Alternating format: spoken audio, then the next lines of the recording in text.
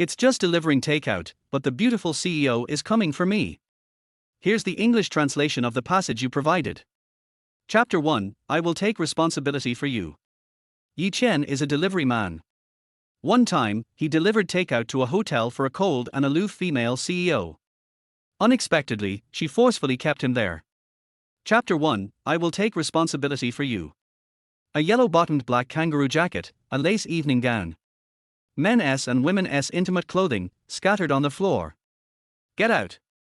Looking at the sleeping man beside her and the marks on the bedsheet, Chen in a daze for a while, suddenly became furious. She grabbed the blanket and viciously kicked Chen with her snow-white foot.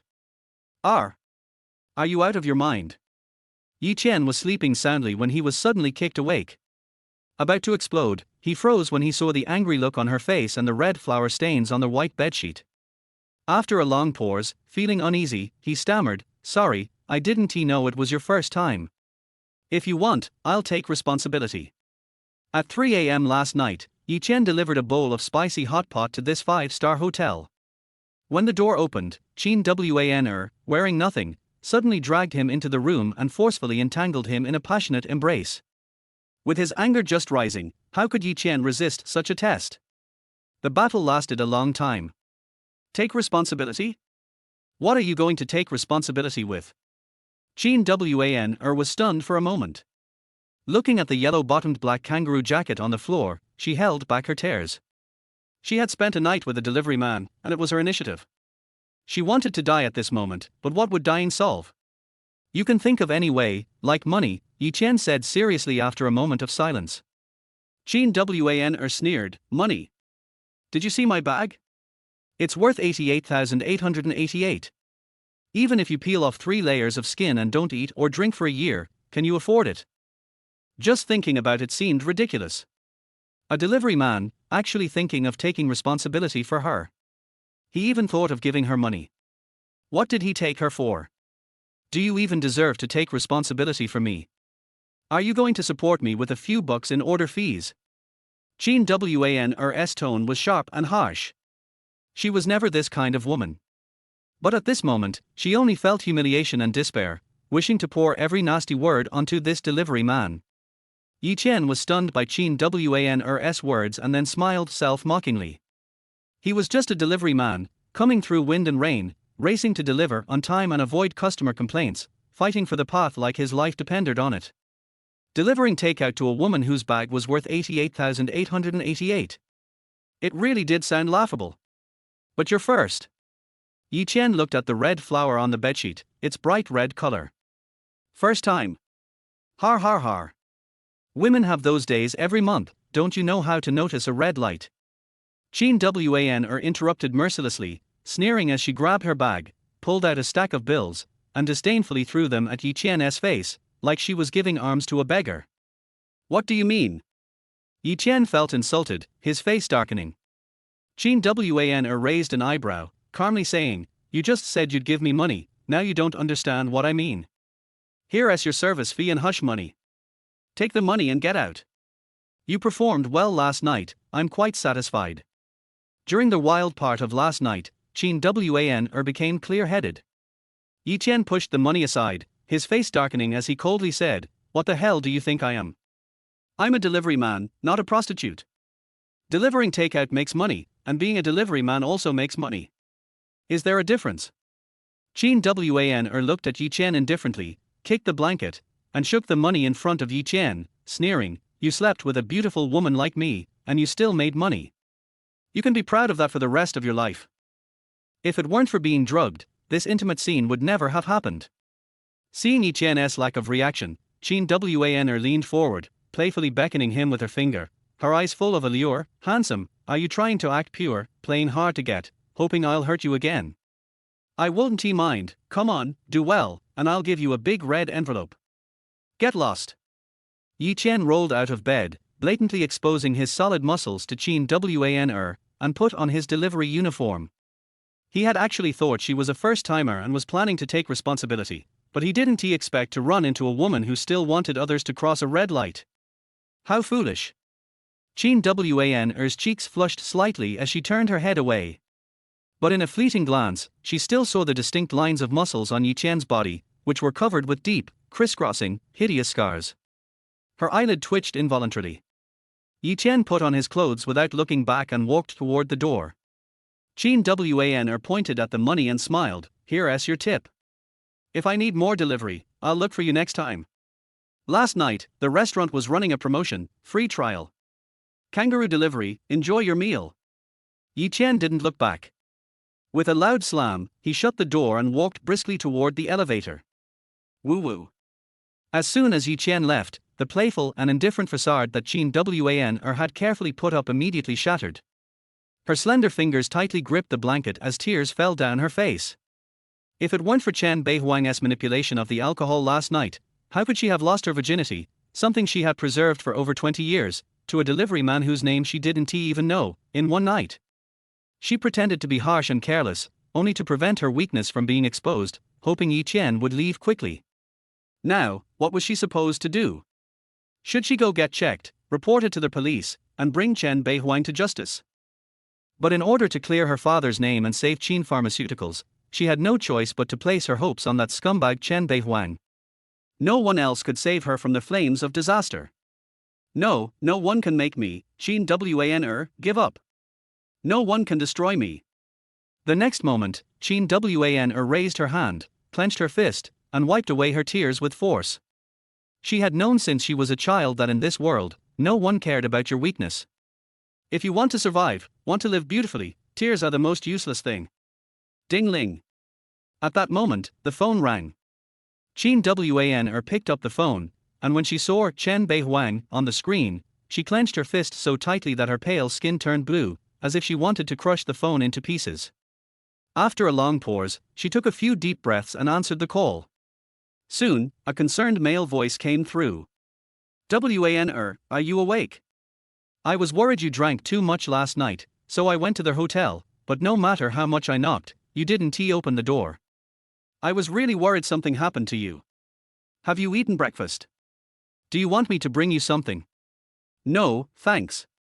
Chen Wan tried to keep her voice calm. "I ordered takeout." "Okay." Chen Beihuang sighed in disappointment, and then casually said, "I'm hosting a party at the Shangri-Lane. Let us have a drink and talk about the 100 million deal. See you later." Chen Wan pretended to be surprised, then hung up the phone. Her fingers clenched tightly, and veins bulged on her hand. How could she not know that the party was a cover, and that Chen Beihuang was planning to drug her again?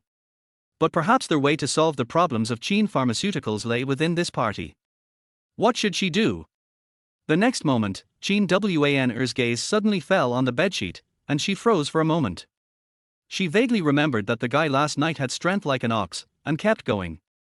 With that thought, Chen Wan grabbed her phone, opened the delivery platform, found her order history, hesitated for a moment, then opened the complaint page and quickly clicked a few buttons. Chen Wan, you really are desperate."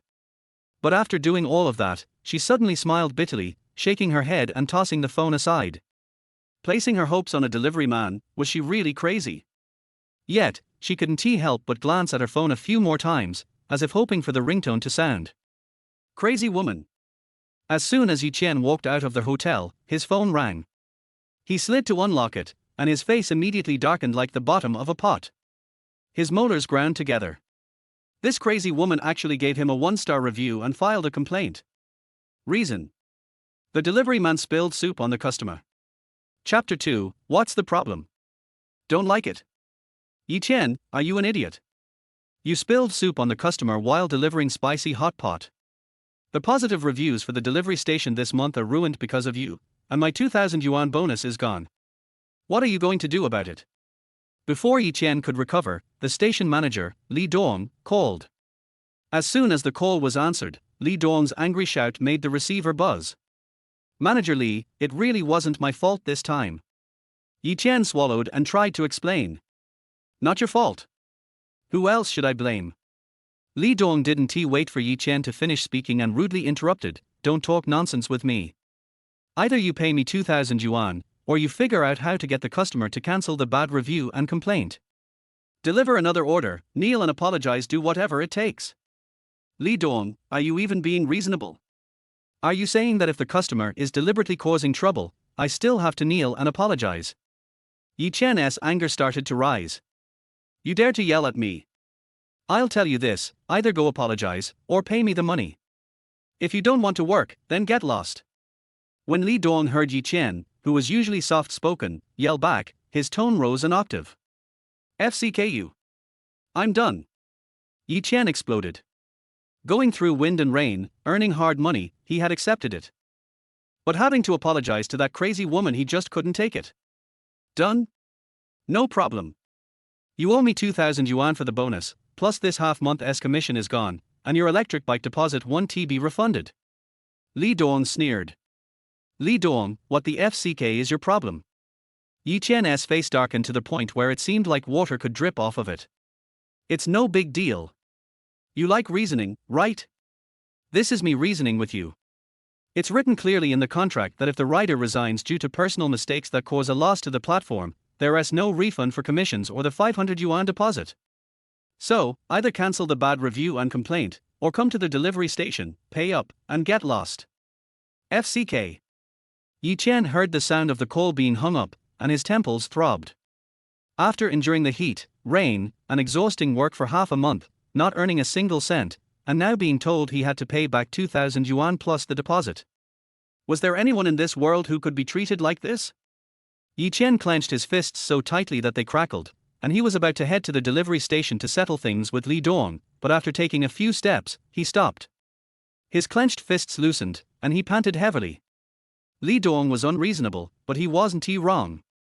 The contract was signed in black and white, and it clearly stated that if a rider caused a loss due to personal reasons, they would have to pay compensation. As long as Li Dong held onto this point, there was no way for Yi Chen to argue. More importantly, right now, he couldn't find any other job where he could make decent money by working as hard as he did, with some freedom. He needed money, desperately. He had planned to ask Li Dong for an advance on his wages today. If this went wrong, it would all be over. FCK. FCK. FCK. Yi Chen yelled a few more times, his chest heaving with anger, before he turned to look at the towering 5-star hotel. 1 penny can defeat even a hero. Not that he was a hero anymore, just a small delivery man. Apologize. I'll apologize to you. After a long while, Yi Chen stared at Chen Wan's number, swore under his breath, and forcefully tapped the screen. Chen Wan, upon seeing the unfamiliar number, shuddered slightly. Biting her lip, she took a few deep breaths before picking up the phone and answering. Yi Chen suppressed the bitterness and anger in his heart, lowering his voice. Miss Chen, it's Yi Chen, the delivery man who served you earlier. I was wrong earlier, and I apologize. Could you please cancel the complaint and bad review? If not, the platform will deduct my wages. Weren't you acting all high and mighty before? You wouldn't even take the money I offered. Why are you suddenly begging me for an apology now? Chen Wan sneered and coldly interrupted Yi Chen's words. If you want someone to help you, you have to know how to find their weak spot. Miss Chen, I'm sorry, I know it's too late for me to say anything now. But, if you can cancel the bad review and complaint, I'll do whatever you ask. Yi Chen felt the sarcasm and disdain in her voice, and the bitterness in his heart grew. His tone turned self-mocking as he said, You, a high and mighty beautiful CEO, why bother making things difficult for someone like me, a small delivery guy? What's wrong with making things difficult for you? Not satisfied? Come to my room, quickly. Chen Wan narrowed her eyes and said. Yi Chen was stunned, speechless. This crazy woman actually wanted more, and was in such a hurry. Wasn't he the red light enough to stop her passionate drive? At this moment, he didn't know whether to be proud or to mock himself. What's the matter? Don't want to come? Fine. Chen Wan's tone turned cold when she didn't hear anything on the other end of the line. Yi Chen paused, thinking of the hospital payment window, then remembering Li Dong's words. He closed his eyes and bitterly said, I'll go. Good. I'm waiting for you. Chen Wan hung up the phone decisively. Yi Chen listened to the busy tone on the other end of the line, stood still for a while with his eyes closed, then slowly opened them, looking up at the bright and shining hotel building under the sunlight. He lit a cigarette, took 2 long drags, and after feeling a bit dizzy, he shook his head and started walking with heavy steps. Right now, the only solution he had was to go to the hotel to meet Jean Wan. If that woman still wanted it, then. With his eyes closed, his teeth clenched, and his legs spread, he decided to treat it like another dream. Chapter 3: Their Conditions for Cancelling Their Complaint. On the 28th floor, at the door of Chen Wanner's room, Chen took a deep breath and rang the doorbell. Chen Wanner appeared quickly in his sight, a pleasant fragrance enveloping her. It seemed she had just taken a shower, her wet hair exuding the scent of shampoo. Her cheeks were slightly flushed from the heat, and the soft pink glow of her fair skin made it impossible not to feel the urge to get closer and touch it. As she tilted her head, appraising him from head to toe, her charm, nobility, and coldness mixed together, enough to captivate any man. Even though Chen was mentally prepared, he still found himself taken aback by her beauty when he saw Chen Wanner. His gaze was filled with admiration, and his breath became heavier. Although he knew she was beautiful from the night before, the dim lighting and the chaos had made it difficult to pay attention to these details, though he did notice her perfect figure. Thinking about it now, he felt like he had scored big last night. If it had been someone else, they'd have laughed in their sleep from disbelief. You came pretty quickly, not more than 10 minutes. Come in, I need something from you. Chen Wanner stepped aside to let Chen in, closing the door behind him. She took a step back, frowning briefly in pain, but quickly recovered, then said teasingly, "Something, huh? It's just that thing." Chen hadn't expected the demands of the beautiful CEO before him to be so urgent.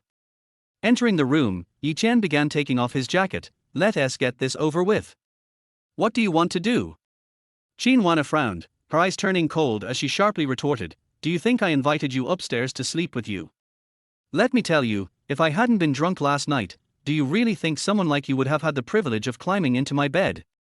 So, her name was Chen Wanner. A good name, gentle and charming. However, with such a domineering personality and character, most men would never accept her. Listening to the disdain in her words, Chen felt a surge of frustration but also let out a sigh of relief. He bowed deeply to her. "Miss Chen, I'm sorry for the misunderstanding. Please cancel the complaint and review, or I'll lose my job." "It has nothing to do with me if you lose your job. Didn't you walk out this morning with so much pride? Money offered, but you didn't take it. You still pretend to be poor." Chen Wanner ignored Chen's apology.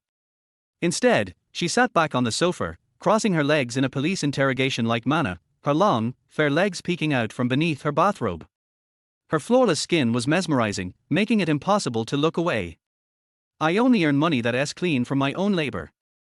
Chen exhaled sharply and mustered the courage to look her in the eye. "Miss Chen, if you cancel the complaint, I'll do anything you ask." "Har, didn't he expect you to have such pride? Isn't your money earned from labor too?" Chen Wanner sneered, rolling her eyes when Chen tried to speak again. She interrupted him with a raised hand and locked eyes with him. "Since you said you would do anything, answer me 2 questions. Can you drink and fight?" "I can handle 3 bottles of liquor, and when it comes to fighting, no one can get close to me."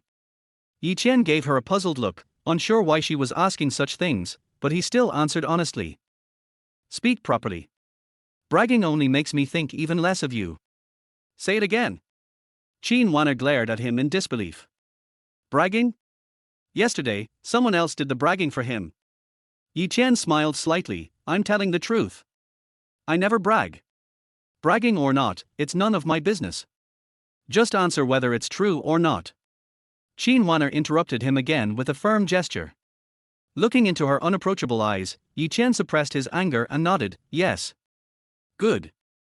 Chen Wanner flipped her hair, and as a strong fragrance filled the air, she locked her gaze on him, speaking slowly. "If you want me to cancel the complaint, come to the Shangri-La Hotel and attend a cocktail party. Help me fend off the drinks, and if anyone causes trouble, help me block them too." A cocktail party. Fending off drinks. Fending off people. Chen furrowed his brows instinctively, slightly startled. He hadn't expected Chen Wanner to make such a request. But why was she choosing him, a complete stranger from one wild night? "After the party ends, I'll cancel the complaint and review, and give you a service fee. Of course, if you don't go, well, don't expect me to cancel the complaint and review until your next lifetime." Seeing Yi Chen hesitate, Qin Wanna's tone grew threatening. Desperate times call for desperate measures, and now, besides Yi Chen, she couldn't find anyone else suitable. Dingling. Just then, Yi Chen's phone rang, and when he saw the hospital number, he hurriedly answered it, speaking apologetically, "Sorry, I've been delayed with something. Can you give me some extra time? I'll bring the 2,000 yuan tonight. I promise this is the last time. Thank you, thank you." Qin Wanna, hearing the conversation, immediately shot Yi Chen a look of disdain. "Debt collector calls. You borrowed online loans. Shit." Yi Chen didn't respond to her mocking laughter, gripping his phone tightly as he exhaled deeply. If their complaint wasn't resolved, his salary would be gone, and he'd be in trouble with the hospital. Don't want to talk? Then you admit it. Useless man. Qin Wanna glared at him with contempt, then quickly typed something on her phone. "Someone will deliver an outfit to you. Change into it." "I don't need it." Yi Chen frowned. He didn't want to accept anything from Qin Wanna. He just wanted this whole situation to end quickly. "Are you really going to attend a cocktail party in your delivery uniform? Aren't you afraid of embarrassment?" "I would be." Qin Wanna raised her eyebrow dismissively. "Remember, you don't have the right to bargain with me. You do what I say." "You?" Yi Chen frowned deeply. "A poor loser who can't even manage 2,000 bucks, don't pretend to have any dignity in front of me." Qin Wanna looked at him with disgust, saying coldly, "Do as you please." Yi Chen stopped speaking. With that, the room's atmosphere fell into complete silence, an unusual tension hanging in the air. "I'm going to change. You stay in the bathroom and don't come out." Qin Wan's face turned slightly pink as she pointed toward the bathroom. Yi Chen frowned. "What's wrong? You don't want to cancel the complaint?" Qin Wan crossed her arms, sneering as she threatened. "You're ruthless." Yi Chen felt angry, as if being toyed with, but at that moment, he could only walk like a puppet on strings. He stood up and walked toward the bathroom. Standing in front of the sink, he looked at his reflection in the mirror, then slapped his face hard. "What the hell is all this?" Chapter 4, You Are My Woman. "Hurry up and change, we need to leave." Qin Wanna pulled open the glass door of the bathroom, pinching the bag with her fingers and tossing it onto the floor like garbage. She turned around, elegantly extending her jade white foot into the slender black high heels, bending down to adjust the shoe buckle. As her body arched slightly, the black evening gown accentuated her curves at the waist and hips, creating an almost perfect, seductive silhouette. Especially her rounded, full hips, which were captivating and thrilling. Yi Chen's eyes widened, forcing himself to avert his gaze. He grabbed the clothes and shoes from the floor and headed towards the bathroom door. Phew. Seductress.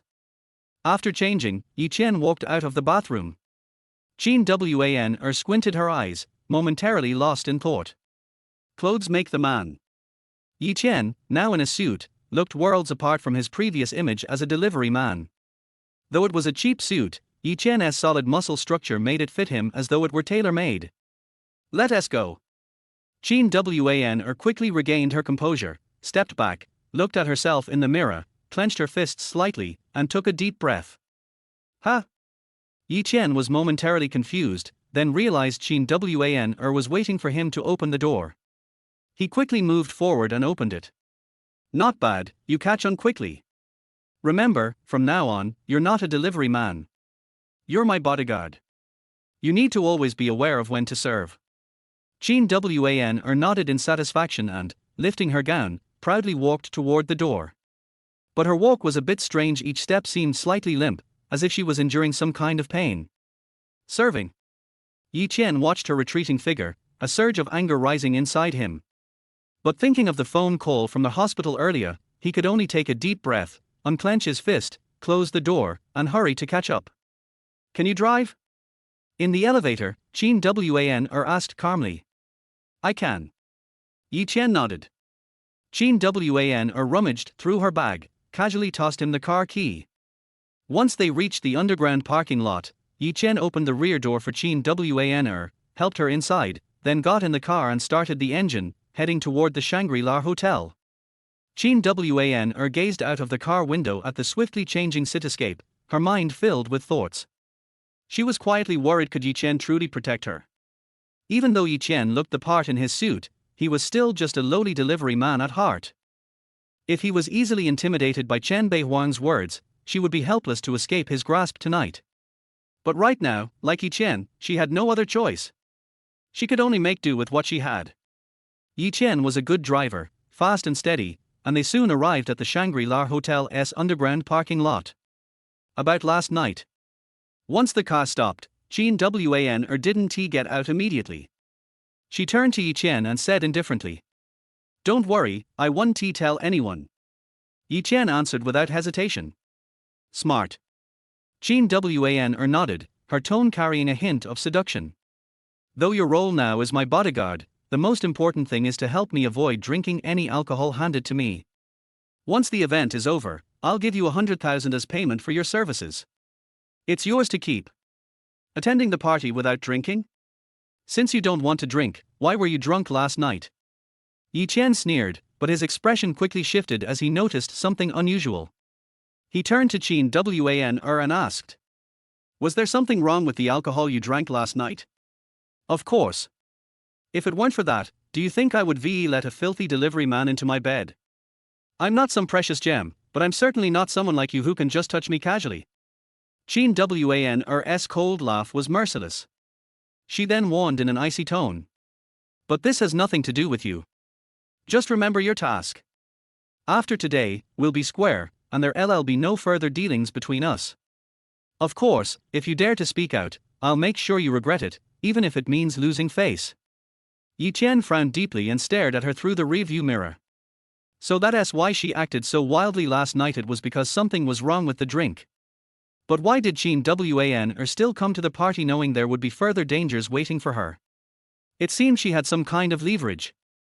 Thinking of this, Yi Chen stopped in his tracks, looking at her in shock. Could it be that her wild behavior last night was just a facade, and she didn't want to have too much involvement with him?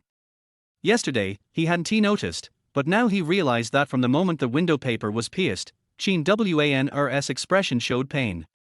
This morning, from the hotel lobby to the elevator and then to the car, every step she took seemed painful. Was last night her first time? Yi Chen's mind buzzed as everything became clear. "Do you remember?" Chen Wan's serious voice snapped him back to reality. "I know. I won't say anything. Block the alcohol, block the people, and protect your safety." Yi Chen nodded, but after a moment of silence, he suddenly looked at her sincerely and said, "I don't know what you're going through, but I can tell you don't want any of this. If you don't like it, don't force yourself. Hey! You don't want to be involved with me, yet here you are.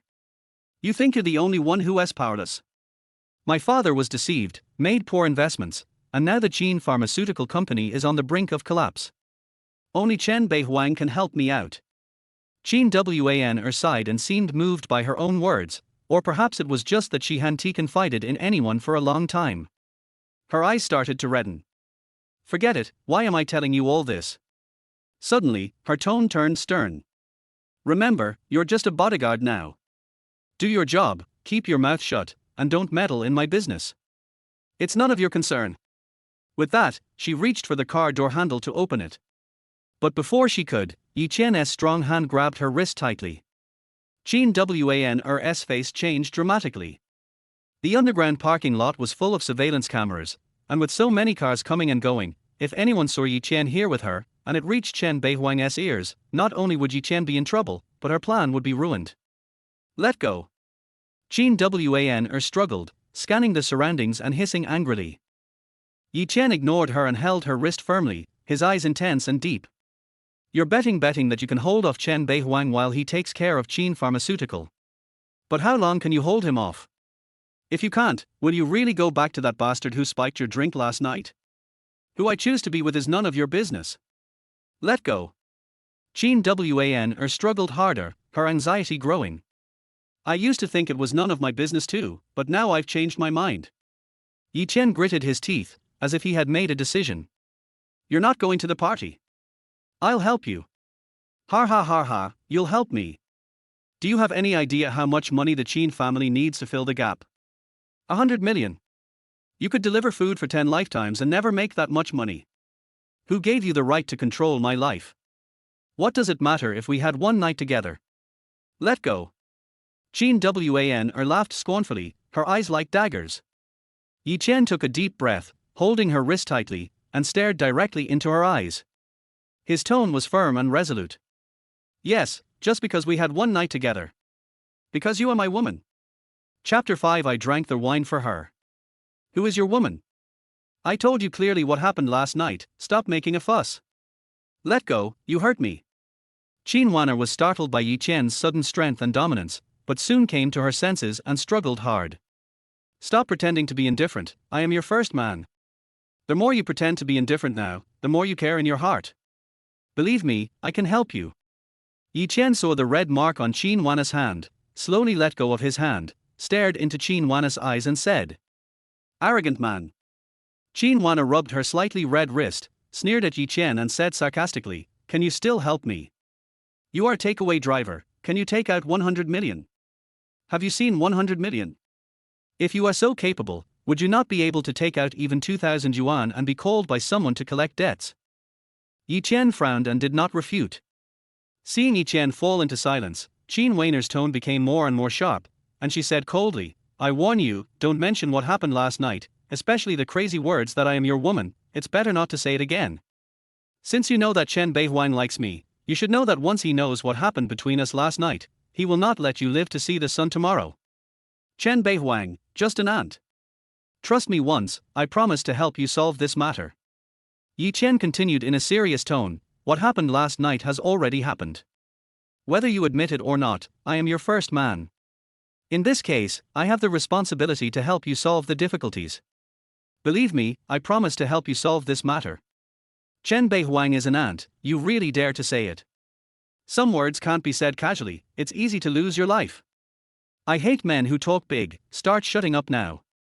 Chen Wan said angrily. I'll take care of the 100 million issue, you don't have to go with Chen Beihuang. Yi Chen looked directly into Chen Wan's eyes and said, I can swear on my life. Your life? Har har har, how much is your life worth? Chen Wan laughed, absurdly and sadly. She didn't expect that she would finally meet a man who said he was willing to protect her with his life. But she didn't expect that the person who said this would be Yi Chen, a delivery man who had a one-night stand. Yi Chen, you didn't fall in love with me at first sight, did you? The next moment, Chen Wan stopped laughing, looked into Yi Chen's eyes, and mocked.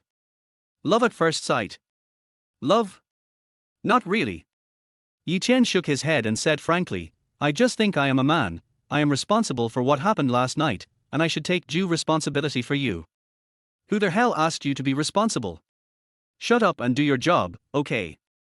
Chen Wan interrupted Yi Chen halfway through, pointed at his nose, and said in a cold tone, Yi Chen, listen to me. I, Chen Wan, will never like you no matter who I like. If you want to be my man and want to be responsible for me, you stayed in the bathroom for so long, didn't you pee and look in the mirror? I'll remind you one last time. You are my bodyguard and my tool. If I don't let you speak, you shut up. If you dare to talk nonsense like this at the party later, I don't know whether Chen Beihuang will kill you, but I will definitely make sure you don't see the sun tomorrow. I can guarantee this. Now, think it over carefully. If you want me to cancel the complaint, shut up immediately and go to the party with me to be a tool. If you don't want to, get out of here. Chen Wan said this forcefully and indifferently, opened the car door, and walked towards the garage elevator without looking back. Chow Chen pepper, spicy and strong enough. Since I took your first time, I have to take responsibility. How can I watch you go to danger? Yi Chen looked at Chen Wan's back, took a deep breath, then opened the car door, quickly chased after Chen Wan, and walked in front of her. After discovering the truth, he had seen that all Chen Wan's performance at this moment was just a disguise. Pretending not to care, using such an attitude to numb herself. But the less she acted, the more she cared about what happened last night. He was not a masochist, but he loved this woman who was clearly wrong to the extreme, but still pretended to be strong and indifferent. Chen Beihuang, a mere man, actually touched my Yi Chen's woman, he was simply courting death. Chen Wan looked at Yi Chen's burly back and curled her lips in disdain, but for some reason, her heart was much calmer. Soon, the two came to the banquet hall of the hotel. Chen Wan, wearing a black evening dress, had fair skin and beautiful appearance, an outstanding temperament. When she walked into the door of the banquet hall, she became the focus of the whole audience. Admiration, covetousness, envy, one after another, fell on her without concealment. However, after entering the banquet hall, Chen fell behind half a step, and looked at Qin Wan's seemingly tough, slightly raised head, and the thin back pretending to be strong, which made Chen's heart ache. Knowing it was fire, she was like a moth, fearless. This was a woman who risked her life, and she had endured too many grievances. Chen did not notice that in the crowd not far away, a girl who was wearing a white flowing gauze fishtail dress, who was extremely beautiful and bored, immediately brightened her eyes when she saw him, and the boredom on her face disappeared, and she picked up the wine glass and walked over. At this moment, along the depths of the crowd, a handsome man wearing a white straight suit, a beautiful bow tie at the collar, and a tall figure, picked up a glass of champagne, walked quickly to Qin Wan, with a sunny smile on his lips, and said, "Wan, you are here so early. That face is obviously very handsome, and the smile is also very sunny, but when the two are combined, it inexplicably gives people a sinister feeling, and Chen can see the strong covetousness and greed in his eyes. There is no doubt that this person should be Chen Beihuang. Of course I have to come early to the cocktail party hosted by young Master Chen." Qin Wan suppressed her disgust and forced out a sweet smile. "Har har, I knew you gave me the most face, Wan." Chen Beihuang's greedy eyes swept over Qin Wan's slender neck and delicate collarbone, and his eyes looked down, warm and white, with a flash of heat in his eyes. He raised the champagne in his hand and handed it to Qin Wan, saying gently, "Drunk last night, right? The best way to solve a hangover is to have another drink in the morning. After drinking this glass of wine, let's find a quiet place to talk, and I will help you solve the 100 million problem today." Qin Wan has always been known as the Qin family's cold plum in Jiancheng. The flower color is cold and the fragrance is fragrant, but it cannot be blasphemed, especially the strength and pride in her body, which can easily arouse the deepest desire to conquer in a man's heart. Although Chen Beihuang has been a playboy in recent years, and there are countless women around him, he still can't forget this touch of plum fragrance. Unfortunately, Qin Wan had always kept people at a distance in the past. No matter how he invited her, she was always rejected. Now, Qin Wan's father's investment failed, and the Qin family's business encountered difficulties, giving Chen Beihuang the best opportunity to take action. Even last night, he almost succeeded, but he never thought that Qin Wan didn't know how she did it, but she actually avoided the medicinal properties of those little things in the wine, so that he knocked on the door of the hotel for a long time but there was no response. But the moment he saw Qin Wan again, Chen Beihuang wanted to push Qin Wan to the ground, tear this woman's strong and proud shell into pieces, and then violently invade and conquer her. Qin Wan saw the wine glass handed to her by Chen Beihuang, her eyes twitched, her heartbeat accelerated, and a layer of sweat oozed out of her palms. "What? Wan, don't you want to drink? If you don't drink, then you are not giving me, Chen Beihuang, face. Don't blame me for not giving you a chance in the future." Chen Beihuang smiled and handed the wine glass forward. The edge of the glass almost touched Qin Wan's delicate lips. Although his words were casual, the threat in his tone was self-evident. Qin Wan bit her lips tightly. She was not a fool. Of course, she knew Chen Beihuang's conspiracy. A voice in her mind told her to give up resistance. Apart from this, you have no other way. But the perseverance in her heart made her resist all of this. She wanted to step back, wanted to avoid, wanted to pick up the wine glass and pour all the wine in the glass on this disgusted cheek. But she couldn't do anything. Apart from this, the Qin family really had no other choice. Swish. But just when Qin Wan was helpless and sat to the extreme, Chen's strong back blocked her behind him, and then he stretched out his big hand and snatched the champagne handed over by Chen Beihuang. After drinking it, he put the glass heavily on the tray of the waiter next to him, looked at Chen Beihuang coldly, and said, "I drank the wine for her." "But," the dignified Chen Daishao forced a girl to drink, "don't you feel disgusted?" Chapter 6 I will protect you with my life. Is the dignified Chen Daishao so cheap? Yi Chen's voice was very loud. The moment it sounded, the whole banquet hall immediately quieted down, and a lot of eyes quickly cast here. Chen Beihuang's face was instantly gloomy, like lacquer and ink, and he wished that he could cut Yi Chen into pieces. "Who are you? What qualifications do you have to point fingers at my affairs? What qualifications do you have to drink the wine I handed over?" The next moment, Chen Beihuang looked at Yi Chen and asked coldly, "I am Miss Qin's bodyguard, and I am fully responsible for Miss Chen's affairs. She is not feeling well today and cannot drink. Yi Chen looked into Chen Beihuang's eyes calmly. Who did I think it was? It turned out to be Wanna's dog. Chen Beihuang sneered disdainfully, turned his head to look at Qin Wanna, and said lightly, Wanna, your servants are so unruly that they dare to help the master make decisions. I will help you discipline them. Do you have any objections? Without waiting for Qin Wanna to speak, Chen Beihuang raised his chin disdainfully at Yi Chen. Sure. In an instant, two sturdy figures walked out from behind Chen Beihuang, and like wild bulls, they punched at Yi Chen. The huge fist, carrying a terrifying force, seemed to smash Yi Chen's head with one punch. Although Qin Wanna knew that Yi Chen did this, Chen Beihuang would definitely not give up. But she didn't expect Chen Beihuang to attack so quickly and so fiercely. Looking at the two burly figures, her heart suddenly twitched. Discipline me? You are not worthy. Yi Chen sneered, without dodging or evading, he exerted force on his feet and rushed out. Head-on confrontation. Chen Beihuang saw this, with a mocking sneer on his lips. His two bodyguards were carefully selected elites, and their grappling skills had won awards in competitions.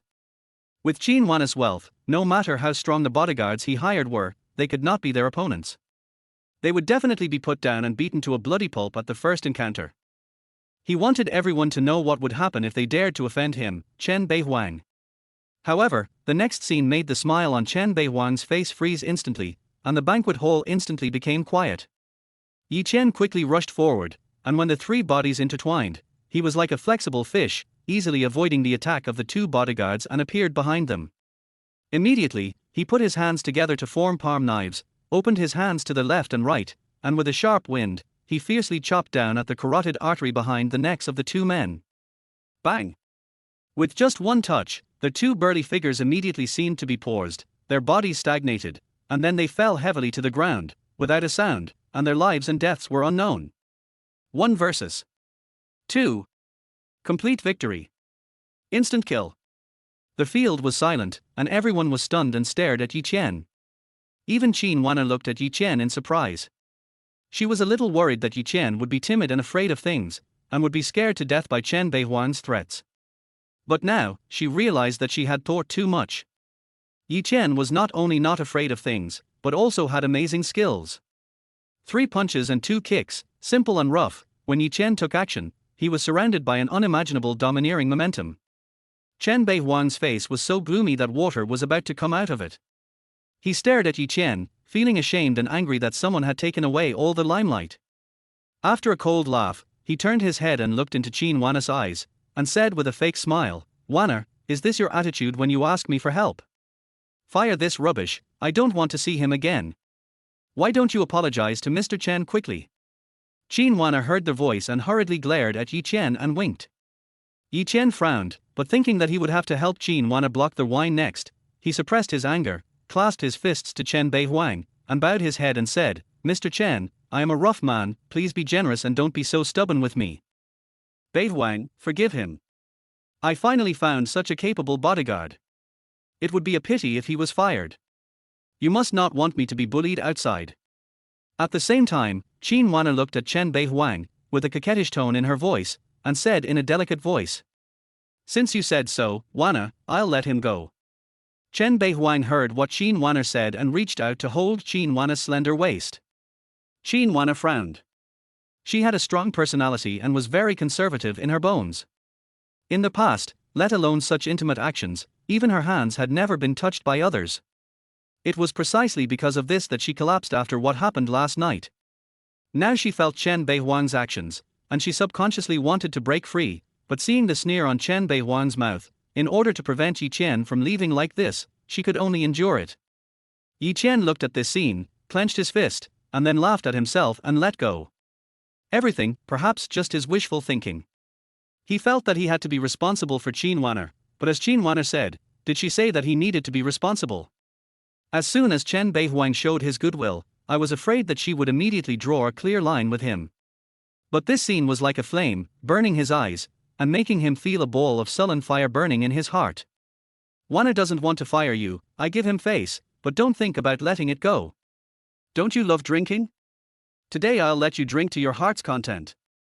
At this time, Chen Beihuang looked at Yi Chen mockingly, raised his hand and snapped his fingers, and said playfully, "Waiter, bring me a bottle of water of life, 6 whiskey glasses." Water of life. As soon as Chen Beihuang finished speaking, everyone in the venue looked at Yi Chen with sympathy. Water of life, the name sounds good, but in fact, it is an absolute demon in wine. This wine tops the list of global spirits with a height of 96. It is called wine, but it is actually 21 higher than the normal medical alcohol of 75. And a whiskey glass is 50 milliliters, 6 is 300 milliliters, equivalent to 6 taels. For normal people, 6 taels of white wine will make them drunk. If you drink 1 cup of the highly alcoholic water of life, your mouth and esophagus will be burned. If you drink 6 liang, you will go to heaven. If you drink it, I will forgive you and let you continue to stay with Wanner. What do you think? Do you dare? Chen Beihuang looked at Yi Chen mockingly and said lightly, "Mr. Chen." Qin Wanner heard the voice and looked at Chen Beihuang pleadingly. 6 cups of water of life, even if Yi Chen could drink more, I am afraid he would have a perforated stomach, heavy bleeding, and be sent to the hospital. She didn't like Yi Chen, and she really hoped that Yi Chen could help her block the alcohol, but she never thought that Yi Chen would lose his life because of her. Don't beg him. Pour the wine. Yi Chen looked at Chen Beihuang indifferently. At this moment, he did have the urge to drink. The stronger the wine, the better, which could extinguish the sullen fire in his heart, or let it burst completely. Good. You have guts. Pour him some wine. Chen Beihuang laughed disdainfully, clapped his hands vigorously, and winked at the waiter. Pooh. The bottle cap was screwed on, and a strong pungent smell of alcohol immediately filled the entire banquet hall, causing many people to frown. Everyone's eyes were focused on Yi Chen, wondering if he dared to drink. Yi Chen did not hesitate, stretched out his hand, grabbed the whiskey cup, and looked up. He drank a cup. A line in the throat, a burning fire. Great. After drinking a cup, Yi Chen remained calm. Another cup, drank it all in 1 gulp. 1 cup, then another. Everyone in the banquet hall was stunned, staring at Yi Chen. Is he crazy? No one could figure out how Yi Chen dared to do this. I will protect you with my life. Qin Wanner stared at Yi Chen, who drank 1 cup after another, and her heart could not calm down for a long time. What Yi Chen said before echoed in her mind. At this moment, Yi Chen was protecting her with his life. At this moment, she felt as if she had returned to last night. The pride that had been silent for more than 20 years, the forbidden land that had been guarded for more than 20 years, was invaded and occupied by a strange man in such a domineering way. Chapter 7. Check. Cigarette lighter. 6 cups. Yi Chen raised the whiskey cup in his hand, held it in front of Chen Beihuang, and poured it down, leaving not a drop, and said with full energy. The crowd was silent. Many people looked at Yi Chen as if he were a monster. Even Chen Beihuang couldn't help but be a little absent-minded at this moment, looking at Yi Chen in astonishment. Water of life, a super high alcohol with a concentration of 96 degrees, just drank 6 cups in a row. Not only did he not fall, but his voice was full of energy. What kind of amazing physique is this? Is it made of iron? Awesome. What a tough guy. The next moment, many people applauded, full of admiration. Chen Beihuang heard the noise of the crowd and came back to his senses, but his face became even uglier, and the disgust in the depths of his eyes became stronger and stronger. He asked Yi Chen to drink the water of life in order to make Yi Chen embarrassed in public and teach him a vicious lesson. But who would have thought that it would become an opportunity for Yi Chen to show off? This feeling made him extremely unhappy. You have a good alcohol tolerance, but it's useless to drink more. In this era, only those with money and power are heroes. Chen Beihuang smiled contemptuously. Mr. Chen has a point. Mr. Chen is right. When the people around heard this, they could hear Chen Beihuang's resentment towards Yi Chen, and they hurriedly smiled and agreed. Seeing this, Chen Beihuang smiled at the corners of his mouth and raised his head proudly. Qin Wanner took the opportunity to break free from Chen Beihuang's hand without leaving a trace, took a step forward, looked at Yi Chen and asked with concern, "How are you? Are you okay?" "No problem, 6 more cups are no problem." Yi Chen smiled gently and lowered his voice, "You are caring about me. I'm afraid you will die in front of me." Qin Wanner glared at Yi Chen fiercely, but felt slightly relieved in her heart. Since this guy still has these thoughts, it means that he should be fine. Yi Chen raised his eyebrows and smiled brightly. He could feel the worry in Qin Wanna's previous words. Chen Beihuang caught the details of the conversation between the two, but the madness and viciousness in his eyes became stronger and stronger. Suddenly, his eyes moved, and a playful and mocking smile suddenly appeared at the corner of his mouth. He took a step forward, looked at Qin Wanna, and said with a sinister smile, "Wanna, your bodyguard is good, I like him, give him to me." "Give Yi Chen to Chen Beihuang." Qin Wanna was startled when she heard the voice. This situation was really something she had not expected. But she could feel that Chen Beihuang was definitely not interested in Yi Chen's skills, but wanted to take Yi Chen away and humiliate him in every way. However, if she refused, Chen Beihuang would be even more angry, and would it affect the Qin family's affairs? Besides, Yi Chen was just pretending to be her bodyguard, how could he be transferred? "Why, you don't want to? Do you want this dog that is more likely to bite people to affect the direction of your Qin family?" Seeing this, Chen Beihuang looked at Qin Wanna, indifferent, but full of threats in his tone. Qin Wanna's lips moved, but she couldn't say a word. "Wanna doesn't want to make a decision, okay, I'll help you." Chen Beihuang looked at Qin Wanna's appearance, his eyes turned cold, and then he took out his wallet from his pocket with a grin, wrote a check neatly, and handed it to Yi Chen's nose. "What do you mean?" Yi Chen said coldly, neither humble nor arrogant. "Here is 500,000 to buy you to leave Wanna and come to my bodyguard." Chen Beihuang sneered. Yi Chen asked back with a smile, "What if I don't leave? You are not satisfied with 500,000? How long do you have to be a bodyguard for others to make so much money?" Chen Beihuang smiled grimly and shook the check in front of Yi Chen, with ridicule at the corner of his mouth. "Why do people work as dogs for others? Isn't it just for money? 500,000. I'm afraid Yi Chen will wake up laughing in his dreams, right?" Qin Wanna looked at Yi Chen, her body trembling slightly, not knowing what Yi Chen would do. She knew that Yi Chen was very short of money and couldn't even take out 2,000 yuan. I'm afraid it would be difficult for him to refuse the temptation of 500,000 yuan. He slept with her and took away 500,000 yuan. He got both money and beauty. How could he resist this good thing that fell from the sky? 500,000 yuan is really not a small amount. Yi Chen glanced at the check and smiled frankly. "So, take the money and come to work for me." Chen Beihuang shook the check gently, as if he was using a fragrant meat bone to feed a hungry dog. Yi Chen smiled, took out half a pack of wrinkled cigarettes from his pocket, took out one, and held it in the corner of his mouth. Then, he reached out and took the check. "That's right, a man who knows the current situation is a hero." Chen Beihuang nodded with satisfaction, his mouth full of mocking and playful smile. This kind of small people is just like this. A few melons and dates can make their seemingly straight waists bend like dogs in an instant. Qin Wanna saw Yi Chen took the check, and her heart instantly fell to the bottom. She knew that Yi Chen would not be able to resist such temptation. At this moment, she felt that her body and heart were a little cold. "What about taking my life to protect you? It's all a joke. It's all lies. In fairy tales, it's all lies. For money, words spoken out are as worthless as farts." Click. But at this moment, the sound of a lighter being pressed sounded. The fire flashed. Qin Yao looked up and saw that Yi Chen had already lit the check with a lighter, lit the cigarette in the corner of his mouth, took a deep breath, exhaled a puff of smoke, threw the already burning check into the air, and said lightly, "Use money to hit people, and hit someone else. Money, he lacks. But this money, he doesn't need it." Qin Yao looked at Yi Chen in astonishment, with extremely complicated emotions on her face. A second ago, she was still lamenting in her heart, but now, she realized how wrong she was. 500,000. For Yi Chen, a delivery man, this is definitely a lot of money that he will never see in his life. But he just burned it like this. At this moment, her breathing was a little rapid, and her heart seemed to beat faster than last night. "UXX mother is playing tricks on me." The smile on Chen Beihuang's face froze instantly, and he was so gloomy that he almost dripped water, and his teeth were biting and clacking.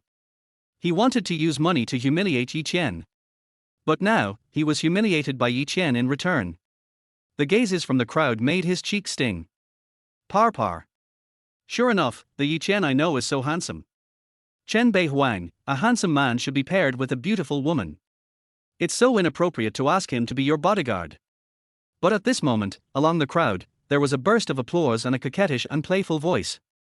Swish! As soon as their voice fell, everyone in the venue immediately turned their heads and focused their eyes on the place where their voice came from. The white flowing gauze fishtail long skirt was so beautiful that it was beyond description. Although there was a relaxed smile on her face, it was difficult to conceal the kind of awe-inspiring nobleness emanating from her. Every time she took a step forward, the people around her would involuntarily step back and take the initiative to make way for her. Ning Yao. Chen Beihuang's eyes twitched, and a hint of enthusiasm that ordinary people could not detect flashed in his eyes. Then he showed a flattering smile and said, Ning Yao. The eldest daughter of the Ning family, the first family in Jiancheng. She was delicate and grew up with a silver spoon in her mouth. When she stamped her feet, the whole Jiancheng would tremble 3 times when she got angry. The old man Ning of the Ning family, who regarded her as a jewel in the palm of his hand, would also let his anger be like a surging Yangtze River, sweeping across the world. Even Chen Beihuang had to bow his head in front of the Ning family. But he didn't know why Ning Yao was interested in what happened here. But Ning Yao ignored Chen Beihuang directly, walked in front of Yi Qian, and smiled gently, as if they were old friends meeting. Yi Qian, you are bodyguard for someone, why didn't you tell me? Chapter 8 I don't agree. Ning Yao actually knew Yi Qian. There was an uproar in the venue.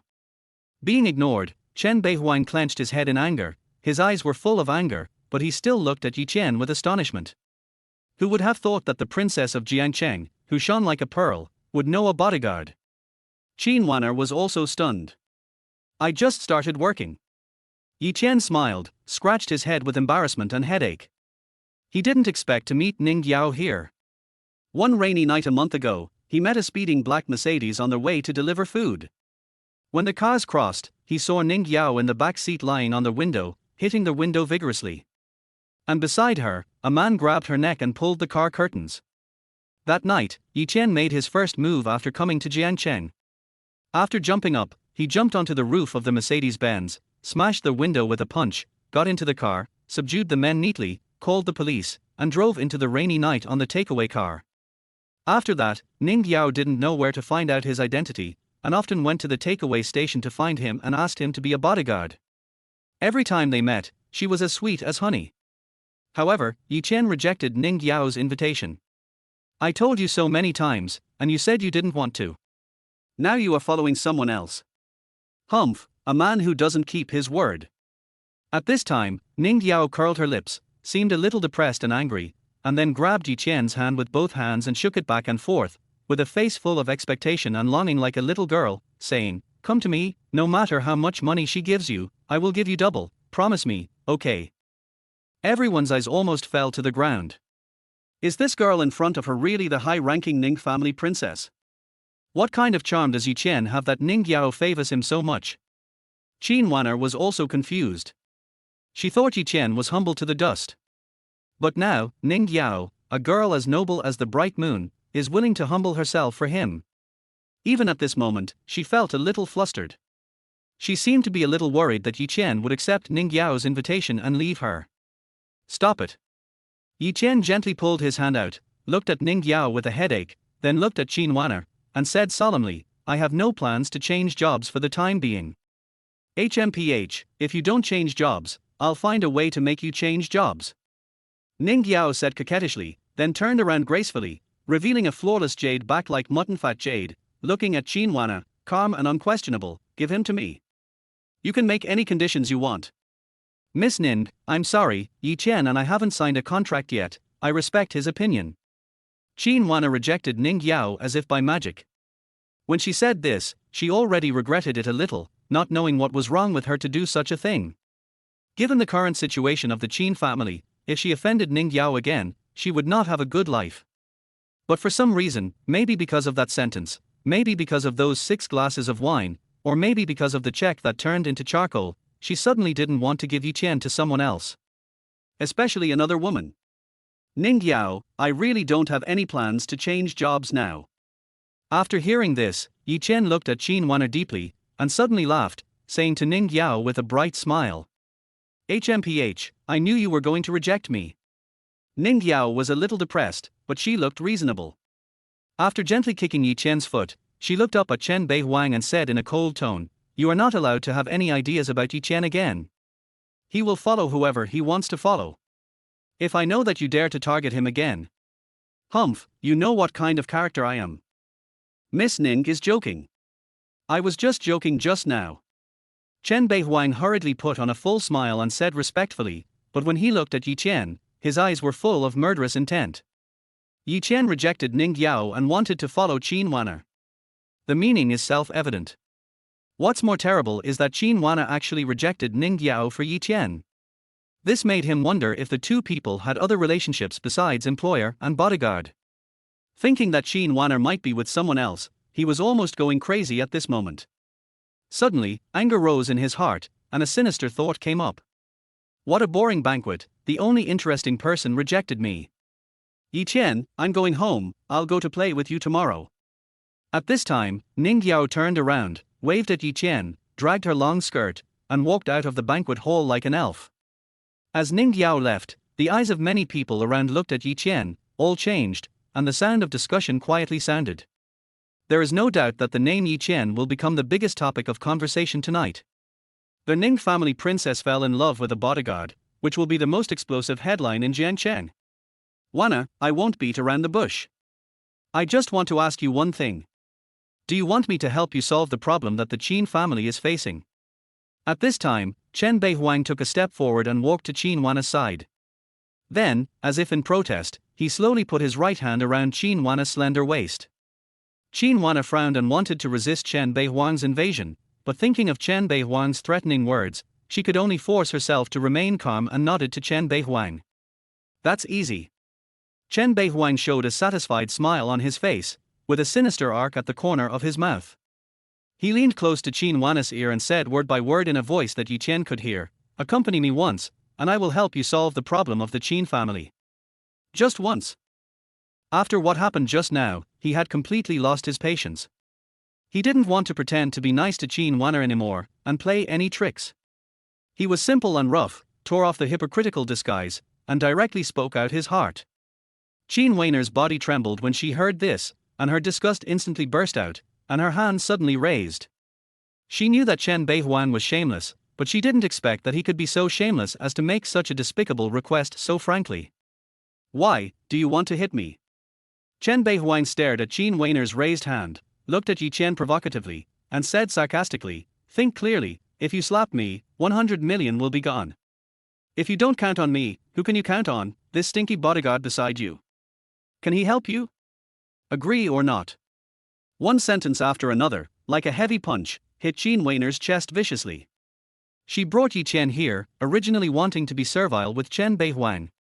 But now, after Chen Beihuang tore off the mask, the last hope is gone. Agree, 100 million, the Qin family is out of crisis. If she refused, 100 million would be lost, the Qin family would continue to suffer, the hard work of several generations would be completely gone, and her father would be so angry that he would jump off the building, and then the family would be destroyed. Even if she disagreed, she would drag Yi Chen into the fire pit. She knew very well how cruel Chen Beihuang was, and those who offended him never had a good end. Yi Chen had already offended him. If Chen Beihuang thought that she refused because of Yi Chen, then Yi Chen would really have no way to survive. She was already in hell, there was no need to drag another person into hell. Especially, it was a person who made her heart beat. Qin Wana's lips moved, and after a long time, she nodded like a puppet and said, "I agree." No matter how disgusted she was in her heart, she couldn't refuse Chen Beihuang. This was the last hope. Can't miss it. But at this time, Yi Chen took a step forward, grabbed Qin Wana's arm, looked at Chen Beihuang fiercely, and said word by word, "I don't agree." Chapter 9 Pleasure and Pain. You don't agree? Har har, if you don't agree, it's useless. Can you give her 100 million? Get away if you know what's good for you. When Chen Beihuang heard Qin Wana's words, his face was filled with joy. He had been planning for so many years, and finally waited for the day when he could completely possess Qin Wana. He couldn't wait to drag Qin Wana to the banquet hall's box, and immediately shouted at Yi Chen with contempt. Yi Chen clenched his fists fiercely. "Yi Chen, everything is over, you go back. Thank you for what happened today." But at this moment, Qin Wana raised a hand weakly, stopped Yi Chen, and shook his head bitterly at him. You Yi Chen frowned and wanted to say something. Stop talking, I know you like me, but I don't have any feelings for you, I even feel sick when I see you. I like money, do you have money? You don't. Mr. Chen has money, I like Mr. Chen. I am such a materialistic woman. I am willing to accompany him and be with him. What qualifications do you have to stop me? Who do you think you are? Want to stop me? Want to be with me? I advise you to find a bathroom to pee and look at yourself. So, get out quickly, the farther the better, don't disturb me and Mr. Chen's good things, and don't let me see you again in this life. But before Yi Chen finished speaking, Qin Wanner had already raised her head and looked at Yi Chen. Her tone was cold and piercing, like a knife made of ice, stabbing Yi Chen viciously. The look she gave Yi Chen was like looking at a cockroach, with nothing but disgust. She had already decided that everything was irreversible. In this case, let's put an end to all this. Just treat the momentary heartbeat as a dream. Love will not let a person leave. But hate can. She would rather let Yi Chen hate her for the rest of her life than let him stay here and see her weak side. Yi Chen stared at Qin Wanner in a daze, and suddenly felt that Qin Wanner in front of him was so strange. The next moment, he raised his head and laughed. He just planned to protect this woman with his life. He really risked his life, but did this woman appreciate it? Did she believe him? For money, she can do anything and doesn't care about anything. He misjudged the person from the beginning. Mr. Qin, I'll leave first. I wish you and Mr. Chen a happy day. Yi Chen slowly exhaled a breath of pent-up turbid air, with a mocking smile on his lips. After bowing to Qin Wanner, he turned around and strode away without looking back. Qin Wanner stared at Yi Chen's back in a daze, her 5 fingers clenched tightly, her fingertips pierced into her palm, blood oozed out, but she seemed to have lost her soul and seemed unaware. She felt that she seemed to have lost the most precious thing she had ever encountered in her life. Wanna, I've prepared the box behind. Chen Beihuang's eyes were filled with greedy flames, and he licked the corner of his mouth with the tip of his tongue. He grabbed Qin Wanner's arm and dragged her to the box behind the banquet hall. Qin Wanner staggered and wanted to turn back, but finally closed her eyes, straightened her chest, and walked back with her head held high. Since the decision has been made, then don't look back. Don't give yourself, let alone Yi Chen, a little hope. Chen Beihuang looked at Qin Wanner's appearance, with a ferocious smile on his face. When he passed by the waiters, he cast a cold look at them and raised his chin towards the door. The waiter understood, put down the tray in his hand, took out the intercom, and said a few words coldly. Yi Chen walked out of the Shangri-La Hotel, pulled off his tie with one hand, took out 2 cigarettes from the cigarette box, put them in his mouth, and lit them together.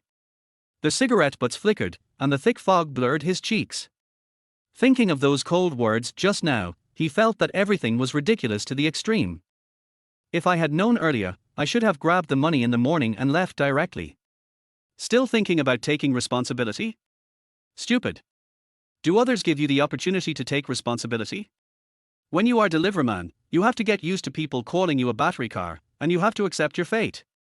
Yi Chen's hand trembled, and the cigarette butt popped out, jumping on the ground and splashing sparks, while walking towards the shared bicycles parked outside the hotel's carefully trimmed lawn.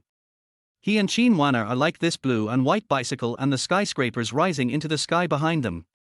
They can exist in this world at the same time, but they can only pass by in parallel. Even if they intersect, it will only be a flash. Just after taking a few steps, a strong wind hits behind him. Yi Chen lowered his body and quickly avoided it. When he looked back, he saw a dozen strong men in suits and uniforms holding golf clubs in their hands. Chen Beihuang. Yi Chen's eyes turned cold. Even if he thought with his toes, he could guess that it was someone sent by Chen Beihuang.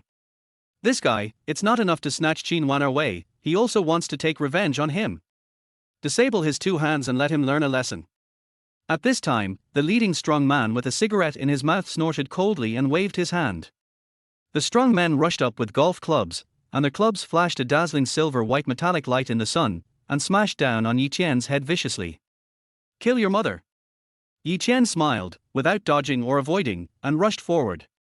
With a swing of his arm, he grabbed a golf club and exerted force to grab it in his hand. Bang! Immediately afterwards, he kicked out, and the closest strong man flew up and fell heavily on the lawn.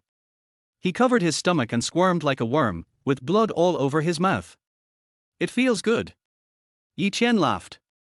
He was not happy at all. Since someone came to make him even more unhappy, he would let them suffer quickly. Sure. Immediately afterwards, Yi Chen swung his hand and blocked the golf clubs that were raining down on him.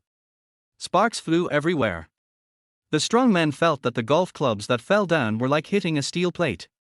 The strong impact made their knuckles explode instantly, blood spurted, and the golf clubs flew out and stuck into the grass beside them. How much power is this? Bang! Bang! Bang! At this moment, Yi Chen's figure moved, his body flashed up like a ghost, and the sticks hit the flesh, blood was everywhere. In less than a minute, more than a dozen strong men fell to the ground, some holding their arms, some holding their legs, and some covering their heads. Blood flowed from the gaps between their fingers, dyeing the grass on the ground red. The eyes that looked at Yi Chen one by one were like looking at a terrible demon. Looking for trouble with me? Want to cripple my two hands? Yi Chen didn't even look at these pawns. A cigarette was stuffed into his mouth, and the hazy smoke was lingering. He carried a golf club, strode with his head held high, and walked towards the Shangri-La Hotel. Since Chen Beihuang, that bastard, wanted to cripple his two hands. Then sorry. Not only did he want to ruin Chen Beihuang's good deeds. Moreover, he wanted to smash his two balls, so that this bastard would never do good things again in his life. Chapter 10 Chicken flies and eggs are broken. The crystal lamp is bright, and the banquet hall is full of wine and food. This is the most glamorous place. But it is also the most filthy place. Someone is laughing, but behind that smile, he is actually looking for thighs for himself, and actually looking for prey for the second half. Yi Chen went and came back without being discovered. He drove straight into the box behind the banquet hall. Soon, standing in the corridor, he heard the quarrel coming from the front. Wanner, take off your clothes, turn around in front of me, let me see your body. Chen Beihuang sat down on the sofa, grabbed the whiskey on the table, poured a glass and held it in his hand, his eyes like hooks, scanning up and down Qin Wanna's exquisite figure against the skirt, swallowed his saliva, and said with fiery eyes. You are shameless. Qin Wanna's tears of grievance rolled in her eyes. She had never been humiliated like this since she was born. I am shameless for taking advantage of others' misfortune. You are not shameless for exchanging your body for money. Chen Beihuang laughed wildly, then his tone suddenly turned cold, and he threatened, Qin Wanna, I advise you to be more sensible. Don't forget that the fate of the Qin family is in my hands now. If I let you live, you can live. If I let you die, you must die. Take off your clothes, open your legs, and the money will be in place. It's a simple thing, isn't it? Qin Wanna staggered and was about to fall. After a moment, she lowered her head and said weakly, Mr. Chen. I am not convenient today. Can I? Bitch, you talk too much nonsense. Chen Beihuang drank the whiskey in his hand, slammed the glass on the table, stood up, and in one step, he came to Qin Wanna and grabbed her slender and delicate neck. The touch was smooth and delicate, with a slight heat. Chen Beihuang's breathing was rapid. He had been planning for several years, but he had never succeeded. But today he finally waited for this moment. Bang! Following that, Chen Beihuang pushed, and Qin Wanna stumbled and fell on the sofa. Chen Beihuang looked down at Qin Wanna, and his breathing immediately became hot and rapid. Today, Qin Wanna was wearing a black evening dress. She fell on the sofa, her long legs were slender, as white and tender as scallions, like the most perfect work of art. Mr. Chen, I'm really inconvenienced today. Qin Wanna looked at Chen Beihuang's evil eyes, covered her chest with her hands helplessly, and trembled. Inconvenient? Whether it's inconvenient for you or not is none of my business. Besides, you can't serve people from below. Don't you still have the upper part and the back? Today, if you don't let me have fun, your Qin family will not survive. Chen Beihuang grinned, his eyes were so hot that he wanted to swallow Qin Wanna in one bite. He spoke fiercely, word by word. Qin Wanna clenched her fists tightly. The unprecedented humiliation made her tears that she had been holding back burst out like a broken thread. She never thought that Chen Beihuang was such a pervert. She struggled to get up in fear and wanted to rush to the door. At this moment, she regretted it. She didn't want to have anything to do with this pervert again. Pear blossoms in the rain, I feel pity for you. Har har har, cry, the more you cry, the more beautiful you will be. Who do you think will come to save you? That stinky bodyguard.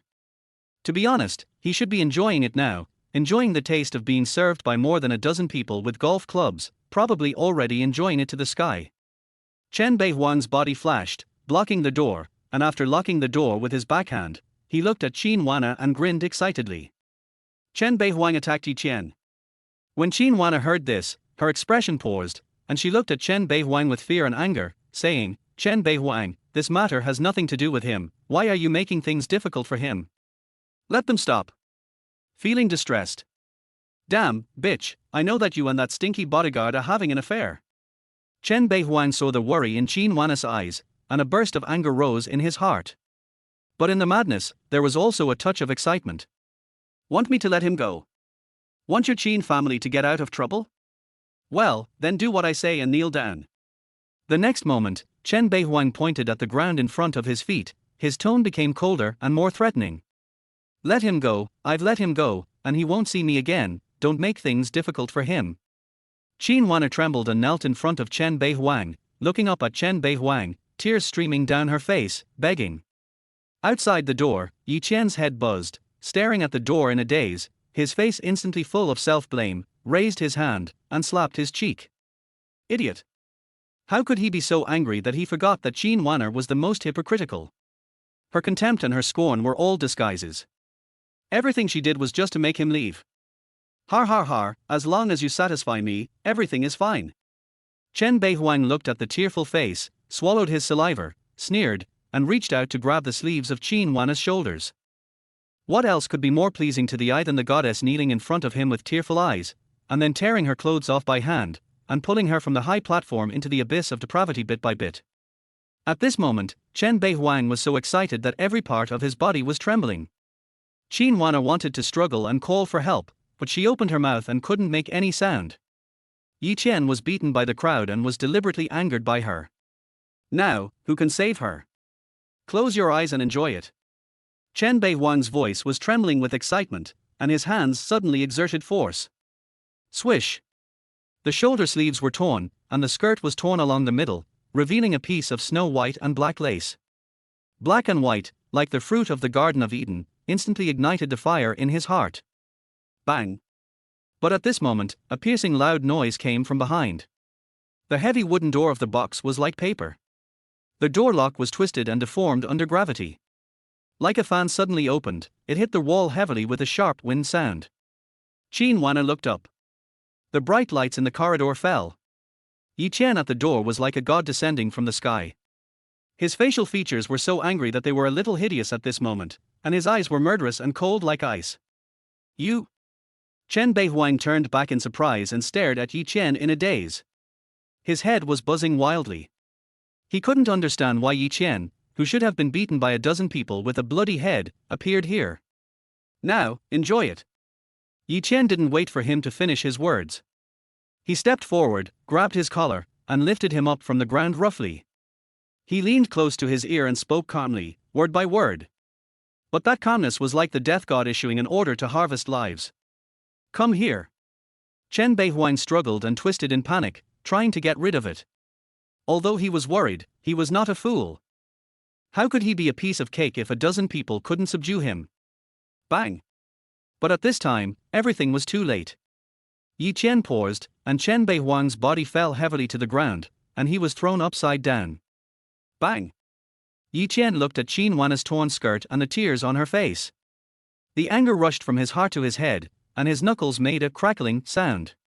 Immediately, he raised his foot high and stepped heavily between Chen Beihuang's legs. This kick was as fierce as a pile driver. After landing, the floor of the box was shaking. Par? Chen Beihuang kicked his legs wildly, covered his legs with his hands, his eyes wide open like bells, and his mouth wide open enough to swallow a goose egg, but he couldn't make any sound. The pain and fear made him stiff. And he also understood that at this moment, he was already chicken flying. Break the egg. Chapter 11, Not a knight, but a rider. Chen Beihuang is useless. Qin Wana looked at this scene in horror, her head buzzing. Although she didn't know how powerful Yi Qian's kick was, she could feel from the vibration of the ground that no one could save Chen Beihuang after this kick. There is no more for the rest of his life. This scene made Chen Wana feel relieved, but also filled with fear. Now that Chen Bei Huang has been eliminated, what kind of situation will Yi Qian and the Qin family face next? You bastard! But at this moment, anger rose in Yi Qian's eyes, and as if it was not enough, he kicked him 3 more times like a sledgehammer. Turn that tiny thing into bloody powder. Chen Bei Huang kicked his legs wildly. The horrible pain was like a knife, cutting and scratching everywhere in his body. Snot and tears rolled down his face. Although he couldn't make any sound, the horrible airflow caused his throat and chest to feel a burning pain. Immediately afterwards, he took a step forward, grabbed Chen Bei Huang from the ground, and punched him on the head. Puff! Chen Bei Huang shook his head, and half of his back teeth flew out mixed with blood foam. Yi Qian sneered and threw another punch. Every punch hits the flesh. Each punch is harder than the last. Chen Bei Huang kept coughing up blood. His chest was stained red with blood and mixed with fragments of internal organs. Half life is gone. The remaining half of my life is also wasted. Yi Qian. Chen Wana watched this scene in horror. The world around her was spinning. A chill spread along her coccyx and directly spread throughout her body. She almost collapsed to the ground. She looked at Yi Qian in fear and said in horror, Chen Bei Huang is ruined. Yi Qian and the Qin family are all finished. The Chen family will definitely take revenge crazily. Chen Bei Huang, listen to me. My name is Yi Qian. If you want to seek revenge on me, come on. A man should take responsibility for his own actions. I, Yi Qian, am always here to serve you. However, if you dare to have ideas about Chen Wana again, or dare to touch her, believe me, I will make you, and your entire Chen family, die without a burial place. Hearing their voice, Yi Qian's hands paused, and he stopped punching. He grabbed Chen Bei Huang's hair, picked him up from the ground with his bloody body covered in blood, and stared into his eyes that were filled with pain and fear, and spoke coldly, enunciating each word. Bang! As soon as he finished speaking, Yi Qian's hand shook, and he threw Chen Bei Huang heavily to the ground. Walk! Then, Yi Qian grabbed the whiskey on the table, washed the blood off his hands, and walked straight to Chen Wana. With a wave of heartache, he took off his suit and put it on her shoulders, then stretched out his hand and said forcefully, Let's go. Chen Wana was dazed for a moment, but somehow she grabbed Yi Qian's outstretched hand. Everything has happened. There is no point in regretting. Yi Qian's hands were strong and warm, giving her a strong sense of security. Immediately afterwards, Yi Qian stretched out his hand, held Chen Wana's slender waist, kicked Chen Bei Huang who was blocking the road away, and walked straight out of the box. A moment later, in the parking lot. No. I can't leave, I want to go back. Seeing the car, Chen Weiner calmed down, gradually regained her senses, hurriedly shook her head, and was about to turn back to their hotel. Chen Bei Huang was deposed, and the Chen family was furious. If the situation could not be resolved, the Qin family would be completely finished. She came here to find a way out for the Qin family, not to send the Qin family into the depths of the fire pit. She had driven Yi Qian away before in order to give him a chance to survive, not to push him into danger. Even if Yi Qian is a good fighter, he can only beat 10 people. Can he beat 100 people? He can handle a golf club, but can he handle a gun? Don't go. Yi Qian grabbed Chen Wana's arm and stopped her roughly. Let go. It's none of your business what I do. Chen Wana struggled hard, her fists raining down like crazy and her feet kicking wildly. But Yi Qian ignored her struggle, picked her up roughly by the waist, carried her on his shoulder, opened the passenger seat, and stuffed her in. After fastening his seatbelt, he said in a cold tone without any room for doubt, If you dare to go back, believe it or not, I will go over and crush Chen Bei Huang to death. Even though Chen Wana was strong, she couldn't help but be stunned when she heard Yi Qian's words. Taking advantage of this opportunity, Yi Qian turned around and got into the car, stepped on the accelerator, and drove out of the parking lot at lightning speed. Don't worry, I'll take responsibility for my own actions. I'll send you away and go to the Chen family to sort things out. I won't be a burden to you. Yi Qian spoke calmly to Chen Wana while driving. You solve it. How do you solve it? You cripple Chen Bei Huang and go to the Chen family to die? Don't think that the Chen family will send you to prison. They will definitely kill you. The Chen family only has one son, Chen Bei Huang. If you cripple him, the Chen family will be extinct. Chen Wana couldn't stand Yi Qian's tone as if he was taking all the blame on himself, so she spoke hysterically. Yi Chen frowned and said, "Then how are you going to solve it when you go back? Let that bastard bully you again and get back at you. I told you that you have no right to meddle in my affairs. I let you go, so why did you come back?" Qin Wanner said fiercely. "Why did you let me go? Aren't you afraid that Chen Beihuang would retaliate against me? But is there any point in doing this? To be honest, I think that even if you really did what Chen Beihuang said, he might not be willing to help your Qin family. By then, you will lose both your money and your life." Yi Chen took a deep breath, calmed down, and said solemnly, "Besides, why did you deliberately make me angry and let me leave? You are just a stranger. I don't want you to be killed by Chen Beihuang because of me. Don't think that I like you. I just sympathize with you, just like I do to puppies and kittens." Qin Wanner looked at Yi Chen's profile, wanting to say something, but unwilling to admit it. After a moment of silence, she spoke loudly. "Stranger. Puppies and kittens. It turns out that it's just wishful thinking?" Yi Chen felt bitter in his throat, then he laughed at himself, parked the car on the side of the road, unbuckled his seatbelt, and said, "It seems that I really thought too much. I'm sorry about what happened just now. Remember to cancel the complaint. From now on, we'll write it off." After saying that, Yi Chen pushed open the car door. "Wait. If you leave like this, what will happen to Chen Beihuang?" Qin Wanner hurriedly reached out and grabbed Yi Chen's hand, saying anxiously, "Don't worry, you don't have to worry about the grudge between me and the Chen family. I will solve it myself and will never implicate anyone, especially your Qin family." Yi Chen shook his hand slightly, broke free from Qin Wanner's hand, and slammed the car door. A cigarette. The fog is hazy. Even a knight may not be able to be with the princess. What's more, he is not a knight, he is a rider. What he was riding was not a white horse, but an electric bike. Everything was just his wishful thinking. Qin Wanner, who was sitting in the passenger seat, looked at Yi Chen slightly hunched back shrouded in smoke. She finally reacted, hurriedly opened the car door, and hurried over. Then, she grabbed Yi Chen's arm, her voice as soft as a mosquito, with a pleading tone. "Don't leave." Chapter 12. How is she better than me? "Miss Qin, are you afraid that I won't be able to report to the Chen family if I leave?" Yi Chen shrugged, broke free from Qin Wanner's hand, and said with a smile, "Okay, then you call the Chen family and tell them the address here. I will wait for them here and will not leave." After he finished speaking, Yi Chen sat on the curb, smoking calmly and watching the hustle and bustle of the city. "You bastard!" Qin Wanner looked at Yi Chen in a daze.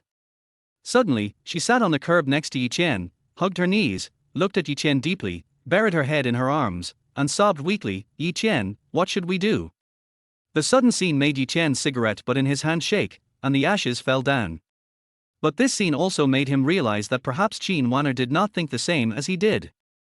However, he had absolutely no experience in dealing with this, and he tried to put his arm around Qin Wanner's shoulders in a panic, but when his hand was about to get close, he pulled it back and could only say in a gentle voice, "Don't be afraid, I'm here.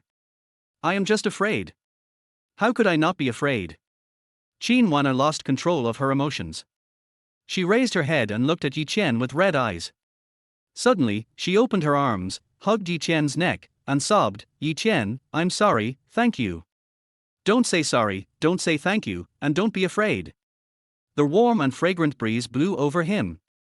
Yi Chen hesitated for a moment, then he hugged Qin Wanner tightly with both hands and said softly, "I'm right beside you. Why are you doing this to me, why don't you leave?" Qin Wanner seemed to be even more emotional after hearing this.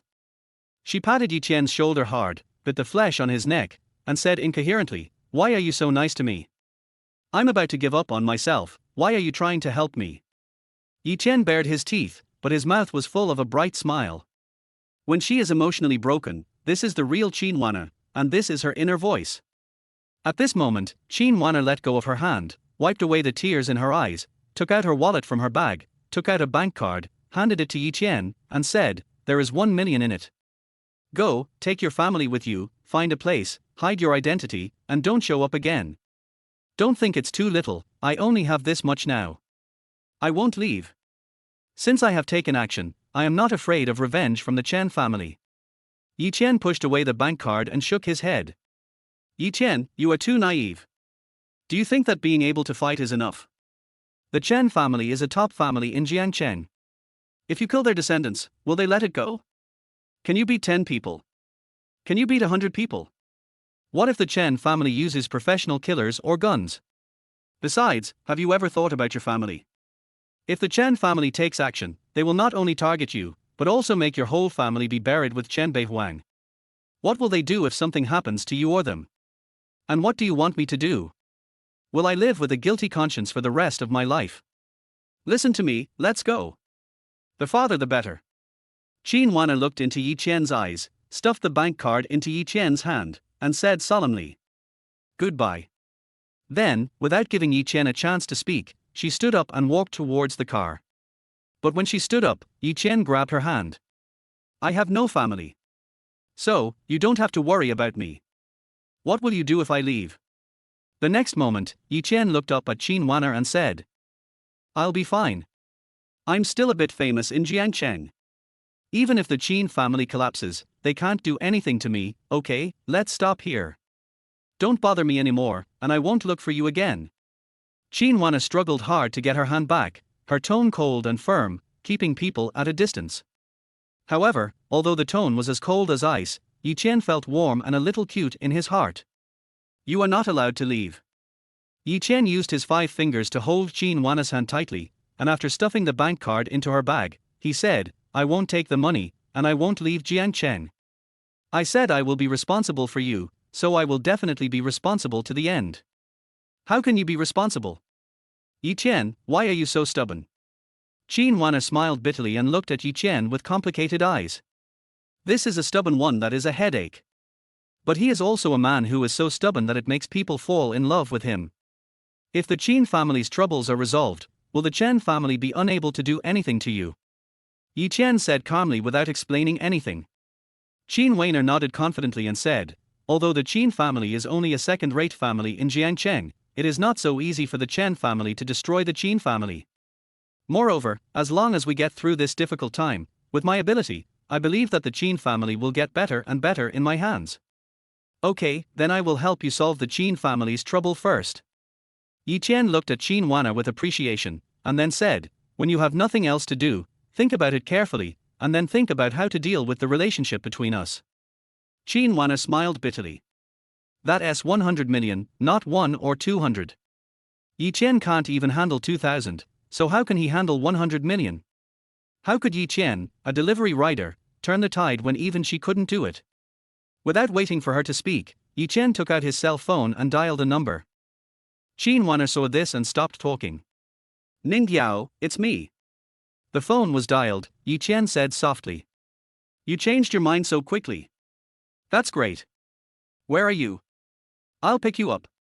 Ning Yao immediately smiled as soon as she heard Yi Qian's voice. "No." Yi Qian smiled bitterly, and said with a slightly awkward tone, "I want you to do me a favor." "Boring. Come to think of it, I'm not helping you, but helping Qin Wana, right?" Ning Yao pouted and said a little depressed. Yi Qian laughed dryly, with a hint of ridicule in his tone, to ease the atmosphere. "As expected of Ning Yao, you are really smart. TSK, you're praising me only after you asked me for help. I've never seen you do this before." Ning Yao muttered something, and then said calmly, "Their family needs 100 million, right? I can give it to her, but you have to promise me one thing." "What is it, you say?" Yi Qian said without any hesitation.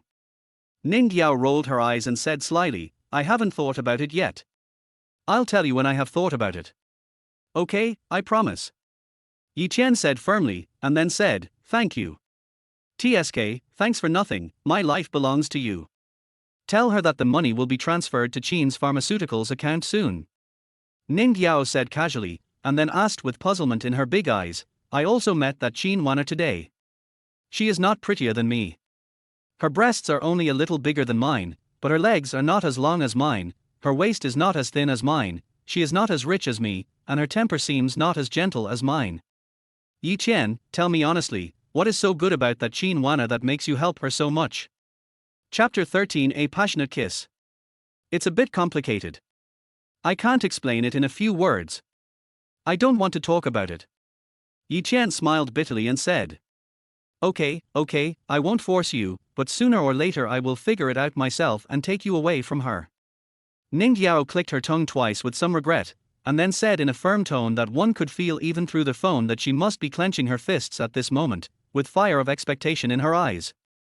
Yi Chen smiled bitterly. Remember the promise you owe me. At this time, Ning Yao gave Yi Chen another warning in a deep voice and then hung up the phone. Yi Chen put away his phone, turned to look at Qin Wanner, and said calmly, the Qin family's troubles have been solved. 100 million. It will be transferred to the account of Qin's pharmaceutical company later. What did you say? Qin Wanner almost suspected that she had heard it wrong. Yi Chen repeated, the Qin family's crisis has been resolved, and the money will be in the account soon. Really? How is this possible? Qin Wanner was skeptical. Ding dong. But before he could finish his words, Qin Wanner's cell phone rang. When she picked it up, she immediately saw that 100 million had been deposited into the company's public account. 100 million has arrived. Qin Wanner looked at the long string of 8 zeros on the text message, her head buzzing. After a while, she raised her head and looked at Yi Chen, her lips moving but unable to utter a word. For this 100 million yuan, she begged everyone for help, and even had to sacrifice herself. But Yi Chen solved the problem with just one phone call. Although she knew that 100 million was just a small number for the Ning family. But the Ning family's money didn't come from the wind, so why would they be willing to transfer it to their own account just because of Yi Chen's phone call? Is Yi Chen really just a delivery rider? But all this made Qin Wanner feel like she was dreaming, she was in a fog and drifting. But there is no doubt that with this 100 million, the Qin family can be revived. Then things took a turn for the better. After a long time, Qin Wanner finally came back to her senses from the shock. She moved her lips and said to Yi Chen in a complicated tone, thank you. At this moment, she understood that she had really misunderstood Yi Chen from the very beginning. Yi Chen never boasted in front of him. Yi Chen said he could help her solve the problem, and he really helped her solve it. Yi Chen said that he could beat 10 people by himself, and he really beat 10 people by himself. Yi Chen said that he could drink 3 kilograms and 6 cups of water of life, and his complexion remained normal until now. From the beginning to the end, she misunderstood Yi Chen, thought that Yi Chen was bragging, and therefore hated Yi Chen even more. But Yi Chen has always been by her side, protecting her silently. No, I protected her with my life. Between you and me, there's no need to say thank you. I said I will take responsibility for what happened last night. Even if the sky falls, I will help you carry it. Yi Chen waved his hand, stared into Qin Wanner's eyes, and said solemnly. Qin Wanner nodded, then looked at Yi Chen nervously and said, my problem has been solved, but what about the problem between you and the Chen family? I'll take care of it, don't worry. Yi Chen said with a calm smile. How could Qin Wanner feel at ease? But before she could open her mouth, the phone rang suddenly. After she glanced at the number, her face suddenly changed. She made a gesture to Yi Chen to keep quiet, then raised her hand to answer the call. Qin Wanner, you stinky woman, you slut, I'll give you 30 minutes to bring that bastard to the Chen family right away. Otherwise, your Qin family, and that bastard, I'll make sure you all get buried with Bei Huang. As soon as the call was connected, a sharp, piercing, crazy roaring female voice came from the other end. Auntie, please listen to my explanation. Qin Wanner's face changed and she became nervous in an instant. This is Chen Bei Huang's mother Liu Mai, who dotes on Chen Bei Huang to the core. It can be said that 80% of the credit goes to Chen Bei Huang for what he is today. Explain. What the hell? My son is useless, I'm going to cut that bastard into pieces. Qin Wanner, if you know what's best for you, take him to the Chen family. Otherwise, your Qin family, are finished. You still want 100 million? Just dream on. Liu Mai interrupted with a sneer and roared ferociously. Chen Bei Huang's vitals were crippled, all his teeth were knocked out, and his internal organs were ruptured and bleeding. When Liu Mai received the call, she fainted twice. Now, she not only wants to hire the best doctors to treat Chen Bei Huang, but also wants those who hurt Chen Bei Huang to pay the price in blood, no, the price in life. According to the banquet hall and those thugs, everything was caused by Qin Wanner, and the person was brought there by Qin Wanner. Show up at Chen's house in 30 minutes. Tell that Yi Chen that I have sent people to the port, airport, and train station in Jiancheng. He can't run away. Even if he runs to the ends of the earth, I will kill him. If you don't want the Chen family to be destroyed, you'd better persuade that guy to do as I say. Don't test my patience. I can wait, but you, the Chen family, can't. Liu Mai said coldly and hung up the phone decisively. The Chen family has begun to take action. The airport, the port, and the train station are all full of their people. Qin Wana rubbed her hair, looked at Yi Chen distressedly, and said, "Now, I can't leave even if I want to. I haven't thought about leaving." Yi Chen smiled calmly and said calmly, "I'll take you along the provincial road and send you out of Jiancheng." Qin Wana said after hesitating for a moment. "No. I'm fine." Yi Chen shook his head. "Yi Chen, I beg you to stop showing off, okay?" Qin Wana looked at Yi Chen anxiously, the impatience in her eyes was like a hot pot that could scald an ant to death, and then said, "Or, you can look for the Ning family again."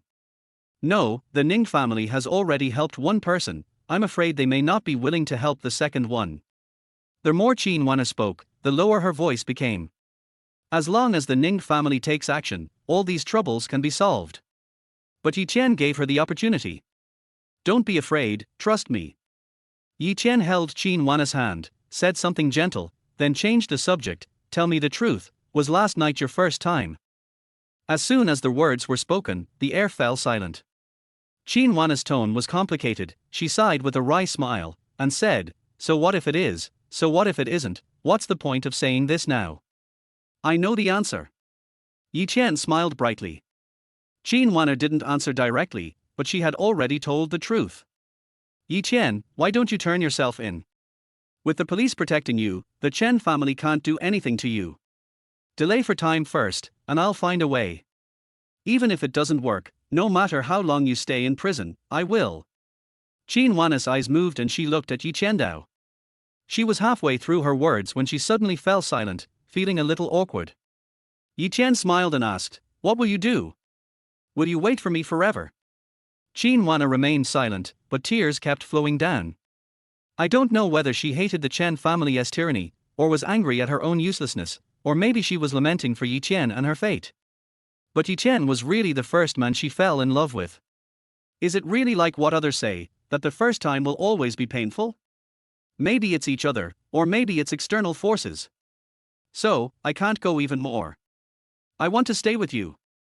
Yi Chen looked at Qin Wana's falling tears, and a fire burned in his heart, rushing straight to his head. The next moment, he held Qin Wana's cheeks with both hands, and pressed them roughly on the pretty cheeks that were still stained with tears, and fell on the tender red lips, going straight in, roughly and brutally, reaching straight into people's hearts. Qin Wana was in a panic, her eyes full of panic. Although she had contact with Yi Chen last night, it was under the influence of alcohol and drugs. She had no time to feel anything. She only felt like there were tides surging and washing over her body. But at this moment, everything was extremely clear. She could feel Yi Chen's prickly stubble. However, this slightly prickly stubble was like an ice pick that could split solid ice. It easily broke the ice in her heart and melted her heart. Subconsciously, she put her arms around Yi Chen's muscular back and tried to take whatever she wanted.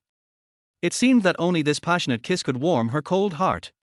Chapter 14. There is no regret in the dictionary. The kiss was passionate and long. The soft, sweet taste was charming and intoxicating, as if guiding Yi Chen to continue exploring. His hands quietly covered Qin Wana's back, which was as smooth and delicate as white jade. His rough big hands caressed it wantonly, feeling the extremely silky touch. Not only that, he also quietly reached into the connection between the skirt and the back, and wherever his fingertips touched, it felt soft and smooth. Qin Wana suddenly woke up, bit her teeth hard, pushed Yi Chen away, panting heavily, her cheeks flushed, and glared at Yi Chen. "Feel sorry." Yi Chen took a deep breath, his tone filled with guilt and embarrassment. At that moment just now, he really couldn't control himself. Qin Wana's mind was in a mess and she felt a little dizzy. At this moment, she felt that she was crazy for kissing a man on the street with whom she had an intimate relationship last night under the influence of alcohol and drugs. Such a crazy and bold thing was something she would never have been able to do in the past, let alone imagine. But at that moment just now, she really felt extremely attached to the sense of security that Yi Chen brought. Ding ling ling. At this moment, the cell phone in Qin Wana's hand suddenly beeped. "Qin Wana, you did a terrible thing. Go home right now within 10 minutes. As soon as the call was connected, an old and deep male voice came from the other side. Grandfather. Chen Wan's face darkened and she wanted to explain. The person who called was Chen Fuxian, the current head of the Chen family and Chen Wan's grandfather. Shut up. I'll only give you 10 minutes. If you don't come back in 10 minutes, your whole family will get out of the Chen family. Without waiting for Chen Wan to finish her words, Chen Fuxian hung up the phone with a cold tone. Damn it. Chen Wan gritted her teeth, her pretty face full of anger. What's wrong? Yi Chen frowned slightly and looked at Chen Wan and spoke gently. Grandpa called and told me to go home within 10 minutes. Chen Wan was silent for a moment and said, from his tone, I think he must have known about Chen Beihuang. At this moment, the people from the Chen family should be in the Chen family. I'll go back with you. Yi Chen said with a calm smile. You? Chen Wan looked at Yi Chen in surprise, a little hesitant. The Chen family is at the Chen family right now. If Yi Chen goes there, he will be walking into a trap. And with what identity will Yi Chen go to the Chen family? The object of her one-night stand. I've decided to pursue you from today on. I want you to be my woman. Yi Chen smiled brilliantly, looked directly into Chen Wan's eyes, and said, the ugly son-in-law will have to meet his father-in-law and mother-in-law sooner or later. It's better to do it today than to wait for a better day. Everything that happened today made Yi Chen fall in love with the girl in front of him. I am very satisfied with her appearance and personality. Needless to say, he also took Chen Wan's virginity, so as a man he must take due responsibility. What father-in-law and mother-in-law? Did I promise you? Chen Wan was amused by Yi Chen and rolled her eyes angrily. If I start pursuing it today, will I definitely get it? This guy is really full of self-confidence. No. But I believe you will agree to me sooner or later. If you reject me once, I will chase you again. If one time doesn't work, then I will chase you 100 times. If 100 times doesn't work, then I will chase you 1,000 times. If 1,000 times doesn't work, then I will chase you 10,000 times, until you agree. Yi Chen said loudly, his eyes firm. Chen Wan was stunned for a moment, then suddenly smiled and looked at Yi Chen and said, Yi Chen, you have to think clearly. The people from the Chen family are most likely in the Chen family now. If you come home with me, they will kill you? Since hiding is useless, then let's face it. How long do you think I can hide in the current situation? Where can I hide? If you can't hide from it, you have to face it and solve it. Yi Chen smiled calmly and stared into Chen Wan's eyes. Chen Wan was silent. After a long moment, she nodded. Just as Yi Chen said, if the Chen family is angry, the earth will shake and the mountains will be shaken. It is wishful thinking to want to hide. Before, she didn't believe Yi Chen. But now, she is willing to believe it once. It would be best if Yi Chen could really solve these troubles. If Yi Chen can't solve the problem, the Chen family will ask Yi Chen to pay with his life. With her by his side, she will help him escape at the risk of her life. At worst, I can agree to any request from Chen Beihuang. This is better than Yi Chen rushing to the Chen family alone. Yi Chen smiled brightly, took the keys and prepared to drive. I'll open it. You've been drinking. Chen Wan hurriedly snatched the key from Yi Chen and went to the main driver's seat. After speeding all their way, the two soon entered a high-end residential area and came to a villa. Before getting out of the car, they saw a group of burly men in black suits standing in the villa. Chen Wan saw this scene, stopped the car, turned to look at Yi Chen, and said solemnly, think it over carefully. Once you get off the bus, there's no turning back. If you regret it now, it's not too late. There is no word regret in my dictionary. Yi Chen said calmly, stretched out his hand to open the car door, strode towards the crowd with his head held high. Chen Wan looked at Yi Chen's back, took a deep breath, gritted her teeth, and then got out of the car. At this time, the burly men in black suits had surrounded Yi Chen and Chen Wan in a fan shape. Each of them held a baton in his hand, with sharp eyes and exuding a murderous aura. It was obvious that they were well trained. Okay, you really dare to come back? Then, a middle-aged woman with luxurious clothes, a dazzling gold necklace, and golden curly hair, who looked like a golden lion, but with red and swollen eyes, came out. She looked at Yi Chen and Chen Wan with murderous intent in her eyes, and said with gritted teeth, come on, beat them to death. Chapter 15 Life begins to be wonderful. Liu Mai. Chen Wan's eyes twitched as she recognized the woman's identity. She said that the Chen family's reaction was so big because Liu Mai came directly to the Chen family to threaten them. It seems that Liu Mai was worried that she and Yi Chen would escape, so she came to Chen's house and captured the Chen family to threaten her. Upon hearing the sound, the group of burly men in black suits shook their hands, quickly extended their batons, and were about to pounce on Yi Chen. If you have anything to say, let's go inside and talk. Now that I'm here, I won't leave. And if someone is killed here, aren't you afraid that the neighbors will report you? Yi Chen did not dodge or evade, and there was no fear on his face. He said coldly. You've thought it through very carefully. Well, I'll let you live a little longer. Liu Mai snorted coldly and looked around. She found that some neighbors had indeed heard the noise and were looking outside. After giving a wink to the group of burly men in black suits, she turned around and walked back to the villa. Yi Chen nodded to Chen Wan, then strode into the villa with his head held high. Chen Wan looked at Yi Chen's back and wanted to say something, but she knew it was too late to say anything now. She gritted her teeth and followed him into the villa. Gao Xiaoli watched this scene, glanced at Qin Rulan and Li Jianguo, grinned twice, grabbed Qin Fang's arm, and walked into the villa. Qin Rulan and Li Jianguo looked at each other, their faces full of fear, but they still shrank their necks and walked into the villa. Bang! As soon as Yi Chen walked into the gate of the villa, Liu Mai winked at several burly men in black. The two burly men in black standing behind Yi Chen picked up their batons and smashed Yi Chen's head viciously without saying a word. Swish! But Yi Chen seemed to have eyes on his back. Without waiting for the baton to get close to him, he lowered his body, dodged the baton, and then kicked out with a sweeping kick. Bang! Bang! There were two muffled thuds, and the sturdy man in black standing behind him immediately fell to the ground, holding his calf, howling miserably, his face pale with pain. Let's go together. Liu Mai watched this scene, her eyes twitched, and then she shouted angrily. The burly men in black quickly closed the door and hit Yi Chen with batons like raindrops.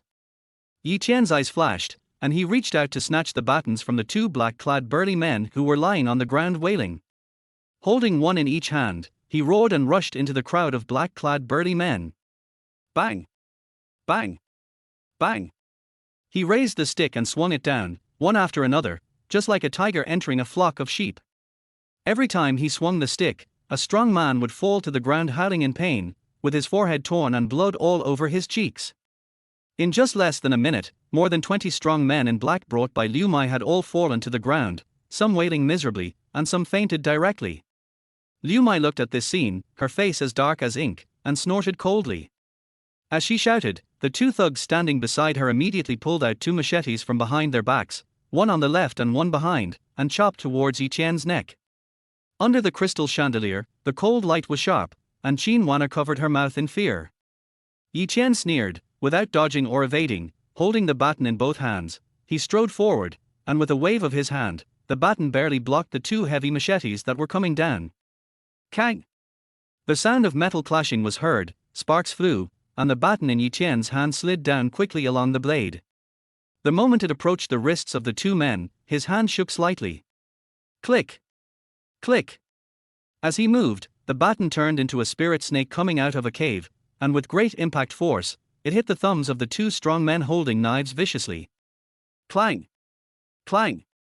With two crisp sounds, the sturdy man's face turned pale in an instant, and the machete in his hand fell to the ground with a thud. Yi Chen stepped forward, leaped up, and smashed the sturdy man's head fiercely with the baton held in both hands. Bang! Bang! Accompanied by two horrific loud noises, blood splattered along the heads of the two strong men. The blood flowed along their hair and quickly covered their entire cheeks. Then their bodies fell limply to the ground like two noodles. This move is simple, crude, bloody and cruel, but very deterrent. The house was completely silent. I've seen people who can fight, but I've never seen anyone who can fight as well as this. If it weren't for the strong smell of blood, one would almost think this was a movie. Although Qin Wana knew that Yi Chen was good at fighting, she didn't expect that he would be so skilled. This movement was as smooth as flowing water, yet sharp and rough. She couldn't help but feel her blood boiling, and a different feeling arose in her heart. I actually felt that my ordinary life in the first 20 years had suddenly become exciting because of Yi Chen's appearance. Chapter 16. Never kneel. Now, can we talk? Yi Chen took a step forward, looked at Liu Mai calmly, and said coldly. Liu Mai involuntarily took a step back, her eyes full of shock and fear, and her cheeks turned pale. The thugs she brought were all carefully selected. Especially the two men holding knives, they are retired elites who have won awards in military competitions. But now, in just a short moment, all of them were destroyed by Yi Chen. Qin Fushan. Is this what your Qin family wants to tell me? Liu Mai's face darkened. She turned to look at Qin Fushan, who was sitting on the sofa in a daze, and shouted angrily, raising her voice. Wana! You've done such a bad thing. Hurry up and take your wild man to kneel down and apologize to Madame Chen. When Qin Fushan heard the voice, he suddenly woke up from his dream. He was so scared that his old face turned pale.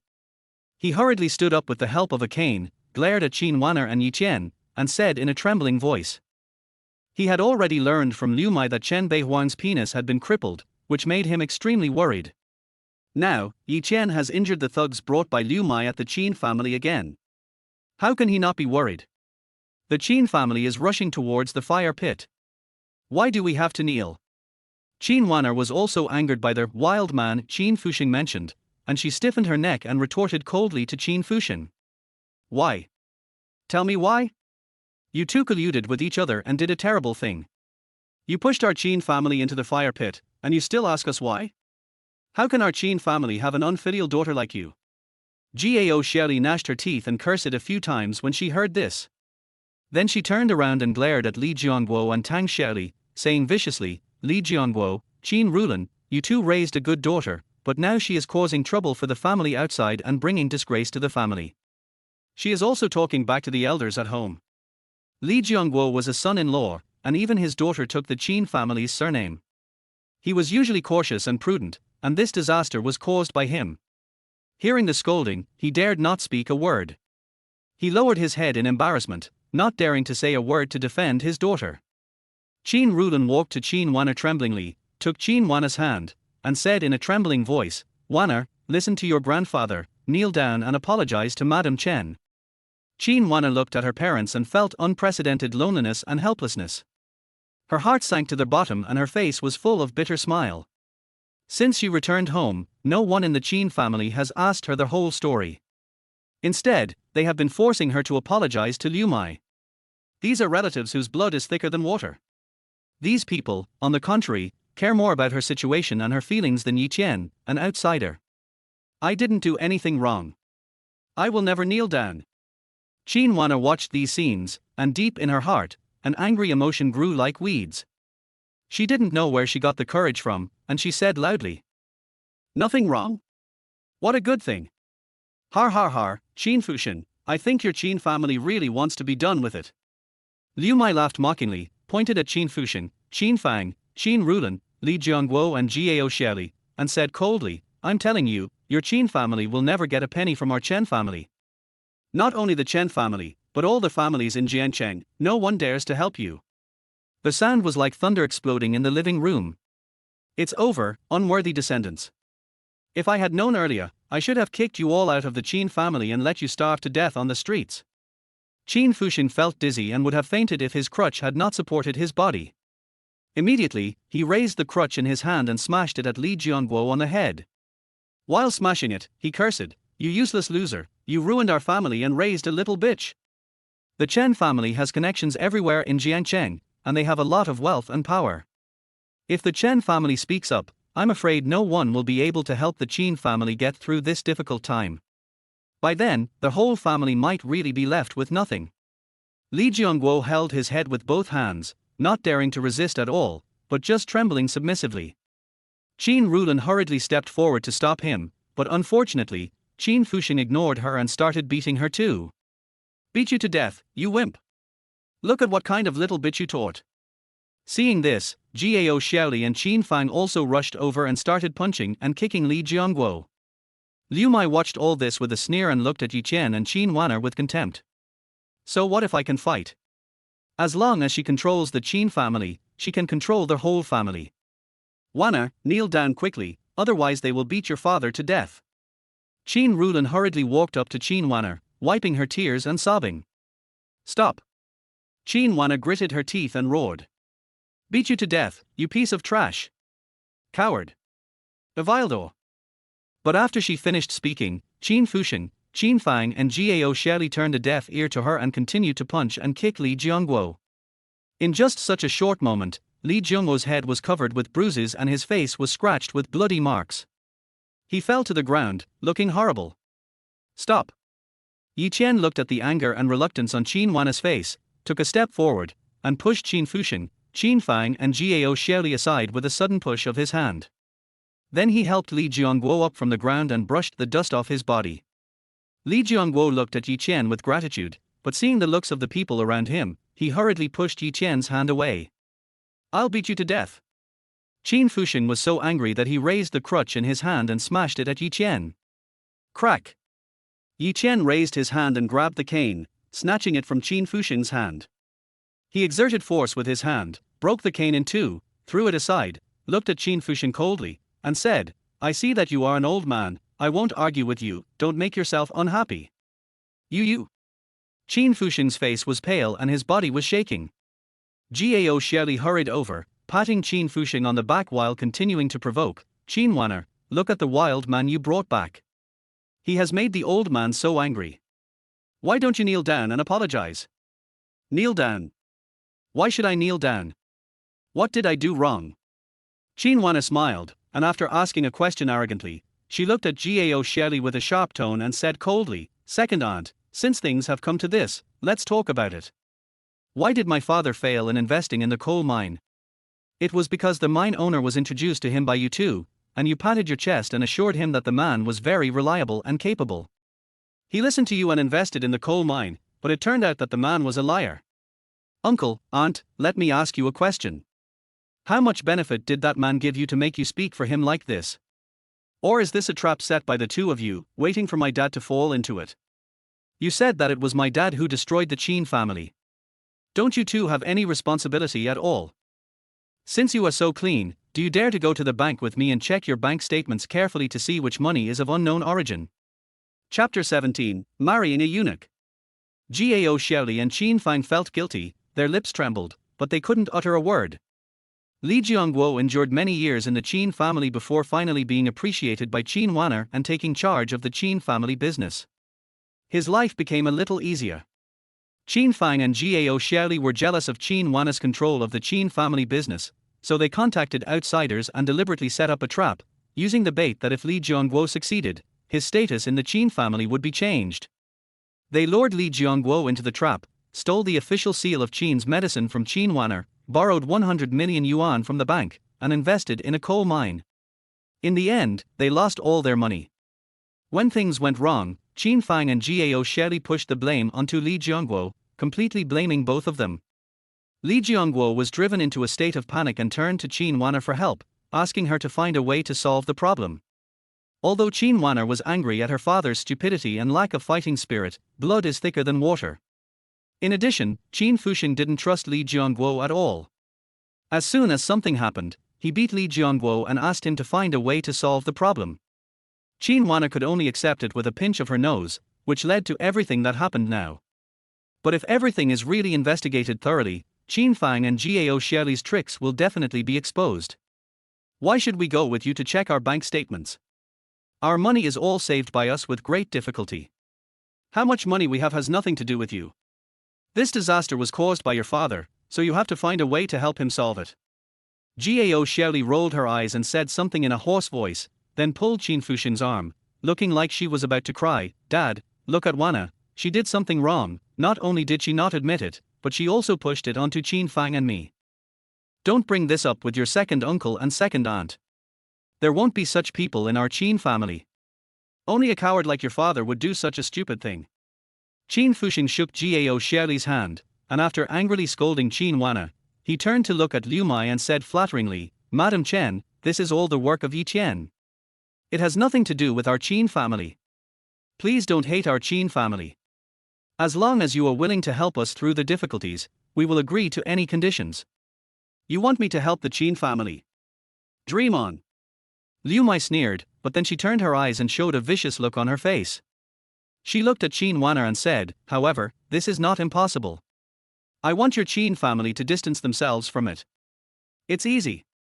As long as she kneels down and kowtows to apologize to me, slaps herself 100 times, and then marries my son, I can consider helping your Chen family through the difficulties.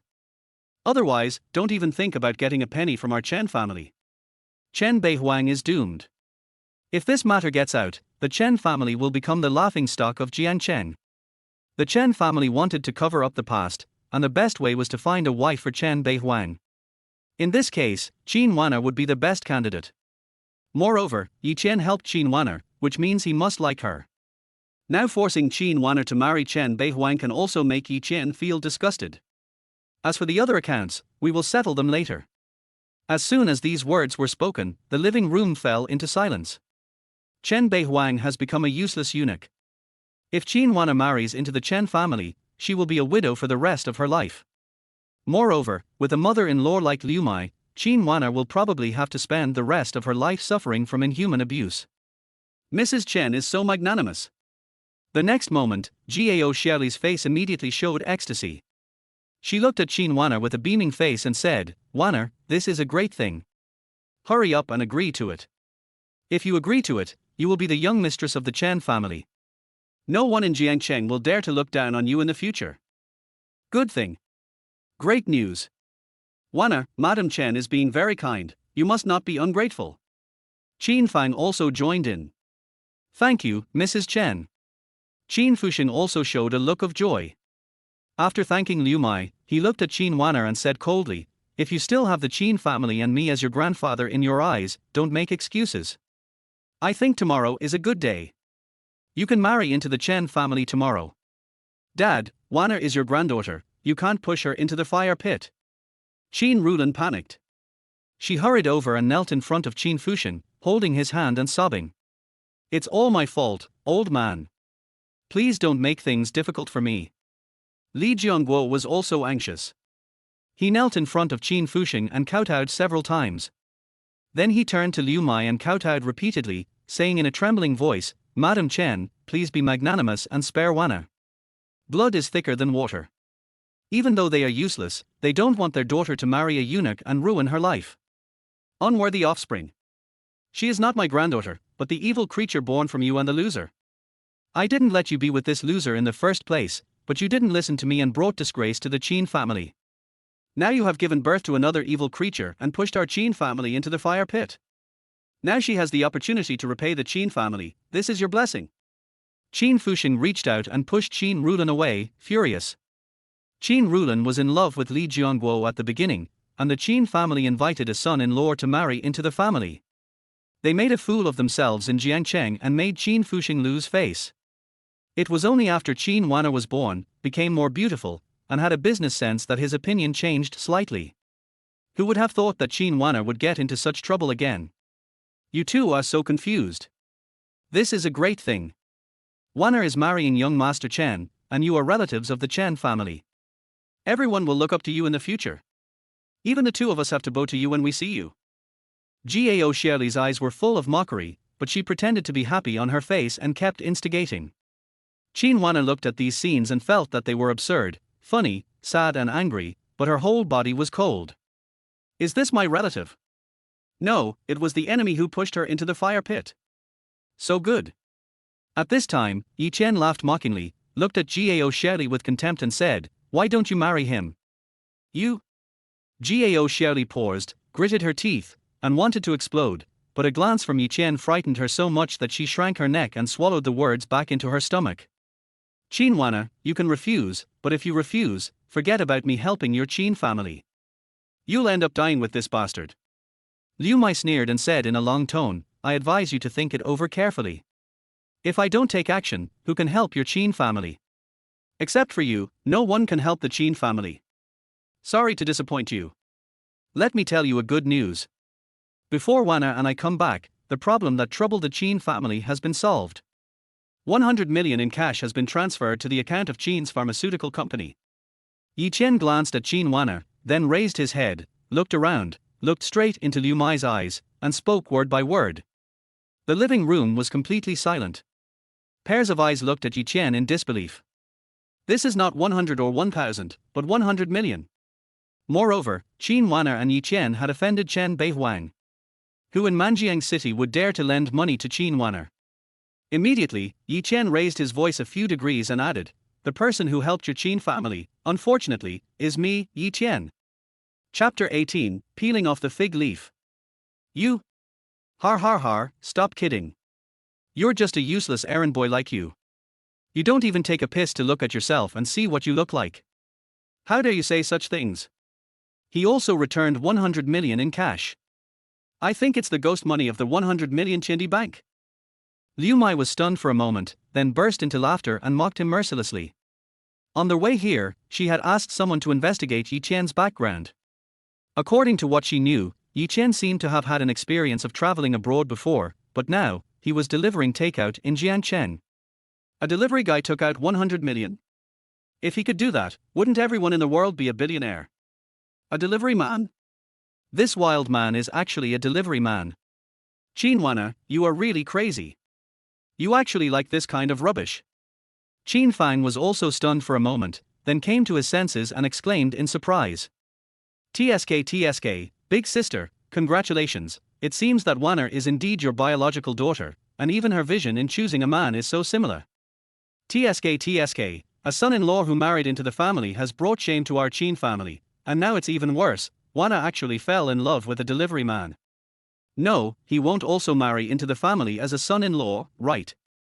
Gao Shirley dragged out her voice, glanced at Qin Rulan and Li Jiangguo, and deliberately dragged out her tone. TSK, two sons-in-law in one family, our Qin family is really going to become a famous family in Jiangcheng. But it's a shameful name. Unfilial descendant. Unfilial descendant. Your mother's affairs have embarrassed me enough, and now you are doing this to me again. Do you too want to anger me to death? Get out. Get out. You are dirtying my Qin family's land by standing here. Qin Fu was so angry that he beat his chest and stamped his feet. His face turned pale and he kept cursing with spit flying everywhere. Among the many families in Jiangcheng, only the Qin family has a son-in-law. This has made the Qin family unable to hold their heads up in front of many people. No matter what big or small banquet they attend, they will be pointed at. Even when many people mention the Qin family, they would say that it is the family with a son-in-law. They thought that with Chen Wanner's beauty, she would definitely marry into a wealthy family in the future and regain some of the lost reputation for the Qin family. But who could have thought that Chen Wanner would get involved with a delivery man? Such a combination is not considered a high marriage, but a low marriage, and it is so low that it is even lower than the dust. 2 generations in one family. The older one is the son-in-law. Young delivery man. The Qin family's reputation will be completely lost. From now on, the Qin family is likely to become the biggest joke in Jiangcheng. Qin Fang, what did my father and mother do wrong? They got together because they were in love with each other. What's wrong with that? And do you think I don't know that the reason why my father married into the Qin family was because you were attracted by the ancestral secret recipe in my father's hand and wanted to possess it without spending a penny, and make it the private property of Qin's medicine, so you tried your best to stop my mother from marrying my father and only let my father marry into the family. When my father was young, he was a very ambitious man, and he also made some achievements in medicine. The reason why he has become like this in recent years is because you have a son-in-law on the left and a son-in-law on the right, and you have belittled him everywhere. No matter what he does, you say it is wrong, and you always ridicule and attack him, which makes him become the timid person he is now. Chen Wanner's anger surged as she listened to these words. She clenched her 5 fingers, looked at Qin Fang with bloodshot eyes, and said angrily. Qin Rulan raised her hands and rubbed her eyes, and Li Jiangguo's eyes were also red. Isn't he what Qin Wanner said the truth about why Li Jiangguo married into the family and why things turned out like this? You are talking nonsense. It is your family that has brought shame to the Qin family. Qin Fang roared loudly. We have brought shame to the Qin family.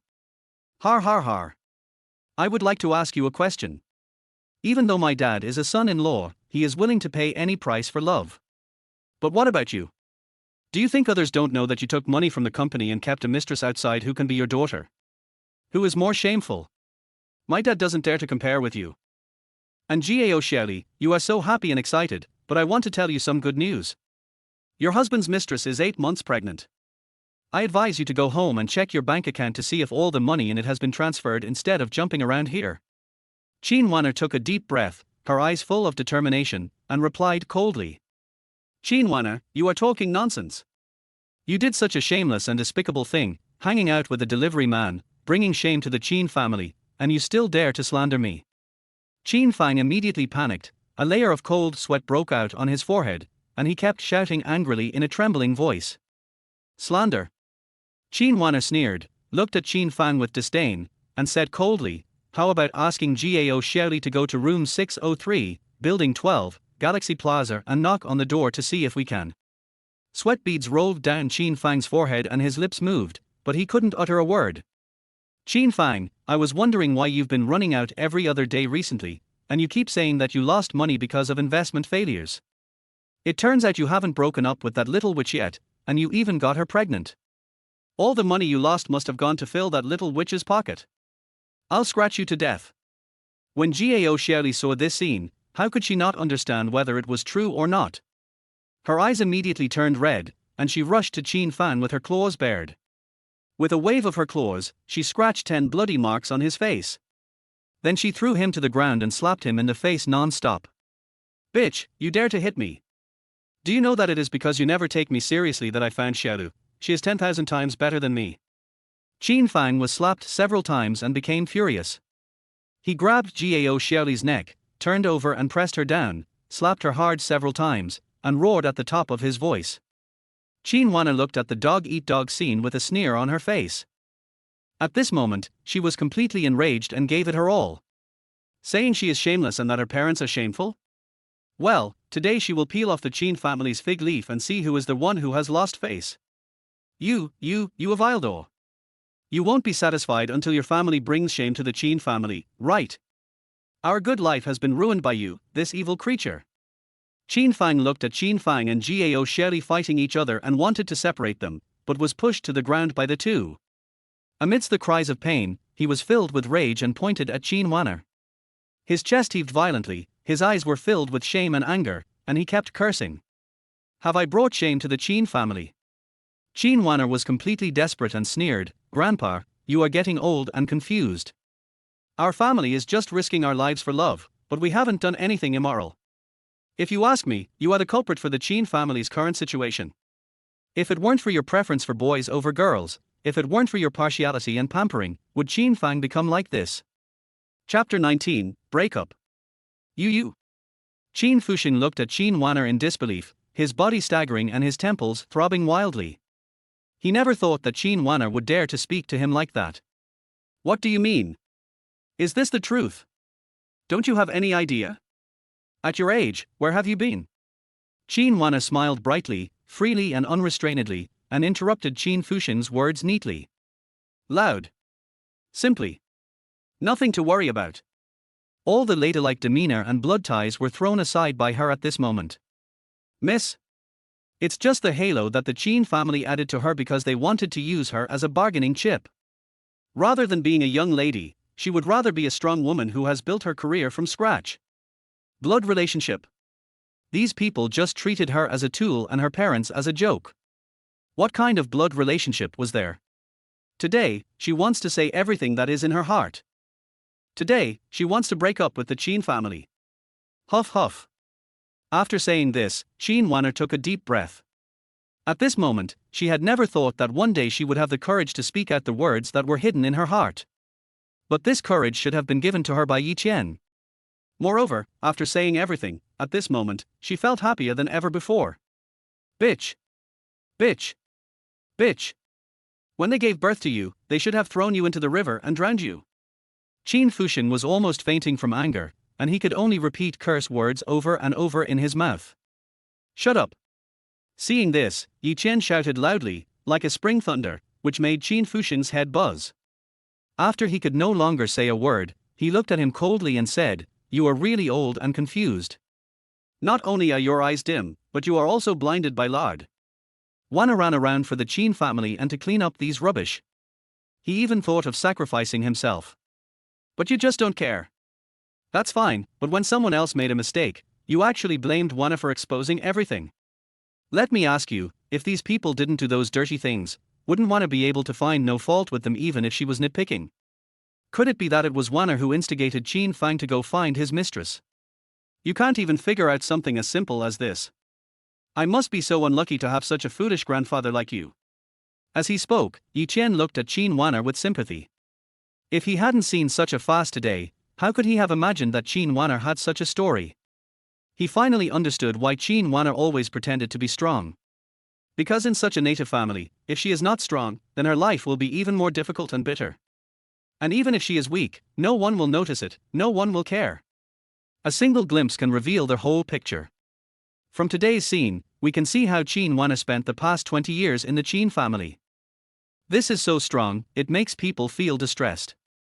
Qin Wanner listened to Yi Chen's words. Although she clenched her fingers tightly, tears were about to fall. Growing up, she was used to everyone criticizing her. No matter what happened, she was always the one in the wrong, and no one ever came to her defense. Even her parents were forced by poor to put on a smile, flatter her in a humble manner, and ask her to admit her mistakes.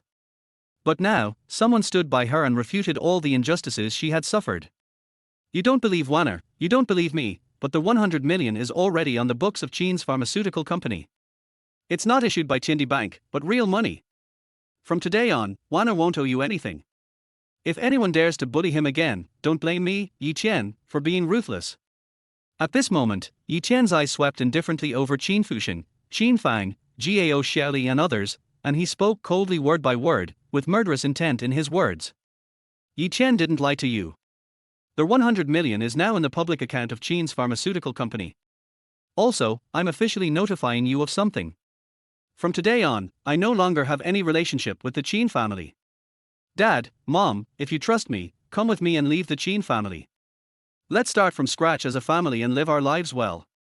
Hearing this, Qin Wanner raised her cell phone and showed the transfer information to everyone, then looked at Qin Rulan and Li Jiangguo and said. Qin Rulan was at a loss. She didn't expect everything to turn out like this, and she didn't know how to make a decision. We are family, together. At this time, Li Jiangguo held Qin Rulan's hand, and said with an excited tone and a flushed face, Rulan, don't worry, even if I go to the construction site to do hard labor, I won't let you suffer. Moreover, I have medical skills, I can also treat people, acupuncture, massage, our family will not have a hard life. Qin Wanner's breakup gave him the courage to leave the Qin family and start a new life. Although Qin Rulan was nervous and uneasy, she looked into Li Jiangguo's sincere eyes, wiped away her tears and nodded. Over the years, Li Jiangguo and Qin Wanner had been looked down upon and suffered all kinds of grievances in the Qin family because of her. She saw it all and felt the pain in her heart. Compared to Qin Fusheng and Qin Fang, Li Jiangguo and Qin Wanner are her real family. We want to take my father's secret recipe away. The Qin family is not allowed to use it again in the future, otherwise, we will see you in court. Also, I will continue to investigate the business deficit. When I catch that liar, you guys will just have to fend for yourself. Whoever took how much, you have to pay it back. Otherwise, you will spend the rest of your life in jail. Qin Wanner looked at Qin Rulan and Li Jiangguo, smiled brightly, nodded, then looked at Qin Fusheng and said coldly. She knew that this 100 million was borrowed by Yi Chen from Ningyao, and she would not let these trash from the Qin family get away with it. She wants to take away her father's secret recipe, and also investigate the cause of the incident and try her best to catch the liar. Then, she will take revenge on those who have grievances and those who have vengeances. I will help Wanner find the liar. Don't worry, I will do everything I can to make him talk. Good luck to those who are guilty of their crimes. Yi Chen smiled indifferently, stood side by side with Qin Wanner, spoke in a cold tone, and then slapped the table beside him. Bang! With a dull thud, cracks appeared on the tabletop, wood chips flew like rain, and the entire table turned into pieces, scattered all over the floor. Qin Fusheng's lips moved, but he couldn't utter a word. Qin Fang and Gao Xiaoli also stopped fighting, their faces pale and filled with fear. The couple knew very well what would happen to them if Yi Chen and Qin Wanner really caught the liar. Or, go to jail. Otherwise, it would be 100 times more miserable than being thrown into jail. Is your fast over? At this moment, Liu Maisen spoke coldly in front of the living room, looking at Qin Wanner and Yi Chen with a gloomy expression, reaching into his pocket, and said coldly, from what you said, none of you are going to agree to my conditions. Chapter 20 Playing with Guns? You don't deserve it. Are you just reacting now? Yi Chen raised his eyebrows and smiled, looking at Liu Mai and said lightly. What did he do wrong? What did Chen Wanner do wrong? Why should we accept having our fate controlled by others? Very good. Liu Mai sneered, took out a pistol from her pocket, pointed the black muzzle at Yi Chen, and said ferociously, then go to hell. Gun. Yi Chen's scalp felt numb and his body stiffened. He finally understood why Liu Mai still looked fearless after he had knocked down those bodyguards. It turned out that she was armed with a sharp weapon. Qin Fushan, Qin Fang, Qin Rulan, Li Jiangguo, Gao Xiaoli and others were so frightened that they fell to the ground, their foreheads covered with sweat, not daring to breathe. Bang! The gunshot rang out crisply, and the bullet whizzed out from the muzzle and flew towards Yi Chen viciously. Yi Chen didn't have time to think, he jumped up, hugged Chen Wanner, rolled on the ground, and hid behind the sofa. The bullet whizzed and hit the place where Yi Chen was originally located, smashing the vase behind him into pieces. Chen Wanner's face was pale and she looked at Yi Chen with fear. This situation was something she had never expected. Moreover, this is a gun. Even if Yi Chen is invincible, how can he fight against a gun with his bare hands? Damn it! You all deserve to die. At this time, Liu Mai cursed angrily and pointed the gun at the sofa. Almost at the moment when Liu Mai's hand was about to pull the trigger, Yi Chen reached out and grabbed a piece of vase broken from the ground, rolled over again while holding Chen Wanner, and hid behind another sofa. Bang! The shot missed and the bullet pierced the sofa, bringing out thick smoke and a burning smell. Liu Mai cursed angrily again, holding the gun, and was about to shoot again at the place where Yi Chen and Chen Wanner were hiding. Laugh. But at this moment, Yi Chen suddenly stood up, shook his hand, and the vase fragments flew up with a sharp sound of breaking through the air. And the speed was so fast that it was almost no different from a bullet. The sharp edge, like a high-precision guided missile, accurately scratched Liu Mai's gun-holding hand. Bang! Blood spurted out, and a horrible pain swept through. Liu Mai's hand trembled, and the gun in her hand immediately fell to the ground. Damn it! Liu Mai cursed inwardly and hurriedly bent down to pick up the gun that had fallen on the ground. Yi Chen seized the opportunity, leaped up from behind the sofa, and quickly appeared in front of Liu Mai. Boom! Before his body even stood on the ground, he threw a hook punch at Liu Mai's stomach. Hum! This punch was powerful, and it landed accurately on the diaphragm on the side of Liu Mai's waist. With just one blow, Liu Mai immediately felt that not only was it difficult for her to breathe, but her internal organs seemed to have shrunk into a ball due to the sudden and painful contraction of her diaphragm. Severe pain and numbness swept through her body, and she was unable to move at all. Swish! Taking advantage of this opportunity, Yi Chen grabbed the pistol that had fallen to the ground. Then, he raised his hand slightly and put the black, hot muzzle of the gun against Liu Mai's jaw. As long as he pulled the trigger, Liu Mai's crown would be blasted into a bloody mess. The situation turned around in an instant. Liu Mai was trembling all over. She looked at Yi Chen with fear and trepidation, shrinking and shaking all over. She didn't expect that Yi Chen's skills would be so agile that he could snatch the gun from her hand with his bare hands. But now, the power of life and death is no longer in her hands, but in Yi Chen's hands. You are not worthy enough to play with a gun in front of me. Yi Chen chuckled, looked at Liu Mai with a cold gaze, and said coldly. You dare to shoot? Liu Mai stared into Yi Chen's eyes and asked coldly. Although Yi Chen snatched the gun, she didn't think Yi Chen had the courage to shoot her. Bang! Yi Chen sneered, shook his hand, pointed the gun downward, and pulled the trigger quickly.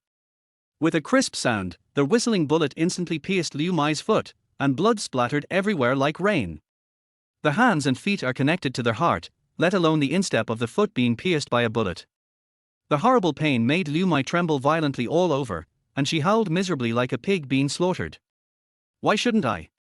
Yi Chen looked at Liu Mai with contempt, raised the muzzle of the gun, pointed it at Liu Mai's chin, and said indifferently.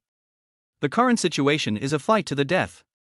Liu Mai can shoot him with a gun, so why can't he give her a taste of her own medicine? Yi Chen. When Chen Wanner saw this scene, her head almost exploded, and she hurriedly spoke out to stop him. You told me your solution, now I'll tell you mine. Yi Chen nodded to Chen Wanner, indicating that he would not do anything reckless. He looked into Liu Mai's eyes and said calmly, M9 pistol, the magazine capacity is 15 rounds. You just fired 2 shots, I fired 1 shot, and now there are 12 bullets left.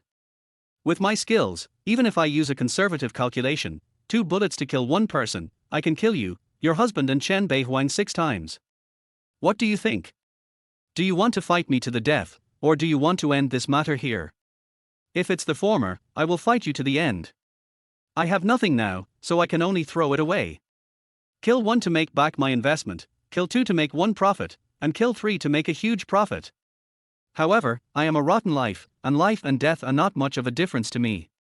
Are you willing to let your huge family business die like this? Of course, I know very well that you will take revenge on me later, but you can come at me as you please, I will take it all. However, if you dare to do anything to Qin Wanner, don't blame me for killing you. When a common man is angry, blood will splatter 3 feet. Believe me, when the time comes, you will understand how terrifying it is to provoke a madman. When Liu Mai heard Yi Qian's words, her cheek, which had already lost its color due to severe pain, turned even paler. Who is Yi Qian? A delivery man. It's a miserable life. Forced into a corner, Yi Qian killed her first, then killed Chen Beihuang, and then killed her husband. Killing 1 will break even, killing 2 is considered a profit, and killing 3 is a huge profit. But they are different. They have a large family and a great business, and they enjoy endless wealth and splendor. Yi Qian could risk his life to fight with them, to the point of both suffering and loss. However, they couldn't do that. They couldn't let a poor boy with nothing ruin their whole family's good life. The so-called "be careful when attacking a rat" is exactly this principle. Think about it carefully, and tell me when you've made up your mind. My patience is limited, so I'll give you 1 minute to think about it. Yi Qian sneered, pushed the muzzle of the gun hard again, and said to Liu Mai coldly, "In 1 minute, I will assume that you are planning to fight me to the death. When the time comes, don't say that I didn't give you a chance to live." Chapter 21. I was scared. I choose to stop here. Liu Mai gritted her teeth and made a decision immediately.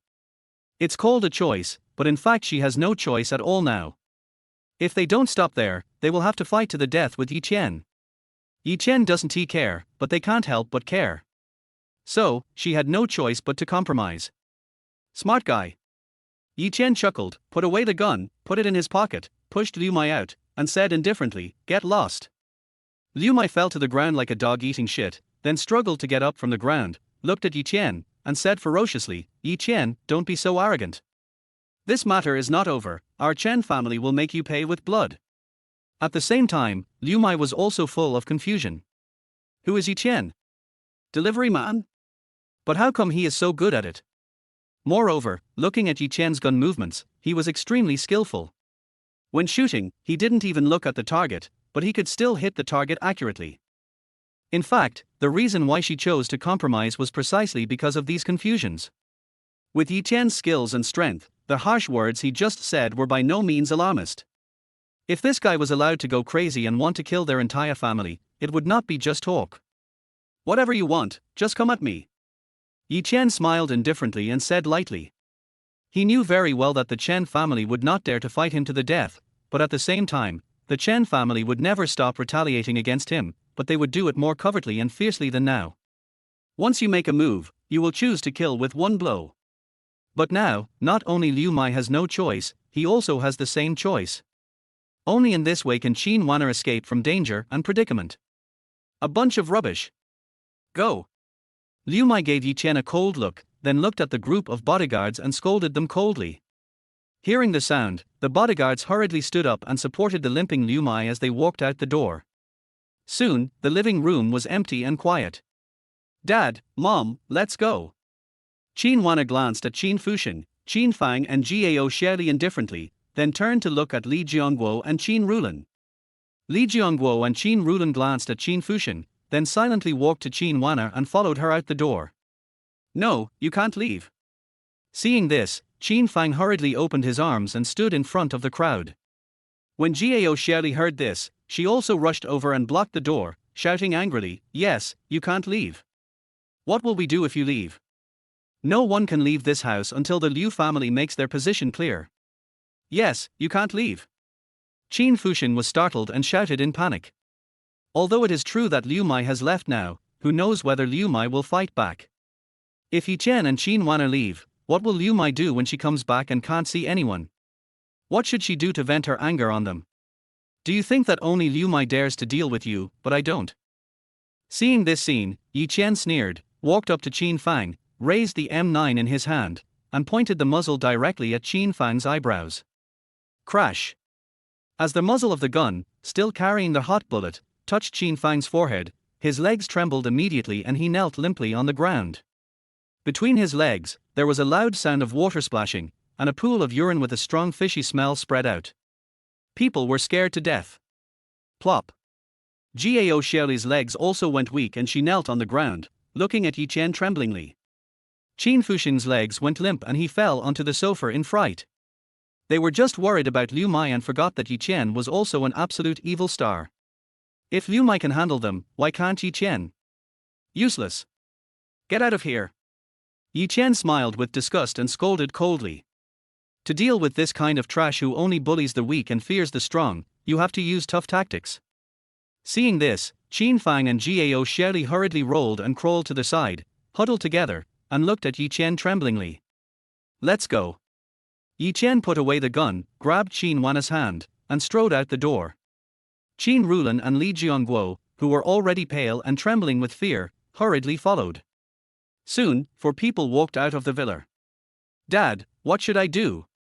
Qin Fang heard the sound of the door slamming, turned around and looked at Qin Fuxing in shock, and said anxiously. You ask me, who should I ask? Qin Fuxing moved his lips a few times and shouted angrily. What could he do? With the black muzzle of the gun pointing at him, he didn't even dare to fart.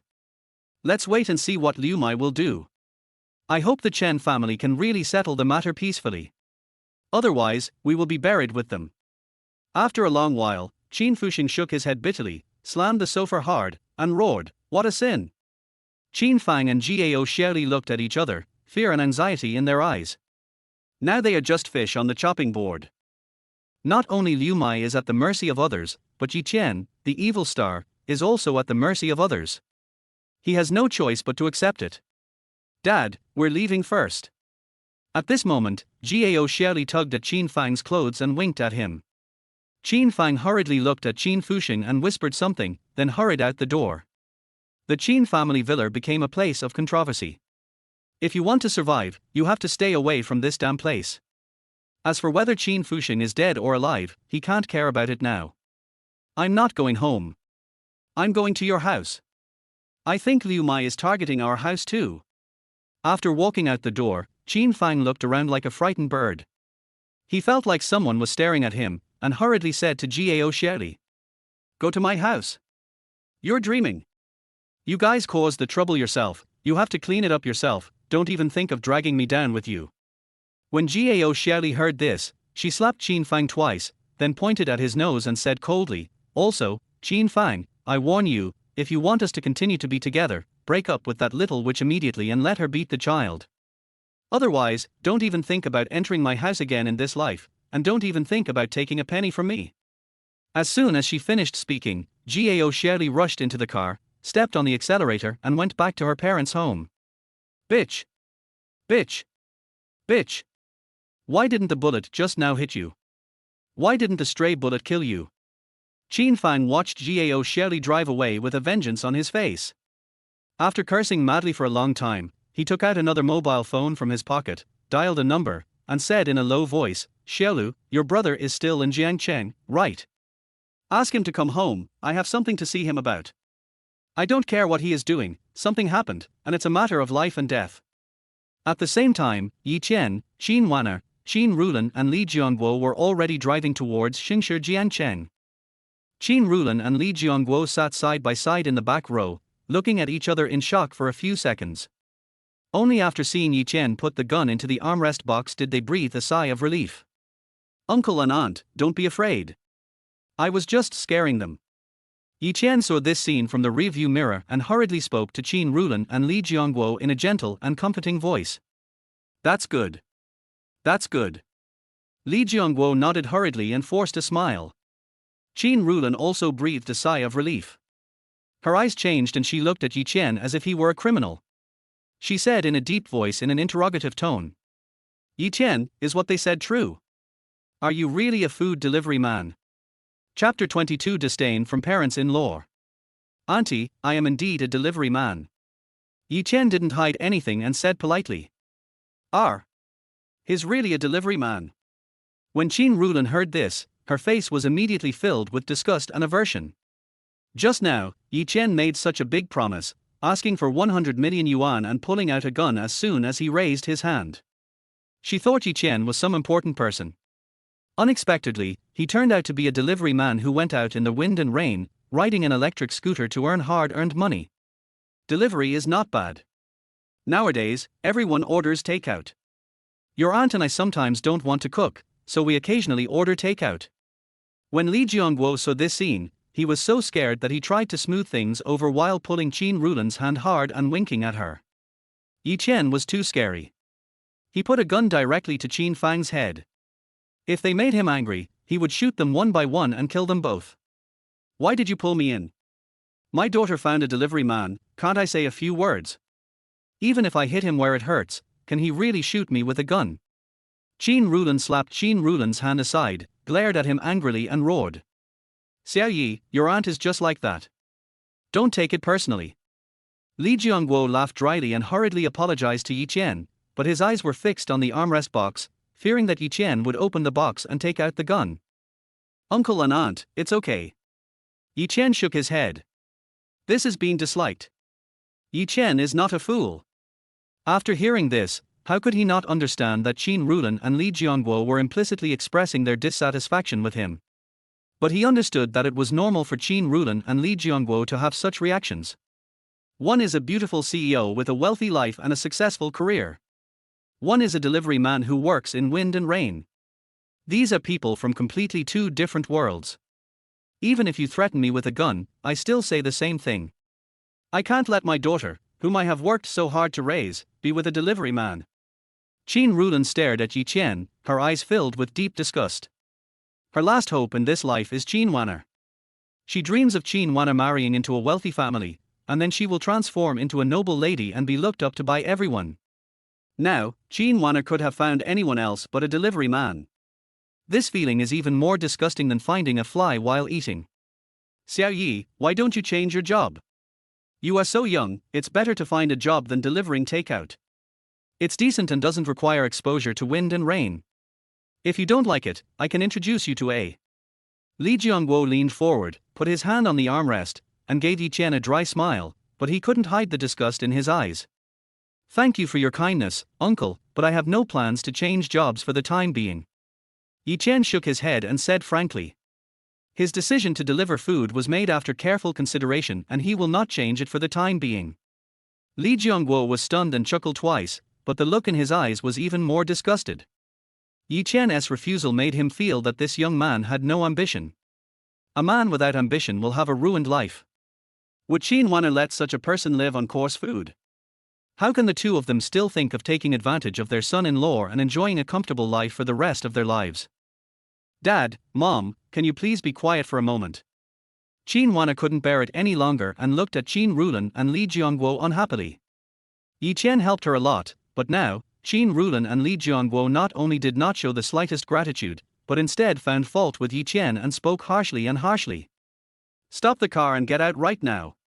When Qin Rulan heard this, she immediately slapped the driver's seat like a cat whose foot had been stepped on, and pointed out the window and spoke loudly. Mom, what are you doing? Qin Wanner frowned. What should I do? I told him to get lost. There is absolutely no way our family will have a delivery man as a son-in-law. Your father and I don't agree. Qin Rulan yelled at the top of her lungs, then pounded the driver's seat like a drum, shouting, Stop! Stop! Stop! Yi Chen could only turn the steering wheel and pull over. Get out of the car. Get out. When Qin Rulan saw the car stop, she immediately pointed out the window and shouted angrily. Mom! Qin Wanner was so angry that her face turned blue. I'm leaving first. Yi Chen didn't wait for Qin Wanner to finish her words. He shook his head at her, opened the armrest box, took out the gun, put it in his pocket, and said to Qin Wanner, Call me if you have anything. Qin Rulan and Li Jiangguo shrank their necks upon seeing this, and dared not say a word. Yi Chen smiled, opened the car door and prepared to get out. He didn't want to cause conflict between Qin Wanner and his family because of himself. Although Qin Rulan and Li Jiangguo's words were harsh, no matter what, they were Qin Wanner's parents, and these words were for Chen Weiner's own good. No. You can't leave. But at this moment, Chen Wanna's eyes changed, and she grabbed Yi Qian's arm, then turned to look at Chen Rulan and Li Jiangguo and said, Dad, Mom, you guys take a taxi back. You don't want to let the delivery man go? Instead, you want to drive your own parents away. Chen Rulan looked at Chen Wanna in disbelief, pointing at her own nose and said angrily. Li Jiangguo also frowned and said to Chen Wanna in a deep voice, Wanna. Mom, if I go home and Liu Mai hires someone to deal with me, can you protect me, or can Dad protect me? Chen Wanna raised her hand to interrupt Li Jiangguo before he could finish his words, and then said. Li Jiangguo and Chen Rulan were stunned when they heard the voice. They were so angry that they forgot that the trouble with Liu Mai had not been completely resolved. If she made a comeback, with their old bones, they would be lucky not to be torn apart by others, let alone protect Chen Wanna. Yi Qian, you really can't leave. And there is actually a misunderstanding here. Yi Qian and I are not boyfriend and girlfriend. I just said those words to them. Mom and Dad, go home first. I will explain to you when I get home later. Seeing this, Chen Wanna hurriedly said to Chen Rulan again. When Yi Qian heard this, his hands trembled slightly and his eyes were full of bitterness. It turns out that after going through all this, he still didn't get Chen Wanna's approval. Really? You didn't lie to me, did you? Chen Rulan looked at Chen Wanna doubtfully and said. Really? When have I ever lied to you? Chen Wanna nodded vigorously. That sounds like a sentence. Chen Rulan finally breathed a sigh of relief and smiled. Since they are not together, she can relax. Not to mention that Yi Qian is a delivery man, even if he is a dung collector, what does it have to do with her? Your father and I are waiting for you at home. Come back early. Chen Rulan opened the door and got out of the car, but after opening the door, she looked at Chen Wanna with some concern, then looked at Yi Qian and said, I'm telling you, a toad shouldn't even think about eating swan meat.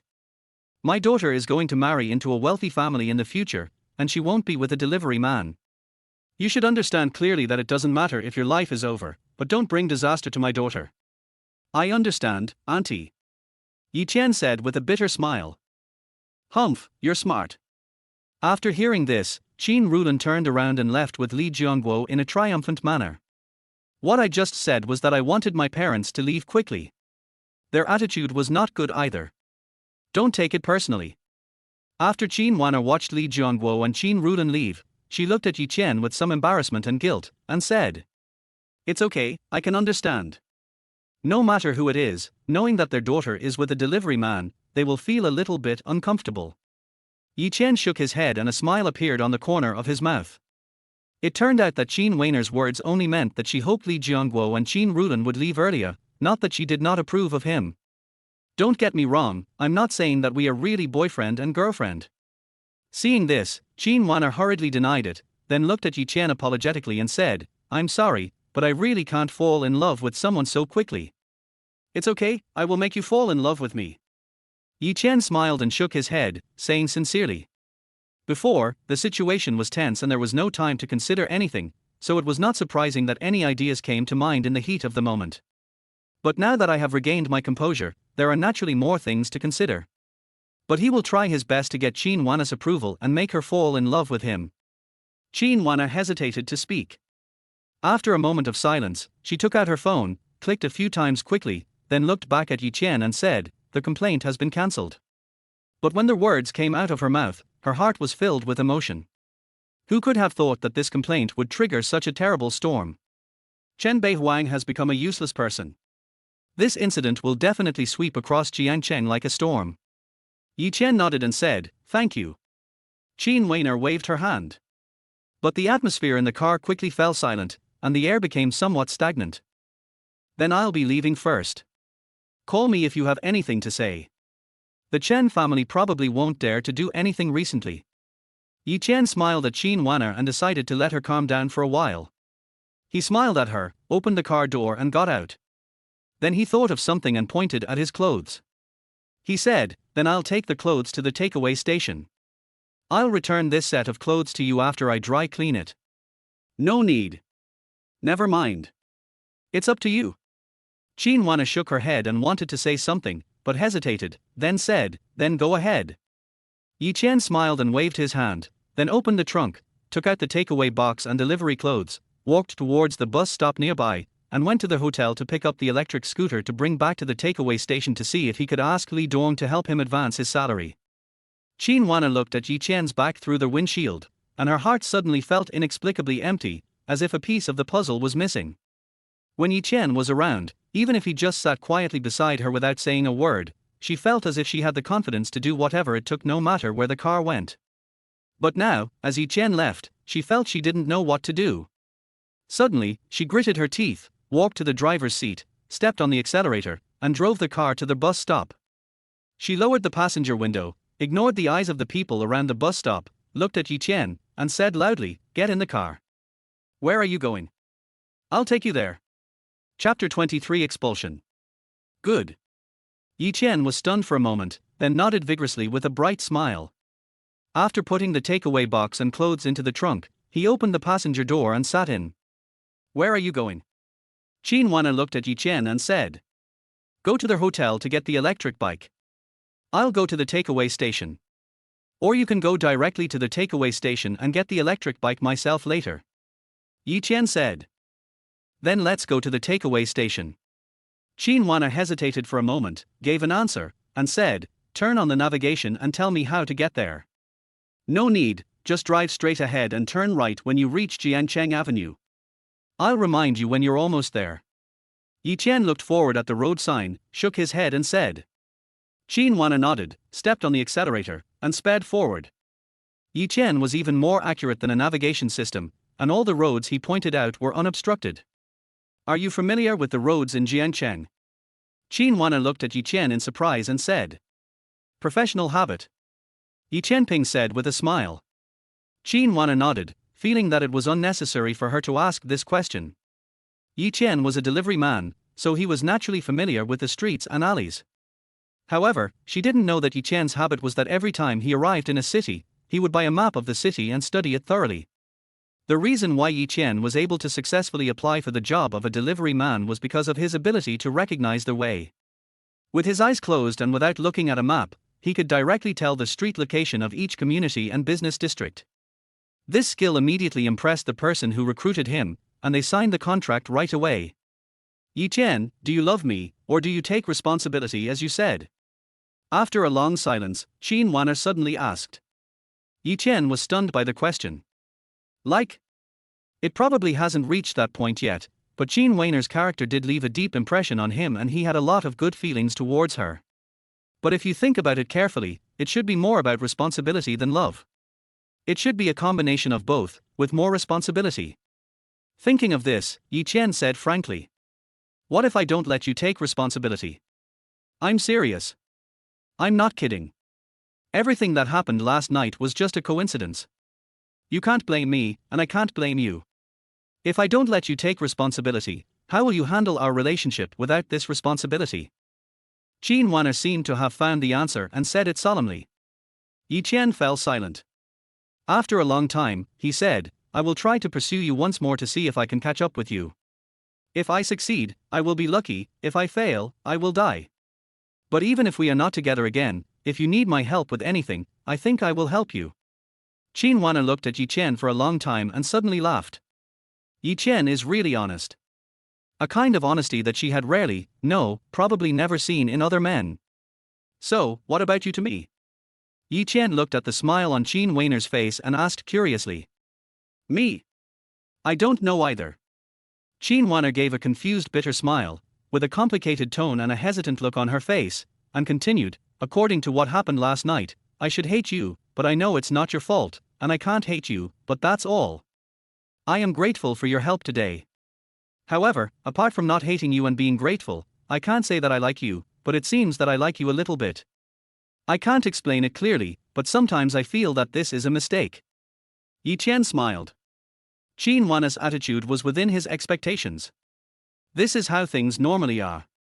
If Qin Wana loved him madly, that would be abnormal and not Qin Wana's character. Then give each other a chance, let's give it a try and see if we can take this relationship one step further. Yi Chen looked at Qin Wana's profile calmly and said sincerely. "I can give you a chance." Qin Wana nodded, and then said in a complicated tone, "But, you have to understand that if we choose to be together, we will definitely face many practical problems. You also felt it just now. My parents don't feel very good about you, and this is just them. Don't say that feelings should be pure and not mixed with other things. We are not saints who don't care about worldly fireworks. We are all men and women who eat, drink, and eat firewood, rice, oil, salt, sauce, vinegar, and tea. I want to know, do you have any plans for the future?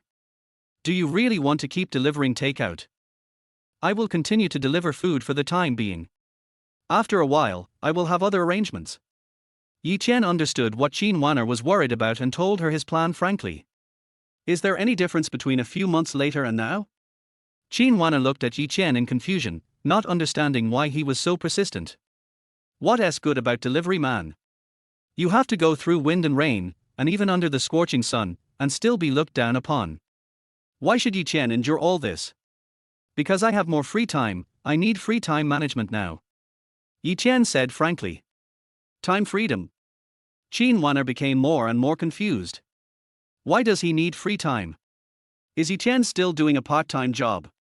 Believe me, when this period is over, I will have some new arrangements and plans. Yi Chen looked into Qin Wanner's eyes and said. Qin Wanner looked at Yi Chen's clear and clean eyes, and after a moment of silence, she nodded. Although she didn't know the exact reason, she chose to believe Yi Chen.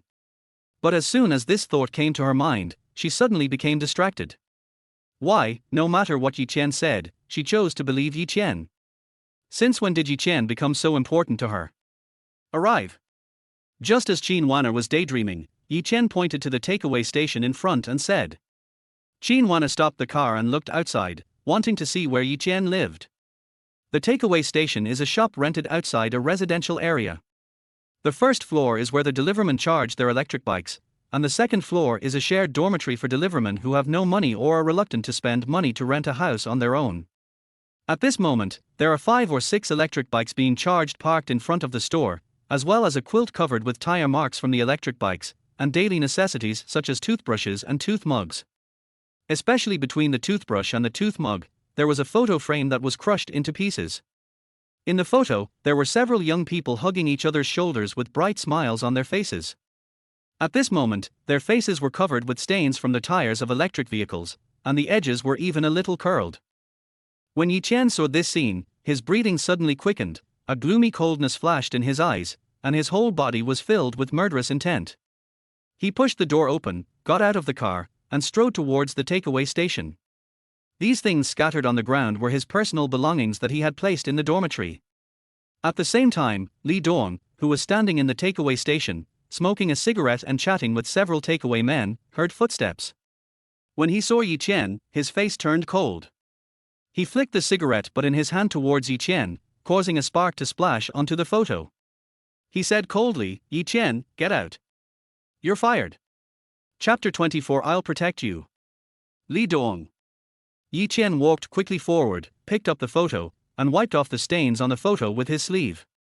When he saw that one of the young men had a black wrinkle on his cheek that could not be wiped off by the tire of the electric car, he carefully put the photo into his pocket, then looked up at Li Dong with a cold light in his eyes. What are you yelling about? Do you think you can hide your shabby smell by dressing like a decent person? Take your rags and get out of here. By the way, return the electric bike, or I'll sue you in court. Li Dong smiled disdainfully, lit another cigarette, and said unscrupulously. Did you throw these things out? Yi Chen pointed at the bedding on the ground and said in a cold tone. So what if it's me? Li Dong sneered, raised his head, and exhaled smoke from his nostrils. He said disdainfully, just now, someone from the takeaway business department called and specifically asked you not to do this job. A stinky takeaway delivery guy actually dared to offend the Chen family. Yi Chen, I think you are really tired of living. Chen family. Yi Chen narrowed his eyes. He said, why did Li Dong suddenly become so angry? It turned out that the Chen family's revenge against him had already begun. Being fired by the food delivery company was just an appetizer, troubles were still to come. However, the Chen family would not throw away his luggage. These things should have been done by that bastard Li Dong. But from now on, his job as a delivery man is over. Not only here, other takeout stations will definitely not take him in. Stop staring at me and get out of here with all this garbage of yours. Don't die in front of my door. You're ruining my business and dirtying my ground. Li Dong sneered, kicked the bedding aside, and urged in a cold voice. Why did you throw away my things? And my photos? I've already paid your rent for this month. Why do you deal with my things when I'm not here? Yi Chenru didn't hear what Li Dong said. He stepped forward, looked at Li Dong with a cold gaze, and continued. This is my house. I can deal with whoever I want. What's it to you? Besides, what's wrong with stepping on a rotten photo? They are dead people anyway. Can they jump out of the ground and bite me? Li Dong sneered, took a step forward, pointed the cigarette at his cheek, and said, Why, do you still want to hit me? Come on, hit me here. If you don't dare to hit me, you are my grandson. Bang! Before Li Dong could even utter the word Z, Yi Chen suddenly raised his hand and pulled it down fiercely. With a crisp sound, Li Dong screamed, staggered, and fell to the ground. 5 red marks appeared on his cheeks instantly, and his head was buzzing and almost exploded. He really didn't expect that Yi Chen, who usually behaved the most honest and worked the hardest at the delivery station, would dare to attack him. Without waiting for Li Dong to speak, Yi Chen took a step forward and kicked Li Dong in the chest, kicking him like a ball, rolling for 5 meters away.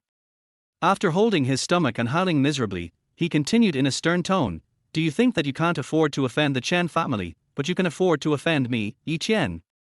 Seeing this, the deliverman wanted to move forward, but Yi Chen looked around coldly and said, I'm in a bad mood now. Come over here if you're not afraid of death. The delivermen looked at each other and stopped. Yi Chen, you dare to hit me. You actually dare to hit me. Li Dong covered his stomach, pointed at Yi Chen and roared in pain. This slap and kick made him feel like he was half dead, and his back teeth became loose. Hit you? You dare to throw my things. I just hit you, not kill you. You are lucky enough. Also, listen carefully. My complaint has been cancelled. I have done nothing wrong and have not violated any company rules and regulations. You have no right or reason to fire me. If you want me to leave, you must give me everything that belongs to me. My deposit and my commission must all be settled for me. If it's not mine, I don't want a cent. It's mine, not a cent less. I'm telling you, if you don't pay me, you can try. Yi Chen looked at Li Dong sternly and said in a cold voice. As he spoke, Yi Chen reached out and picked up a wooden stick from the ground, dragged it on the ground, and moved forward step by step. Crack crack. The sound of the wooden stick dragging on the ground was like a death warrant, which made Li Dong shudder. Yi Chen, don't mess around. Li Dong looked at the murderous intent in Yi Chen's eyes and trembled all over. At this moment, he finally understood why people always say don't bully honest people. Once an honest person explodes, his anger may be so great that you won't even have the chance to kneel down and beg for mercy. He's not messing around, he's just asking for what he deserves. The company's dismissal of employees without reason is an illegal termination of the labor contract. According to Article 87 of the Labor Contract Law, if an employer terminates or cancels a labor contract in violation of the provisions of this law, it shall pay compensation to the employee at twice the economic compensation standard stipulated in Article 47 of the Labor Contract Law. Article 47 of the Labor Contract Law stipulates that economic compensation shall be paid to the worker based on the number of years the worker has worked in the unit, with 1 month's salary paid for each full year of service. If the period is more than 6 months but less than 1 year, it shall be calculated as 1 year. If the period is less than 6 months, the worker shall be paid half a month's salary as economic compensation. If you fire Yi Chen, you must pay him the financial compensation he deserves in addition to the salary he deserves. If you didn't do that, he could sue you in court. Believe me, Yi Chen would win in court. Also, do you think Kangaroo Takeaway would like a takeaway station manager who caused them a labor dispute? If you go to court, not only will you have to pay compensation, but you will also be banned from doing Kangaroo Takeaway business, and you will have to pay them liquidated damages. If I'm not mistaken, Kangaroo Takeaway should have already given you the salary, commission and liquidated damages that should have been given to Yi Chen, right? You just wanted to embezzle this money. At this moment, Chen Wana, who had witnessed all this, opened the car door, got out of the car, looked down at Li Dong, and spoke coldly word by word. It's not worth it to let Yi Chen go to jail for such a trash. Yi Chen protected her too many times. This time, she chose to protect Yi Chen in the field she was good at. You. Li Dong shrank and trembled as he listened to these words. What Chen Wanner said was indeed the truth. Kangaroo Takeaway had already paid Yi Chen the compensation he deserved, but he just thought he could take the opportunity to embezzle the money. Now, you have three choices. The first one is to see whether your head is harder or the stick in Yi Chen's hand is harder. The second one is to refuse compensation and we go to court. The third one is to give Yi Chen what belongs to him and we leave here. Think about it carefully. What do you plan to choose? Chen Wanner interrupted Li Dong swiftly and decisively. The shrewd and capable woman's aura was fully on display, attracting the attention of the entire audience and making Li Dong feel ashamed. Aye. Li Dong looked at the stick in Yi Chen's hand, then at Chen Wanner, feeling the horrible pain coming from his cheeks and lower abdomen. He suddenly closed his eyes, as if cutting his flesh, and trembled. I will. Chapter 25, Immortal Heroes. In the name of rivers and mountains. Here are your wages and compensation. After Li Dong handed a stack of money to Yi Chen, his heart almost bled. Yi Chen looked at Li Dong's painful expression, sneered, and counted them slowly, one by one. Now, can you go? Li Dong waited until Yi Chen finished counting the last piece of money and said, "There's still one thing missing." Yi Chen looked at Li Dong indifferently, took out a photo from his pocket, held it in front of Li Dong, and said in a cold tone, "Did you throw this photo on the ground?" Chen Wanner looked at Yi Chen's solemn expression and couldn't help but look at the photo in his hand curiously. The photo is a group photo of 5 young people with big smiles on their faces. The only special thing is that everyone is wearing camouflage uniforms, and there are towering mountains behind them. Some of the mountains are even covered with solid ice and snow, as if they were filmed in a snow field. In the photo, Yi Chen stood in the center, seemingly the leader of the group, with his head held high and his chest puffed out. He had a kind of confidence that he did not have now. His eyes were firm, like a falcon soaring in the sky, overlooking the earth, guarding the snow field. All this made Chen Wanner very curious about what kind of changes had happened to turn Yi Chen, who was so high-spirited in the photo, into what he is now. Yi Chen's sharp eyes made Li Dong shudder. After his body trembled, he said, "Yes. Then I will compensate you another 100. No need to pay for it." Yi Chen shook his head and said solemnly, "The heroic spirit is in heaven. Do not blaspheme. Kneel down and apologize. Kneel down and apologize. Yi Chen, don't go too far." Li Dong said with gritted teeth as if he had heard a huge joke. "Too much bullying? Believe it or not, if I really wanted to bully you too much, you would be dead now." Yi Chen's eyes were cold and he said solemnly, "You have two choices, kneel down and apologize, or I will help you." "You're dreaming." Li Dong turned his head and walked towards the takeaway station. Swish. But as soon as he turned around, Yi Chen's hand reached out like lightning, tightly pinched the back of his neck, twisted his body, and said in a cold tone, "Kneel down. Apologize. Donnie X. Yi Chen, don't think I'm really afraid of you. The stinky soldiers in the photo, what qualifications do they have to make me kneel down and apologize? And the fucking Yingling is above, it's simply laughable. Take your money and get out of here." Li Dong clenched his fists, his face looked extremely ugly, and he cursed under his breath. "Stinky but soldier? Laughing your teeth off." Yi Chen listened to all these words, and a layer of frost gradually covered his face. After loosening his hand that was pinching Li Dong's neck, he carefully put the photo back into his chest pocket, then looked into Li Dong's eyes and said word by word, "Yes, my brothers are just ordinary people, a group of young people in their teens, with no prominent family background, and some are even orphans, with no money or power, and they are just stinky soldiers who are stinking with sweat from training every day. To put it bluntly, we are all small people. But you are living a peaceful life because we, the little people, are carrying the burden for you.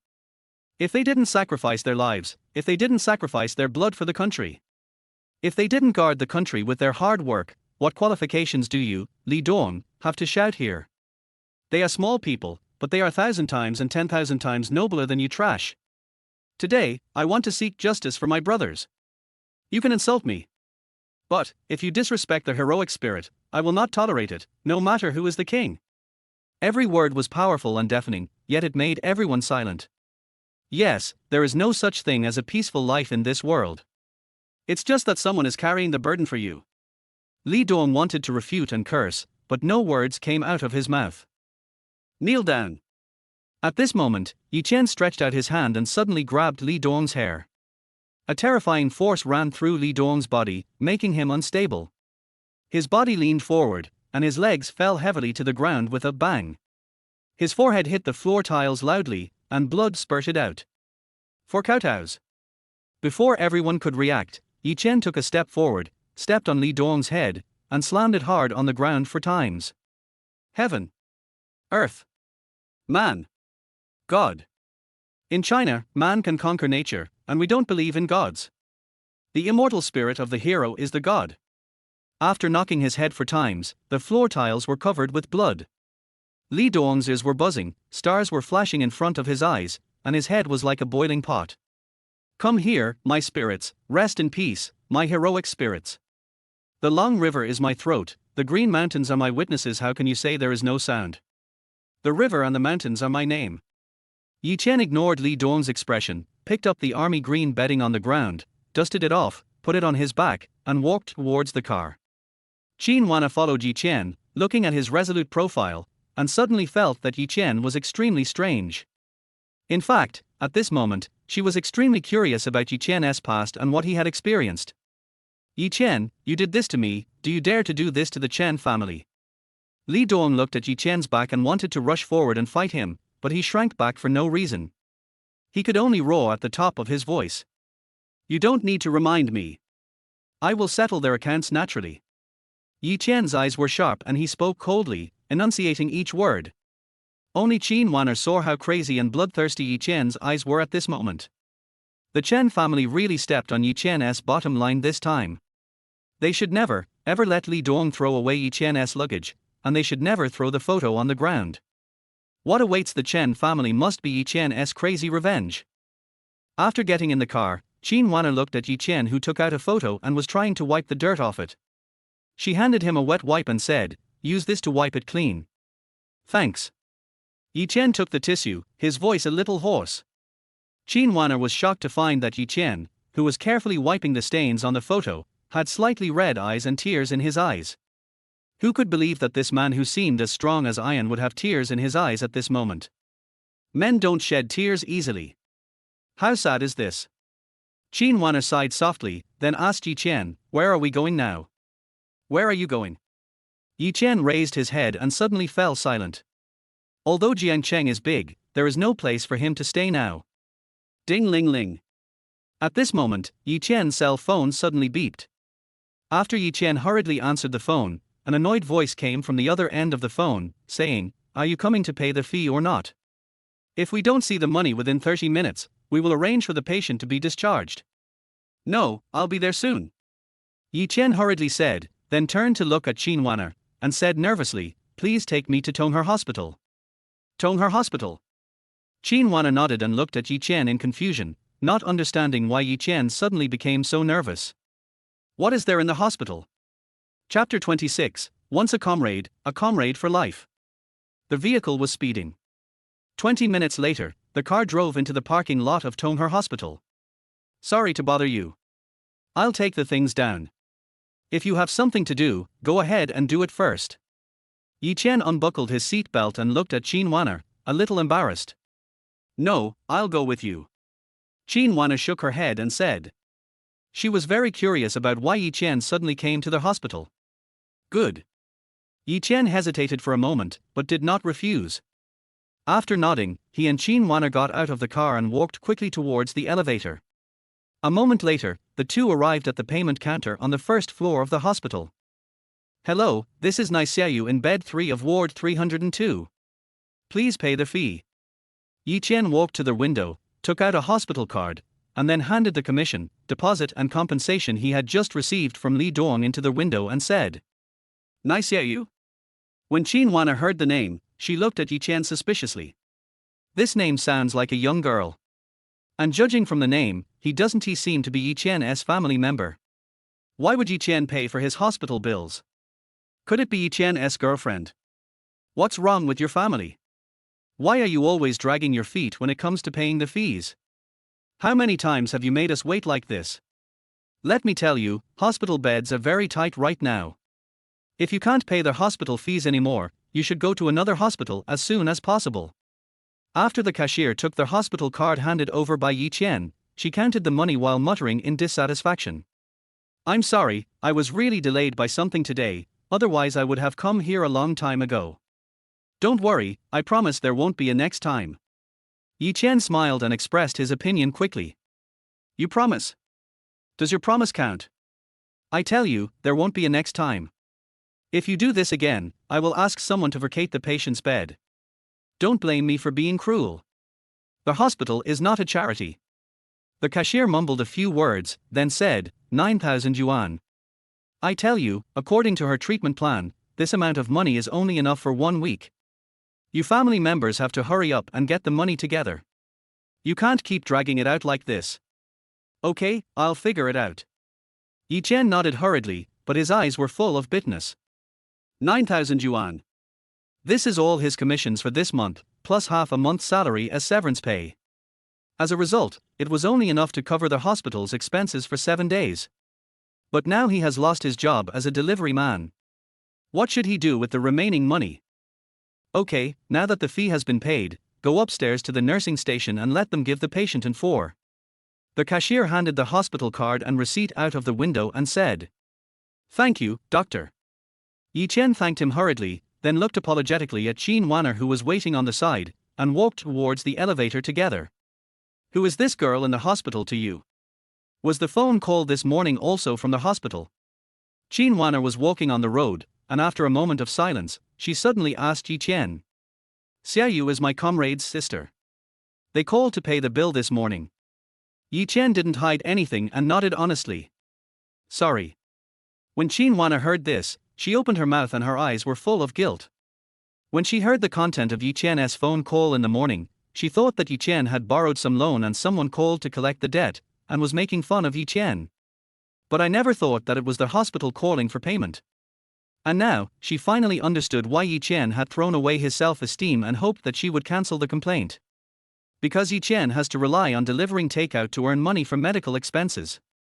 It's ridiculous that she was still trampling on Chen's self-esteem at that time. It's okay. Ignorance is not a crime. Chen shook his head, signaling Qin Wanner not to take it to heart.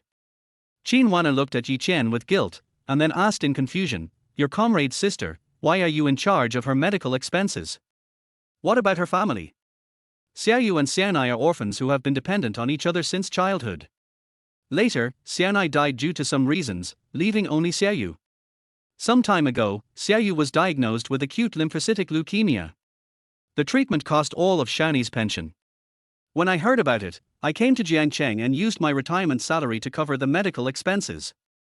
After Chen explained, he looked at Qin Wanner nervously and said, "When you see Xiaoyu later, can you please not tell her that I was fired from the food delivery station? Xiaoyu is very stubborn and wanted to give up treatment. I persuaded her for a long time before she was willing to come to the hospital. If she knew that there was not enough money, she would definitely insist on being discharged and going home." "Don't worry, I won't tell."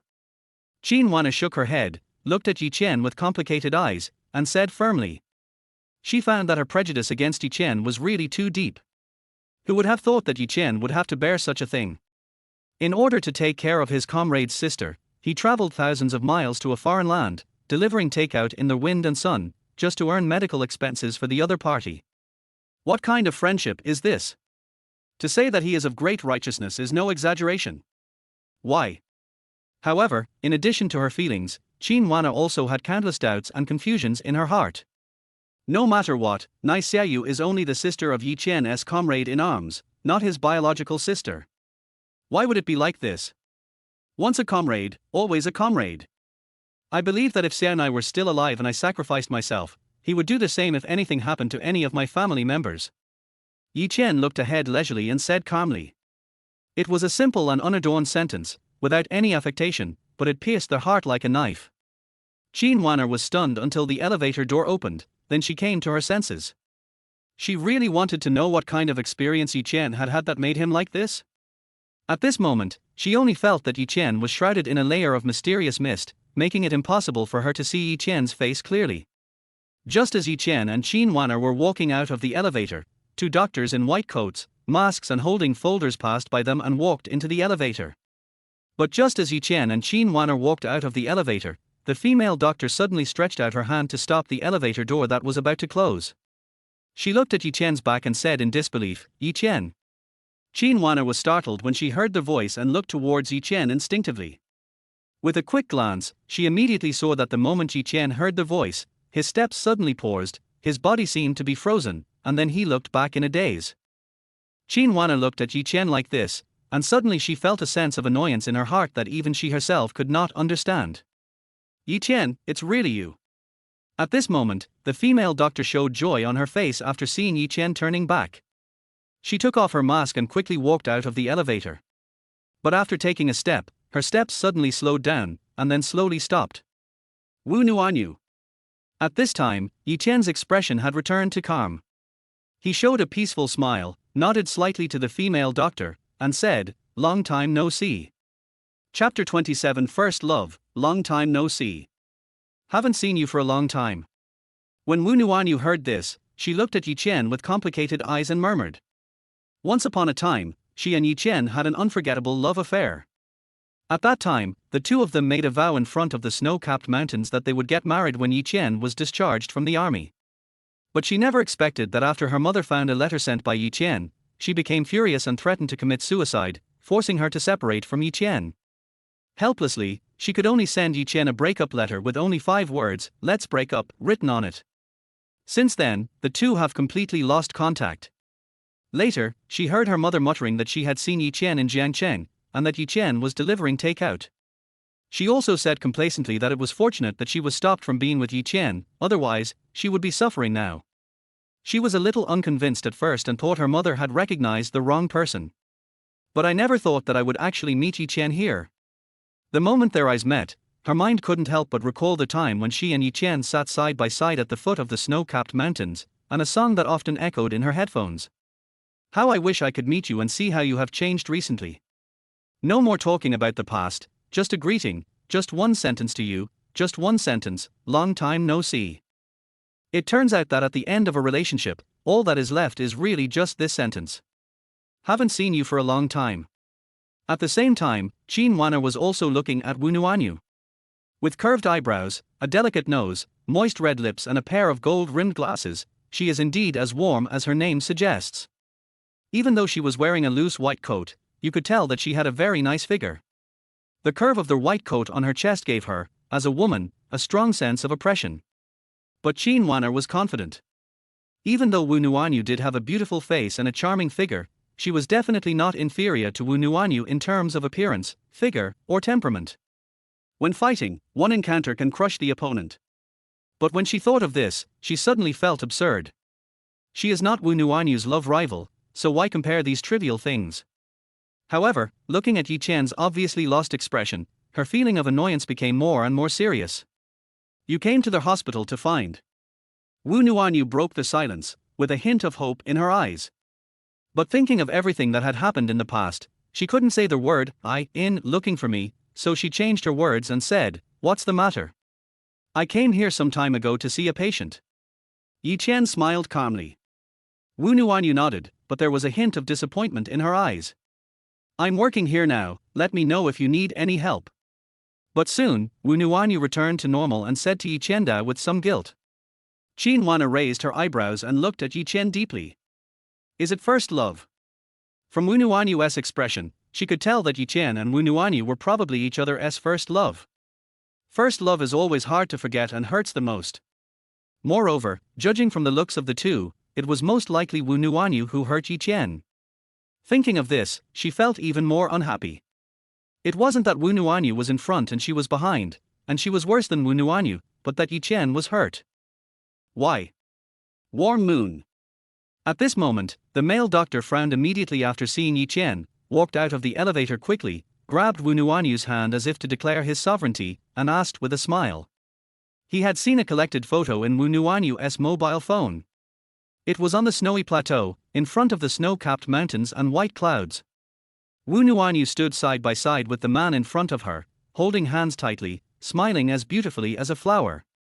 Wu Nuanyu's hand was suddenly held, her body trembled, and she struggled as if she had been electrocuted, saying awkwardly. The male doctor's face darkened. Wu Nuanyu didn't even let him hold her hand. What is this doing? Don't you want your ex-boyfriend to know that you are his current boyfriend? You are Nuanyu's ex-friend Yi Chen, right? I am Nuanyu's boyfriend, Yarn Yuan, a resident physician in the Department of Hematology.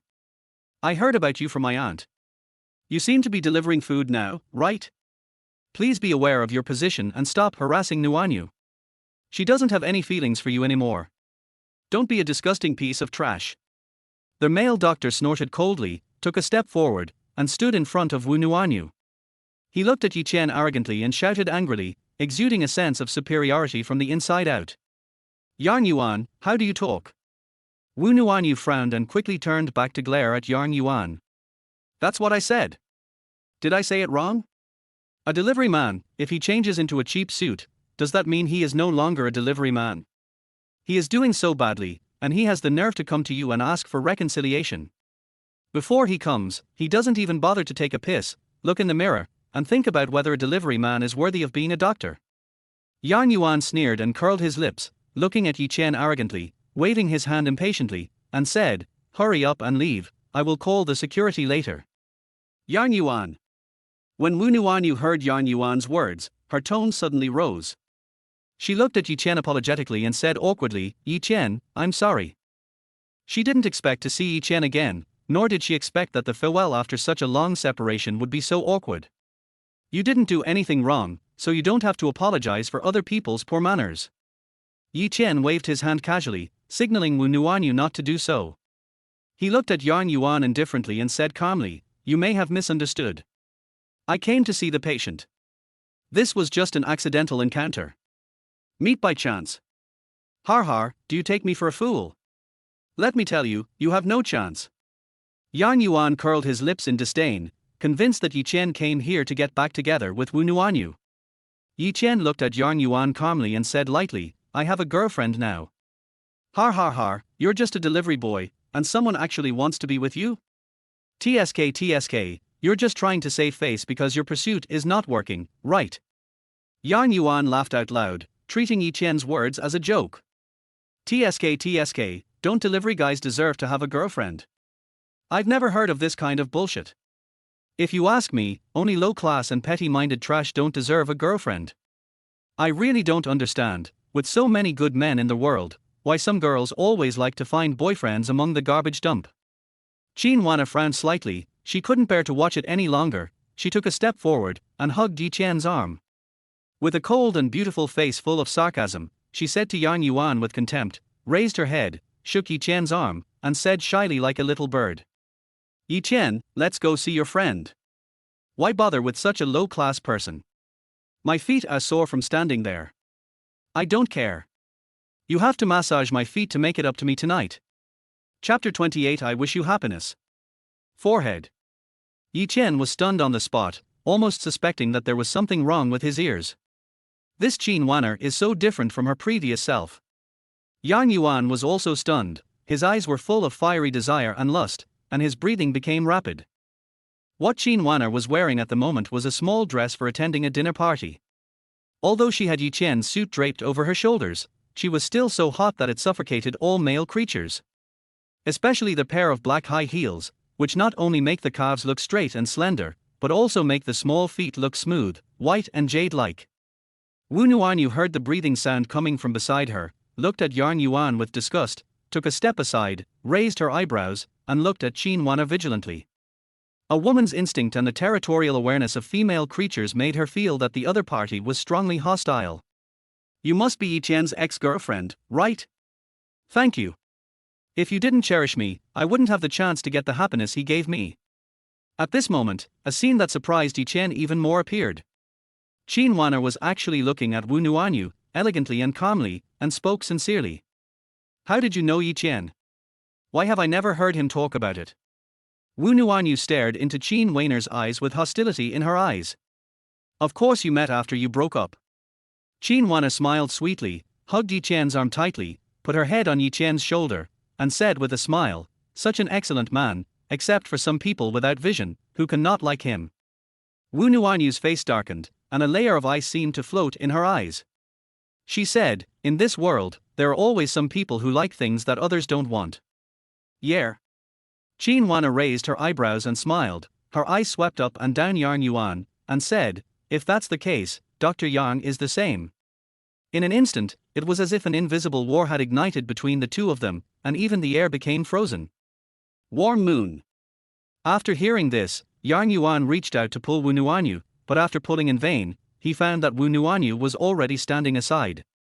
He spoke coldly, his face so gloomy that it seemed like water was dripping from it. He was drooling over Wu Nuanyu, the fresh flower that had just arrived at Tongher Hospital. With constant flowers and gifts, coupled with a crazy offensive against her mother-in-law, this two-pronged approach lasted for more than half a year before Wu Nuanyu finally agreed. And as far as he knew, the reason why Wu Nuanyu agreed was because of the strong pressure from Wu's mother. Yang Yuan was overjoyed at the sight of the beauty, but at the same time, he became wary, thinking that Wu Nuanyu obviously still had feelings for her ex-boyfriend.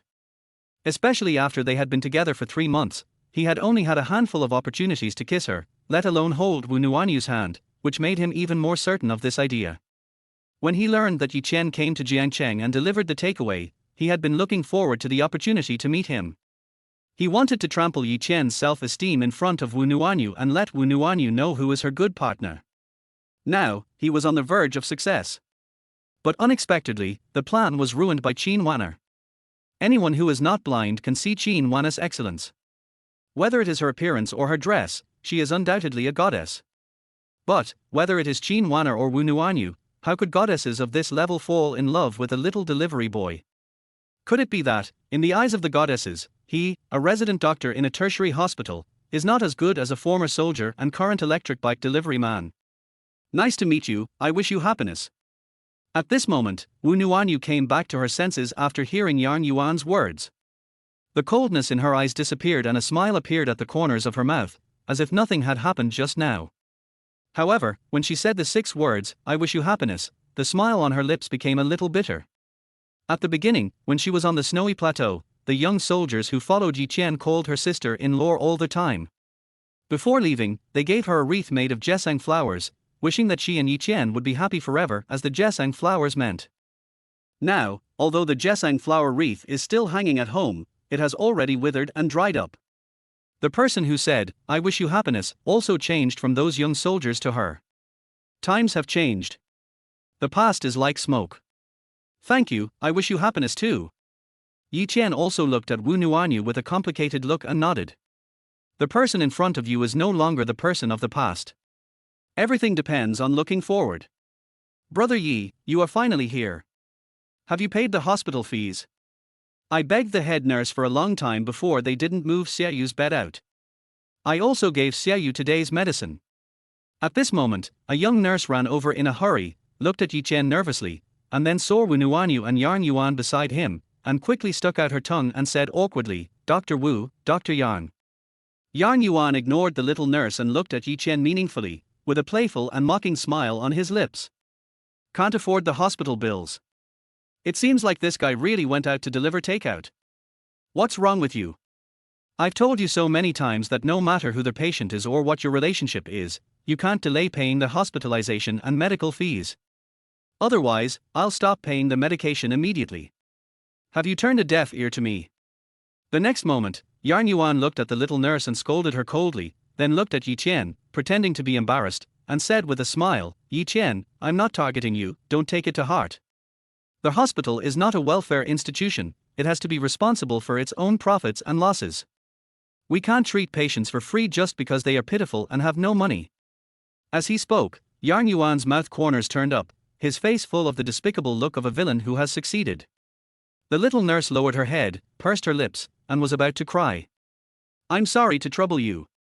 I was late today because of something. The hospital bill has already been paid." Yi Chen looked at the little nurse and said apologetically, "Busy? Busy with a date."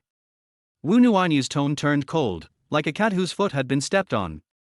She asked Yi Chen loudly, "Yi Chen, what are you thinking about? Do you take the patient's condition seriously? For the sake of a date, you even forgot to pay their hospital bill." Yi Chen remained silent, without explaining anything, and just said, "We'll leave first." "Stop. Don't move." Wu Nuanyu refused to give in and stood in front of Yi Chen. Her eyes were slightly red, and her tone was raised by 8 degrees. Her voice was trembling as she asked, "Didn't you tell me that human life is more important than anything else? Why don't you take human life seriously now? Did I let you do what you wanted? Do you think I'm easy to bully and cheat?" Yi Chen looked at Wu Nuanyu quietly and sighed softly. He knew what Wu Nuanyu meant.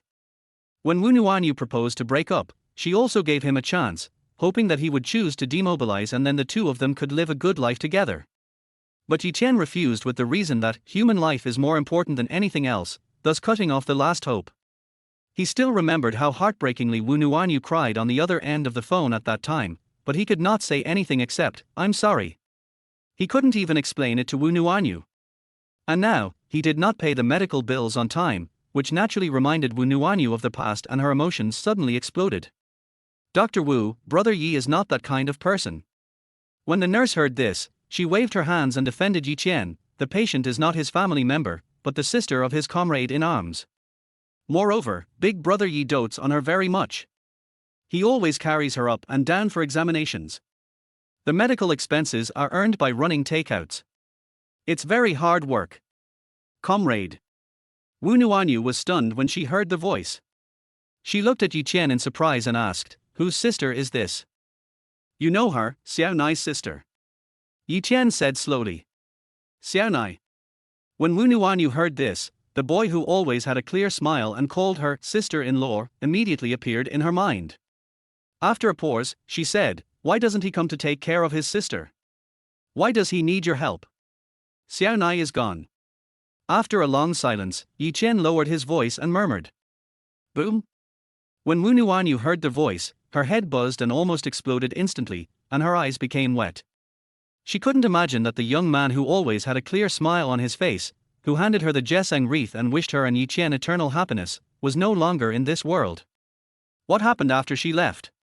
In other words, what were they going to do when Yi Chen sent that letter? Chapter 29. I am your sister-in-law. Sorry. After a long time, Wu Nuanyu lowered her head and murmured something, her expression complicated, with guilt but also loss. What she felt guilty about was that she had misunderstood Yi Chen and thought that Yi Chen was not as willing to do anything for a woman as he had said. What was disappointing was that it turned out that Yi Chen came to Jiangcheng not for her, but to take care of Xiao Nai's sister. There's nothing to be sorry about. It's all in the past. You guys go ahead and do your work. I'll go see Xiaoyu. Yi Chen shook his head, looked at Qin Wanner with gratitude, and was about to leave. No matter what, men have self-esteem, especially in front of the woman they once loved. And Qin Wanner gave him this self-esteem. "I'll go with you." When Wu Nuanyu heard the voice, her eyes changed, she looked up and said. Yi Chen frowned slightly. "Xiao Nai, let me meet his sister. I'm a doctor, maybe there's something I can do to help." Wu Nuanyu looked at Yi Chen with a pleading look on her face. After hesitating for a moment, Yi Chen nodded. Back then on the snowy plateau, Xiao Nai did take good care of Wu Nuanyu, calling her sister-in-law all the time, and before leaving, he even gave Wu Nuanyu a wreath of jesang flowers. And just as Wu Nuanyu said, she is a doctor, and maybe after seeing Xiaoyu, she can provide some help to Xiaoyu's treatment. It was neither reasonable nor moral for him to stop Wu Nuanyu from seeing Nai Xiaoyu. Upon hearing the voice, Wu Nuanyu no longer paid attention to Yang Yuan, and followed Yi Chen and Qin Wanner toward 302 where Nai Xiaoyu was. Yang Yuan saw all this and gnashed his teeth in hatred. Whether it was Wu Nuanyu's anger just now, or her sadness at this moment, all these things showed that Wu Nuanyu still had feelings for Yi Chen in her heart. Moreover, from just now till now, Wu Nuanyu didn't even look at him. "Next time you default on medical bills, stop taking the medicine immediately. Don't let me hear about it happening a second time." The next moment, Yang Yuan looked at the young nurse, scolded her fiercely, then quickly followed everyone and walked towards the ward. He was unwilling to lose the qualification to step on Yi Chen. Similarly, he was also worried that if he didn't watch, Wu Nuanyu would rekindle her old love with Yi Chen when she met her old friend's sister. Then, he would really become a joke. When they arrived at the door of the ward, they immediately saw a girl who had a shaved head for chemotherapy but still had a pretty face. She was wearing a blue and white striped hospital gown and had a slender figure. She was only about 18 or 19 years old. She was half leaning on the bed, reading a book quietly. This scene is as beautiful as a painting. "Brother Yi Chen." At this moment, Nai Xiaoyu heard the noise and saw Yi Chen appear at the door. A look of joy immediately appeared on her face and she was about to get up from the hospital bed. Don't get up, lie down and rest. Yi Chen hurried over, stopped Nai Xiaoyu, then sat down beside the bed. After wiping his hands with an alcohol cotton pad, he grabbed an orange and helped her peel it. The series of actions flowed smoothly, obviously having been repeated countless times. Brother Yi Chen, who are they? Nai Xiaoyu looked at this scene, smiled sweetly, then looked at Qin Wanner, Wu Nuanyu and Yarn Yuan curiously. This is Dr. Yarn, this is your sister Wanner, and this is your sister Nuanyu. Sister Nuanyu knows your brother, and she heard that you were hospitalized here, so she came to see you. Yi Chen introduced him with a smile. Sister Nuanyu. When Nai Xiaoyu heard this, a happy smile immediately appeared on her face. She looked at Wu Nuanyu with her pretty eyes and said, Sister-in-law Nuanyu, I heard my brother talk about you. You are brother Yi Chen's girlfriend. Sister-in-law. When Yang Yuan heard the voice, his face immediately became disgusted as if he had eaten a fly. Wu Nuanyu was also embarrassed, at a loss, her lips moved, wanting to say something, but unable to speak. Xiaoyu, don't talk nonsense. We broke up a long time ago. Yi Chen shook his head and glanced at Nai Xiaoyu. Why? Nai Xiaoyu looked at Wu Nuanyu with surprise and said, Sister-in-law Nuanyu, my brother told me that you and brother Yi Chen had a very good relationship. Why did you suddenly break up? Wu Nuanyu glanced at Yi Chen and opened her mouth several times, but no words came out. Why are there so many whys? Nuanyu is so outstanding. How can a former soldier and current delivery man be worthy of her? Little girl, I am Nuanyu's current boyfriend. Watch your words. Yang Yuan's face darkened and he shouted viciously at Nai Xiaoyu. So that's how it is. Hearing this, Nai Xiaoyu looked at Wu Nuanyu deeply and spoke in a long tone. Wu Nuanyu felt uncomfortable when she looked at her, as if she was a woman who despised the poor and loved the rich and was blind. But soon, her eyes were filled with bitterness. Didn't she make this decision because she despises the poor and loves the rich? Ahem. At this moment, Qin Wanner coughed twice, nudged Yi Chen with her elbow, and said with a smile, Yi Chen, you introduced everyone else, why don't you introduce me to Xiaoyu? Qin Wanner, my girlfriend, your sister-in-law. Yi Chen looked at Qin Wanner's expression, then looked at Nai Xiaoyu and smiled. Wow, I was wondering who is so beautiful, it turns out to be Sister Wanner. Sister Wanner, will you and brother Yi Chen be together forever? When Nai Xiaoyu heard this, she immediately grabbed Qin Wanner's hand, blinked her big eyes, and said with a smile. Of course. Qin Wanner smiled, took Yi Chen's arm, leaned her head on his shoulder, and said tenderly, we agreed to grow old together. Sister-in-law, you have such good taste. My brother Yi Chen has the best character and is extremely powerful. Nai Xiaoyu immediately gave a thumbs up and praised him eagerly.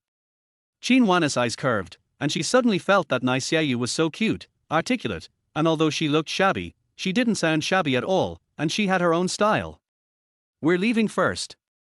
Wu Nuanyu looked at this scene and felt as if she was being pricked by needles all over. She even regretted coming here. Dr. Wu, if I remember correctly, my brother seemed to give you a jesang flower wreath. He said it was a token of love between you and brother Yi Chen.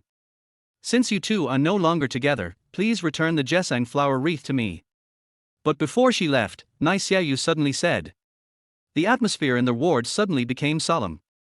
Wu Nuanyu's face looked especially gloomy. The jesang flower wreath is the only souvenir of her relationship with Yi Chen. Over the years, she could only fall asleep at night by placing the wreath at the head of her bed and smelling the unique scent of the snowy plateau that still lingered. If she returns the wreath, doesn't it mean that nothing is left of her relationship with Yi Chen? Yang Yuan clenched his fingers tightly, his heart bleeding. He had seen the wreath at the Wu family. It was placed at the head of Wu Nuanyu's bed and covered with a glass cover, as if it were a treasured collection. He had asked Wu Nuanyu where the wreath came from. Wu Nuanyu said it was a travel souvenir and she liked it very much, so she kept it. After all the fuss, it turns out that it was sent by Yi Chen. TSK, I've seen stingy people before, but I've never seen people as stingy as you. You even have the nerve to ask for things back when you gave them to others. No wonder you're so poor that you can't even pay for medical expenses. Thinking of this, Yarn Yuan sneered and said with disdain, isn't it just a broken wreath? I'll give it back to you. Chapter 30 Meaningful Wreath. You are the master.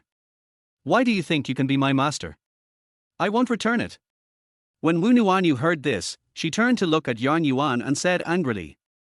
Yan Yuan was stunned and looked at Wu Nuanyu in disbelief. He was speaking for Wu Nuanyu, so why didn't this woman appreciate it?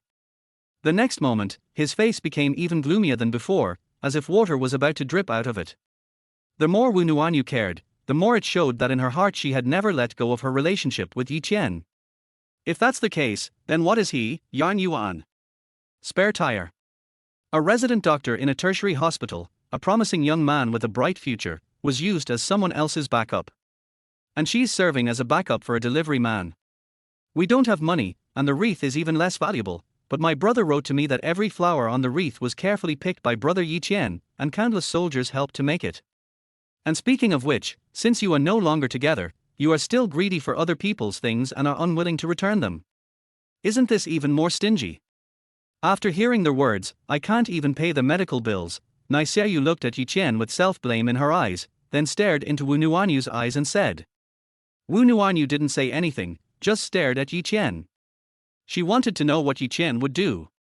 Forget it, it's just a wreath, don't make a fuss about it. Yi Chen shook his head at Nai Xiaoyu, then looked at Wu Nuanyu and said, you can do whatever you want with the wreath. Keep it or throw it away as trash. It doesn't matter. What happened between him and Wu Nuanyu has become a thing of the past. Now both of them are looking forward. He has Qin Wana, and Wu Nuanyu has Yan Yuan. There is no need to affect Wu Nuanyu's life because of my own reasons. You think too much, I threw it away a long time ago. When Wu Nuanyu heard this, her tone suddenly turned cold. It was right for Brother Yi Chen to break up with me by throwing away such a meaningful wreath. Nai Xiaoyu said angrily, then looked at Qin Wana, took her hand, and said, Sister-in-law Wana, if Brother Yi Chen gave you a wreath, would you throw it away? I have never received a wreath before. If someone gave me one, I would definitely hang it in the most prominent place in my home so that I can see it every day. It's so meaningful, it's impossible to throw it away. Qin Wana scratched Nai Xiaoyu's nose and said with a smile. Nai Xiaoyu opened her arms, hugged Qin Wana's slender waist tightly, pressed against her chest, and said in a tender voice, Sister-in-law, you are so kind. Qin Wana chuckled, then glanced at Wu Nuanyu as if in a demonstrative manner. This girl must be made to give up. It is impossible to snatch the man from her. Xiao Yan, I have something to tell you. Just then, a middle-aged doctor in a white coat passed by the door. When he saw Yan Yuan, he turned back, walked into the ward and greeted him with a smile. Dr. Wang, if you have anything to say, just give me a call. Why bother coming here in person? As soon as Yan Yuan saw Dr. Wang, he immediately put on a smile and nodded. Dr. Wang is the chief physician of the Department of Hematology and Yan Yuan's immediate superior. He holds the power to decide his promotion and is one of the people he wants to curry favor with the most. I will be going on a business trip for 2 months, and the Director of Business Affairs specifically asked you to take care of the patient in bed number 3, Nai Xiaoyu. Being recognized by the business dean means you have a bright future. Dr. Wang was very satisfied with Yan Yuan's attitude. He smiled, nodded, and pointed casually at Nai Xiaoyu. Everything is thanks to the director's support. I will work harder in the future. Yan Yuan was extremely proud. He had given a lot of gifts to the business director, but the other party took the money and did nothing. He almost thought it was all wasted. There are thousands of people in the hospital. It is such an honor to be remembered by the business director. If Wu Nuanyu is not stupid, she should know who is the outstanding man as a rising medical star. Swish. When Nai Xiaoyu heard their voice, his expression immediately turned ugly. Yi Chen and Qin Wana also frowned. Any doctor can be in charge of Nai Xiaoyu, except Yan Yuan. This guy is obviously jealous of Yi Chen and is petty-minded. He might make things difficult for Nai Xiaoyu. No problem, Dr. Wang, don't worry, I will definitely help you take good care of the patient. Yan Yuan smiled and patted his chest to assure. As he spoke, he straightened his body with great pride. Yi Chen, you have to beg me now. It only takes a few minutes to control you. Wu Nuanyu will soon see how humble Yi Chen is in front of Yan Yuan, and how right it is to choose him. Dr. Wang, can we change doctors? Yi Chen hesitated and said to Dr. Wang with a smile. The candidate decided by the business dean cannot be changed. Dr. Wang frowned, then continued, Dr. Yang is excellent, a top student from a prestigious medical school, and his medical skills are among the best among the young doctors in our hematology department. You, the patient's family, should not have too many doubts. Yang Yuan listened to these words and waved his hands repeatedly, but the smile on his face was as bright as a flower. If he had a tail, it would definitely reach the sky. After Dr. Wang said this, he didn't give Yi Chen a chance to say anything more and immediately turned around and left. Yi Chen, to be honest, if the business director hadn't asked me to do it, I wouldn't have cared. After all, there are a lot of patients waiting for me to see them every day, and I really don't have enough time. After watching Dr. Wang go away, Yang Yuan turned around and patted Yi Chen on the shoulder, his face full of pride, provocation, and amusement. Yi Chen's face darkened. How could he not hear that Yang Yuan was deliberately trying to scare him so that he would flatter and please him? But it was really hard for him to say it. The reason why Xiaoyu was sent to Tongher Hospital was because of the medical level here. It can't be that Xiaoyu's treatment was delayed because he offended the attending physician Yang Yuan, right? Yang Yuan, what do you mean? Since Xiaoyu is under your care, you should pay more attention to her. Wu Nuanyu saw that Yi Chen was feeling uncomfortable, but inexplicably felt sad. After helping him out, she said, Don't worry, I will come to see Xiaoyu often. Nothing will happen. Bitch. Anger surged in Yang Yuan's eyes. They have broken up, but Barber is still speaking for Yi Chen? How is the stinky delivery guy better than him? Chapter 31 Giving Up Treatment. Nuanyu, I will take special care of your friends. I will do my best for you. Yang Yuan said with a smile. I'll treat you to a meal. Wu Nuanyu felt a little uncomfortable and wanted to break free from Yang Yuan's hand.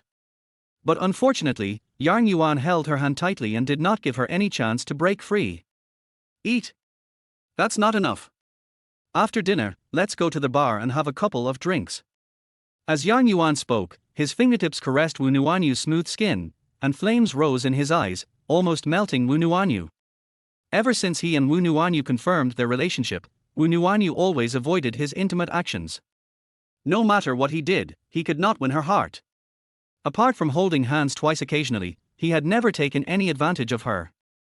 With the help of this incident today, he not only wanted to trample on Yi Chen's self-esteem, but also to make a substantial breakthrough in his relationship with Wu Nuanyu. According to his plan, after dinner, he would go to the bar for a couple of drinks, wait for Wu Nuanyu to get drunk, and then half-heartedly find a hotel and completely play with this goddess who always kept him at a distance. Thank you for your kindness. I appreciate it. You don't have to worry about Xiaoyu's affairs. Yi Chen saw through Yang Yuan's dirty thoughts at a glance, and said indifferently with a cold look. Yang Yuan's face turned cold and a mocking smile appeared at the corner of his mouth. What does this bastard want to do again? Yi Chen, what do you mean? But before he could open his mouth, Wu Nuanyu suddenly broke free from Yang Yuan's hand and said to Yi Chen with an incredible look on her face. It's nothing. I'll find another doctor to treat Xiaoyu. Yi Chen smiled and said. Looking for another doctor? Yi Chen, who can you find? Wu Nuanyu looked at Yi Chen's attitude and was a little angry. She said, the other doctors in the hospital are very slow in scheduling and have no time to take care of Xiaoyu. Besides, Yang Yuan's medical skills are very good. His previous doctoral thesis was on the treatment of lymphocytic leukemia. Yang Yuan raised his chin with a smug smile on his face. Nothing could make him feel more comfortable than these words. Yi Chen frowned. He could hear the anger in Wu Nuanyu's words. But where does this anger come from? They have already broken up and have found new partners, so why are they still getting angry like this? And, do you really care? Or, do you want to show off how powerful Yang Yuan is in front of him? Thinking of this, Yi Chen didn't want to accept Yang Yuan's favor, so he shook his head and said, You don't have to say anything, I have my own considerations. You have your considerations? You are always like this, you only have your own ideas and never care about what others think. I know you care about face, but how much is face worth? Is it more serious than Xiaoyu's illness? It's settled. Let Yang Yuan help Xiaoyu with her treatment. Wu Nuanyu waved her hand, interrupted Yi Chen and said in a deep voice. The breakup at that time made her feel that she owed a lot to Yi Chen, not only to Yi Chen, but also to the group of young people who surrounded her and called her sister-in-law. Now, if I can help Yi Chen, then we will owe nothing to each other and just part ways. Yi Chen frowned, but looked at Nai Xiaoyu, sighed in his heart, and nodded, thank you. Wu Nuanyu breathed a sigh of relief and felt somewhat relieved. Yang Yuan looked depressed, his 5 fingers were clenched tightly, and his back teeth were clenched together. All these things brought him to the brink of exploding. No.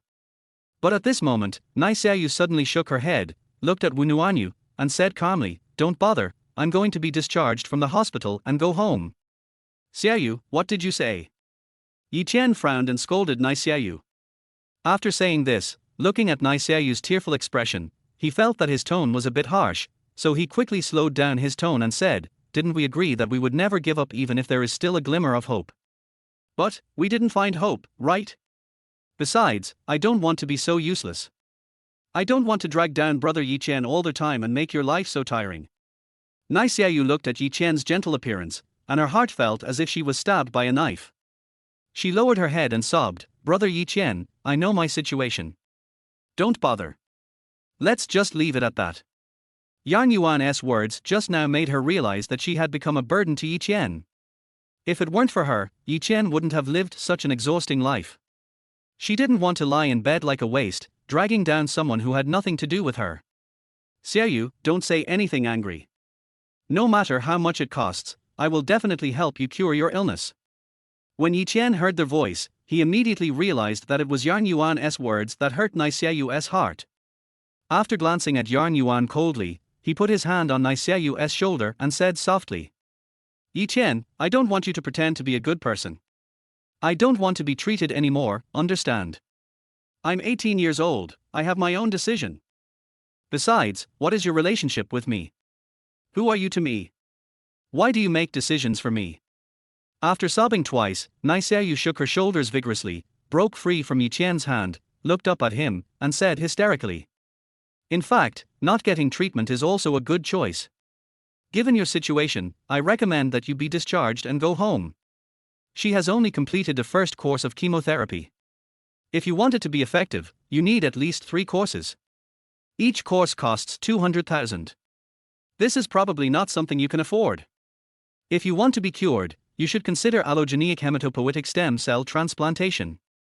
The cost of a transplant is about 600,000 to 800,000 yuan, and it may not be successful. You should consider a second transplant. The cost of a second transplant is even higher, about 1 million to 1.5 million yuan. To sum up, if you want to be cured, you need to have at least 2 million in cash. Yi Chen, I advise you that giving up is your best choice. 2 million. Can you make that much money by delivering takeout for a lifetime? Besides, can she wait that long?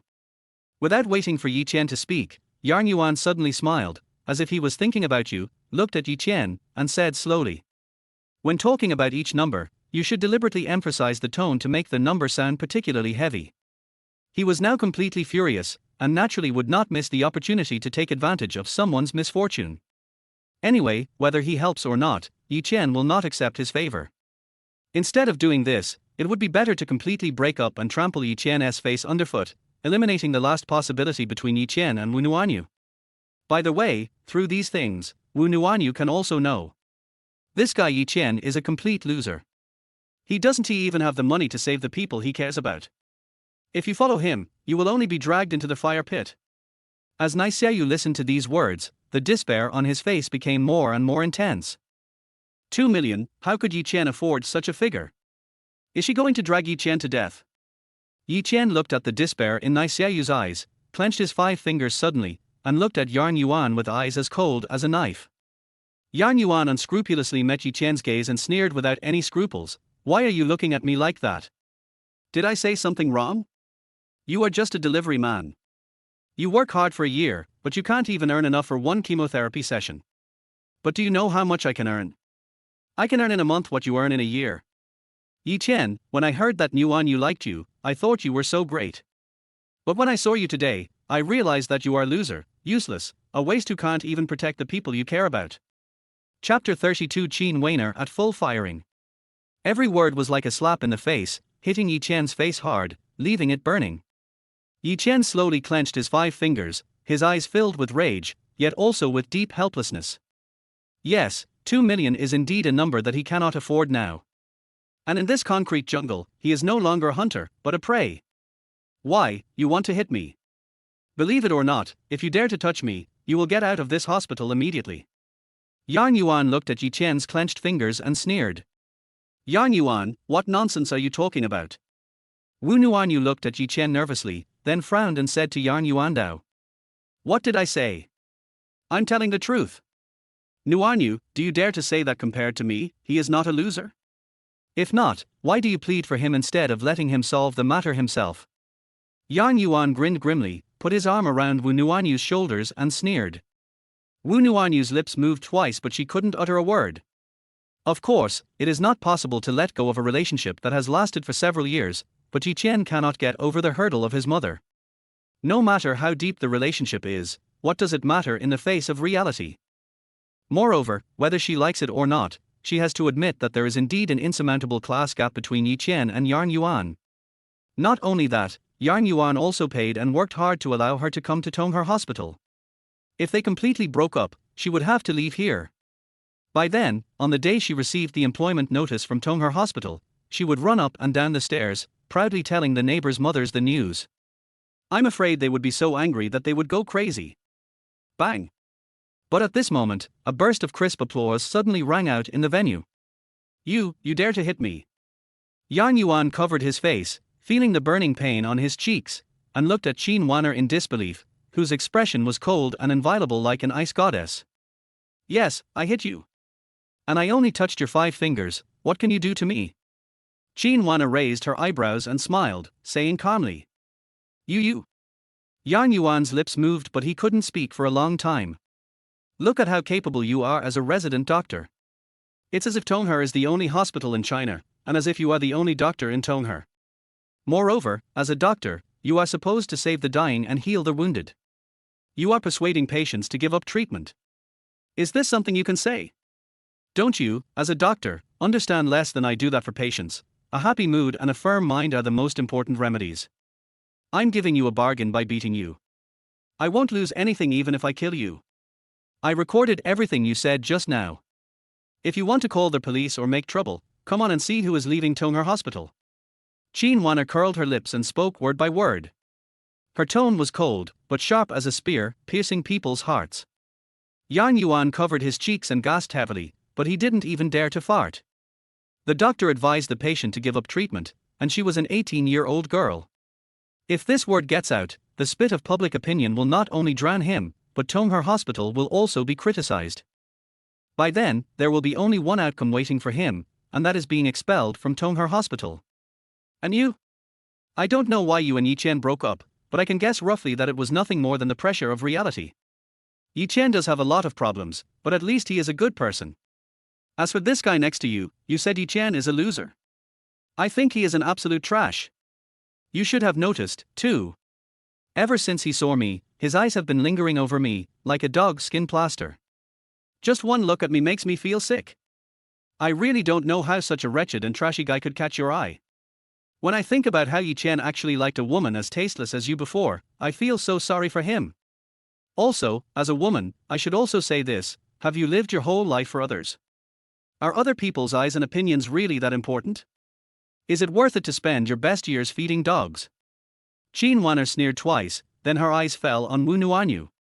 Her aura was fully open, her firepower was off the charts, and she started to attack wildly. Wu Nuanyu's cheeks flushed, and she looked towards Yan Yuan, just in time to see that Yan Yuan was looking guilty, and she immediately felt annoyed. Sister-in-law, you are so domineering. Xiaoyu was stunned after hearing what she heard, staring at Qin Wanner in a daze. She had never expected that Qin Wanner, who was at full power, could be so domineering. Yi Chen was also a little dazed, and then a smile appeared on his lips. Yes, this was the Qin Wanner he was familiar with. She looks weak on the outside, but she is tougher than anyone else on the inside. And you, a grown man, why do you want others to look down on you? If others look down on you, don't you have hands? Why don't you dare to do it? Where did all the blood and energy you had when you fought for me go? You also want me to slap him for you, do you know that it hurts my hands too when I slap people like that? If he thinks you are a loser, you need to do something to show him. You need to show him your skills and let him know who is the real loser. In the city, if you have resources but don't use them, that's the real stupidity. Also, in this world, there's no need to be afraid of owing favors to others. The favors you owe can be paid back later. I don't believe that you, who can help me with 100 million, can't even solve the 2 million for Xiaoyu's treatment, and can't find a doctor who is 100 times better than Yan Yuan, this rubbish. I don't know what kind of life you led in the past, but this is a city now. Here, you have to find your own rules of life. If you can't find them, then use your fists to create a set of rules for you. But all this is not over yet. Qin Wana turned and looked at Yi Chen with a sincere gaze, a tone full of concern, disappointment, and anger. Don't be afraid of owing favors to others. Just pay them back. Find your own rules of survival. If you can't find them, then make up your own rules. As Yi Chen listened to Qin Wana's words, a look of enlightenment gradually appeared in his eyes. After leaving the army and coming to Jiancheng, everything was completely different from the life he was used to, which consisted of the playground, the cafeteria, the battlefield, and the dormitory. It was difficult for him to adapt to the life here, and he tried hard to integrate into it. But why must he fit in? Can't he use his fists to carve out his own rules? If this road is blocked, then use your fists to create a way out. Isn't this what he was best at in the past? Okay, I won't do that next time. Thinking of this, Yi Chen smiled and nodded solemnly to Qin Wana. Sister-in-law, you are so awesome. Xiaoyu looked at Qin Wana with admiration, her eyes full of admiration, hoping that she could become a person like Qin Wana. And you, I haven't told you yet. You think giving up treatment is good for Yi Chen? But have you ever thought that what Yi Chen really thinks is good is to be able to cure you? Who is he working so hard for? For him, you should not give up, but work hard to keep yourself alive and live a better life. Qin Wana snorted, reached out and touched Xiaoyu's forehead, and scolded her angrily, showing her disappointment in her work. Xiaoyu, Wana is right. If you really care about me, then believe me, nothing in this world is more important than making you healthy. So, don't give up anymore. Yi Chen nodded and said sincerely. Brother Yi Chen, sister-in-law. When Xiaoyu looked at Yi Chen and Qin Wana, her eyes suddenly became moist. She stretched out her hands, hugged them tightly, and sobbed. Only now did she realize that what she had just given Yi Chen was not relief, but hurt. Okay, stop crying, otherwise it will be bad for your health. Yi Chen rubbed Xiaoyu's head, motioned for her to stand up, then turned and looked at Wu Nuanyu calmly, saying, Thank you for your concern just now. Now, let me solve this matter by myself. Chapter 33 The Dean Comes. Let me solve this matter myself. Wu Nuanyu was stunned and looked at Yi Chen in surprise, not understanding how he was going to solve this matter. Now he is just a delivery man exposed to the wind and sun. How can he have the energy to solve this problem? Yan Yuan was secretly delighted and sneered continuously. It's wishful thinking for a stinky delivery man to solve the problem by himself. A ruthless rejection will make this guy realize what a useless piece of trash he is. Brother Yang, I'm Yi Chen. I remember you are in the Jiancheng War Zone Hospital now. Yes, I'm in Jiancheng now. It's like this. I have something to deal with and I hope you can help me. You know Xiaonai, right? His sister has lymphocytic leukemia and needs treatment. I wonder if you have any beds available. I'm in Ward 302 of the inpatient department of Jiancheng Tongher Hospital. Okay, I'll wait for you. At this time, Yi Chen had already walked to the window and dialed a number. Brother Yang, whose real name is Zhang Yang, was a military doctor who used to follow their team. After leaving the front line, he came to the Jiancheng War Zone Hospital. They have been in contact, but no one knew he had come to Jiancheng. Qin Wana's words woke him up. If you have resources and don't use them, you'd be a fool. What's more, he doesn't want to owe favors to others, he just wants others to owe him favors. Favors, like making friends, should be given and reciprocated, only then can we go further. This is a city, not a reckless battlefield. If you want to survive, and survive well and not be looked down upon, you must integrate all resources and stand at the top of the pyramid. Jiancheng War Zone Hospital. Brother Yang? After Yang Yuan pricked up his ears and heard Yi Chen's words, he kept thinking about which doctor in the Jiancheng War Zone Hospital had the word Yang in his name. After thinking for a long time, he suddenly laughed so hard that he fell backwards, pointed at Yi Chen and said, Brother Yang you are talking about, could it be Zhang Yang, the director of the Jiancheng War Zone Hospital? Dean. Yi Chen was stunned for a moment, but soon a smile of emotion appeared on his face. It turns out that Brother Yang, who had blocked the blood and gore on the battlefield with him and scolded him for not fighting so hard while bandaging him, has now reached such a position. If it weren't for that incident, maybe he would have reached a higher position than Brother Yang now? Only.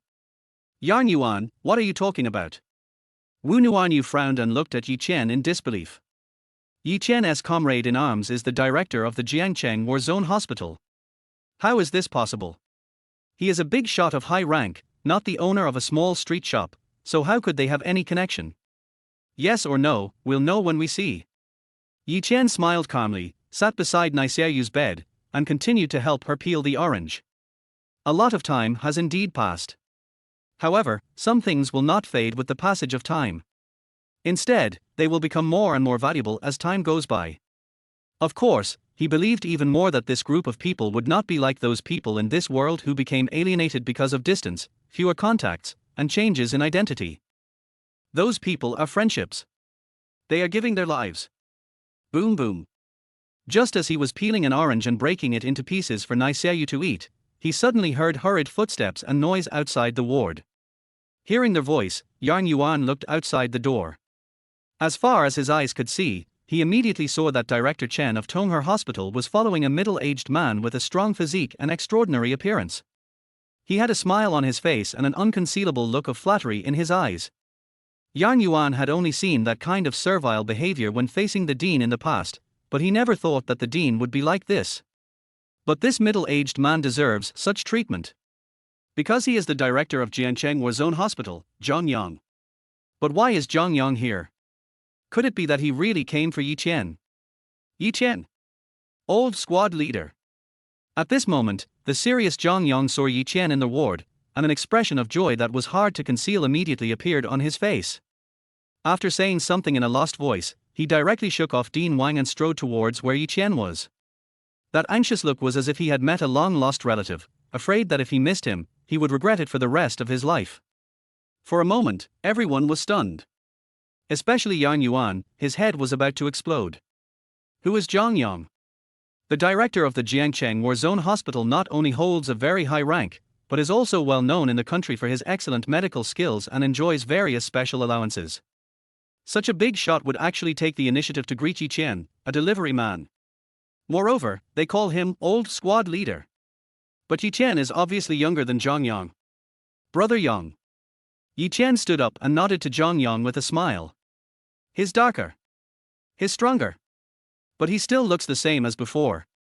Zhang Yang hugged Yi Chen tightly for 2 minutes before he grabbed his shoulders and pushed him back. After a careful look, he said angrily, "Old squad leader, when did you come to Jiangcheng? Why didn't you tell me earlier? If I knew you were in Jiangcheng, I would call a few old brothers and we would get together and have a few drinks. I've been here for a while and didn't want to disturb your life." Yi Chen scratched his head and smiled embarrassedly. I knew you would say that. What do you mean by disturbing or not? Bullshit. We are brothers, and we have a lifelong friendship. Don't you think it's hypocritical to say such things? I have something to do tomorrow, and I'll treat you the day after tomorrow. Let's get together. Don't refuse. In front of Yi Chen, Zhang Yang lost his former elegance. He punched Yi Chen hard on the chest. Then, thinking of what Yi Chen had just said, he looked around the ward and his eyes fell on Niseayu. He said, "She is Xiaonai's sister." Yi Chen nodded. Xiaonai, all right, don't worry about this matter, old squad leader. I'll take care of it. Zhang Yang sighed softly, and said in a deep voice without blinking, then waved to Dean Wang, and said in a steady voice that everyone could hear, "Dean Wang, help me to complete the discharge procedures for her, and then transfer her to the intensive care unit of our theater hospital. By the way, call a few hematologists from your hospital and go to the War Zone Hospital to hold an emergency seminar on the condition. There are also matters related to bone marrow and hematopoietic stem cell matching transplants that are also on the agenda. We must speed up. As long as she can recover as soon as possible, no matter the cost." Chapter 34 Dismissal. Intensive Care Unit. Disease Seminar. Bone marrow and hematopoietic stem cell matching transplantation. At all costs. With every word Zhang Yang spoke, the shock on Yarn Yuan's face increased. Who could have thought that Yi Chen actually called Zhang Yang, the director of Jiangcheng War Zone Hospital, and that Yi Chen would treat him like this? What is face? This is face. Moreover, the amount given is quite enough. With such an attitude, who would dare to believe that this is how they treat a little girl? It is not an exaggeration to say that this is how they treat an important person. Dean Zhang, the matter of the expert seminar may be a bit troublesome. Several experts have lectures in the afternoon. Dean Wang nodded in agreement but said hesitantly, "Then postpone it." Zhang Yang waved his hand and said firmly, then looked at Dean Wang and said in a deep voice, "You may not know that she is the hero's sister. She doesn't want to disturb our lives and doesn't want to enjoy the glory that her brother earned with his life, but it doesn't mean that we can forget what her brother did for us." As soon as he finished speaking, Zhang Yang turned around and gave Nai Xiaoyu a crisp yet respectful military salute. Nai Xiaoyu was in tears. She slowly raised her hand and gave a not-so-standard but sincere military salute.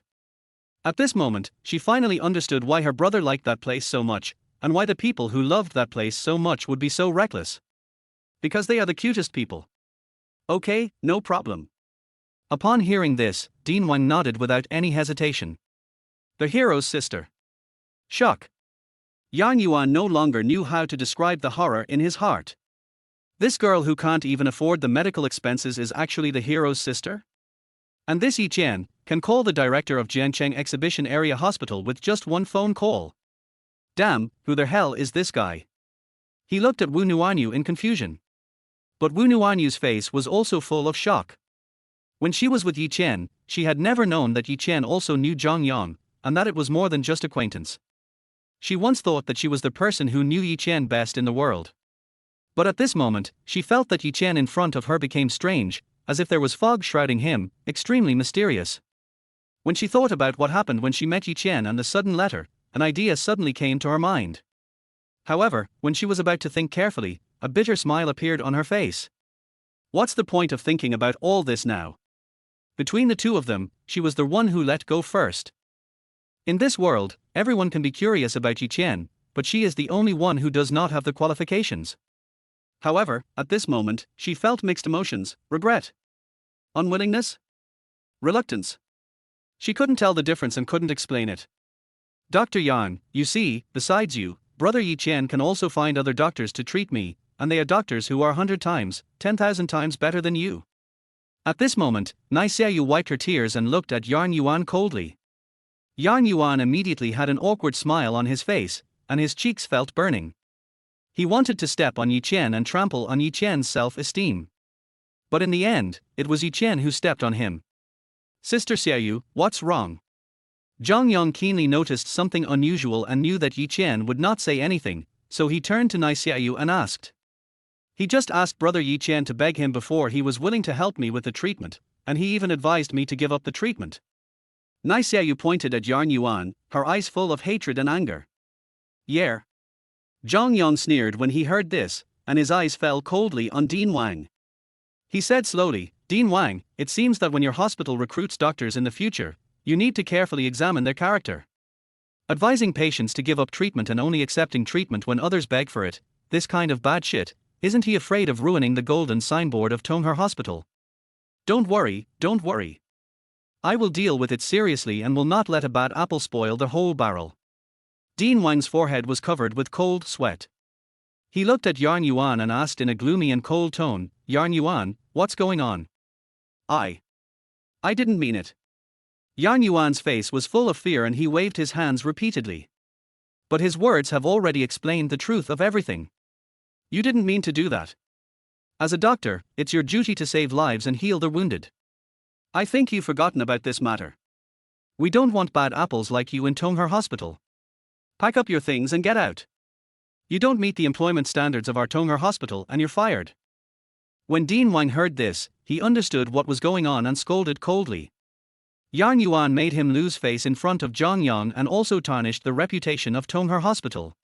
This kind of bad apple must be cleaned out. Dean Wang.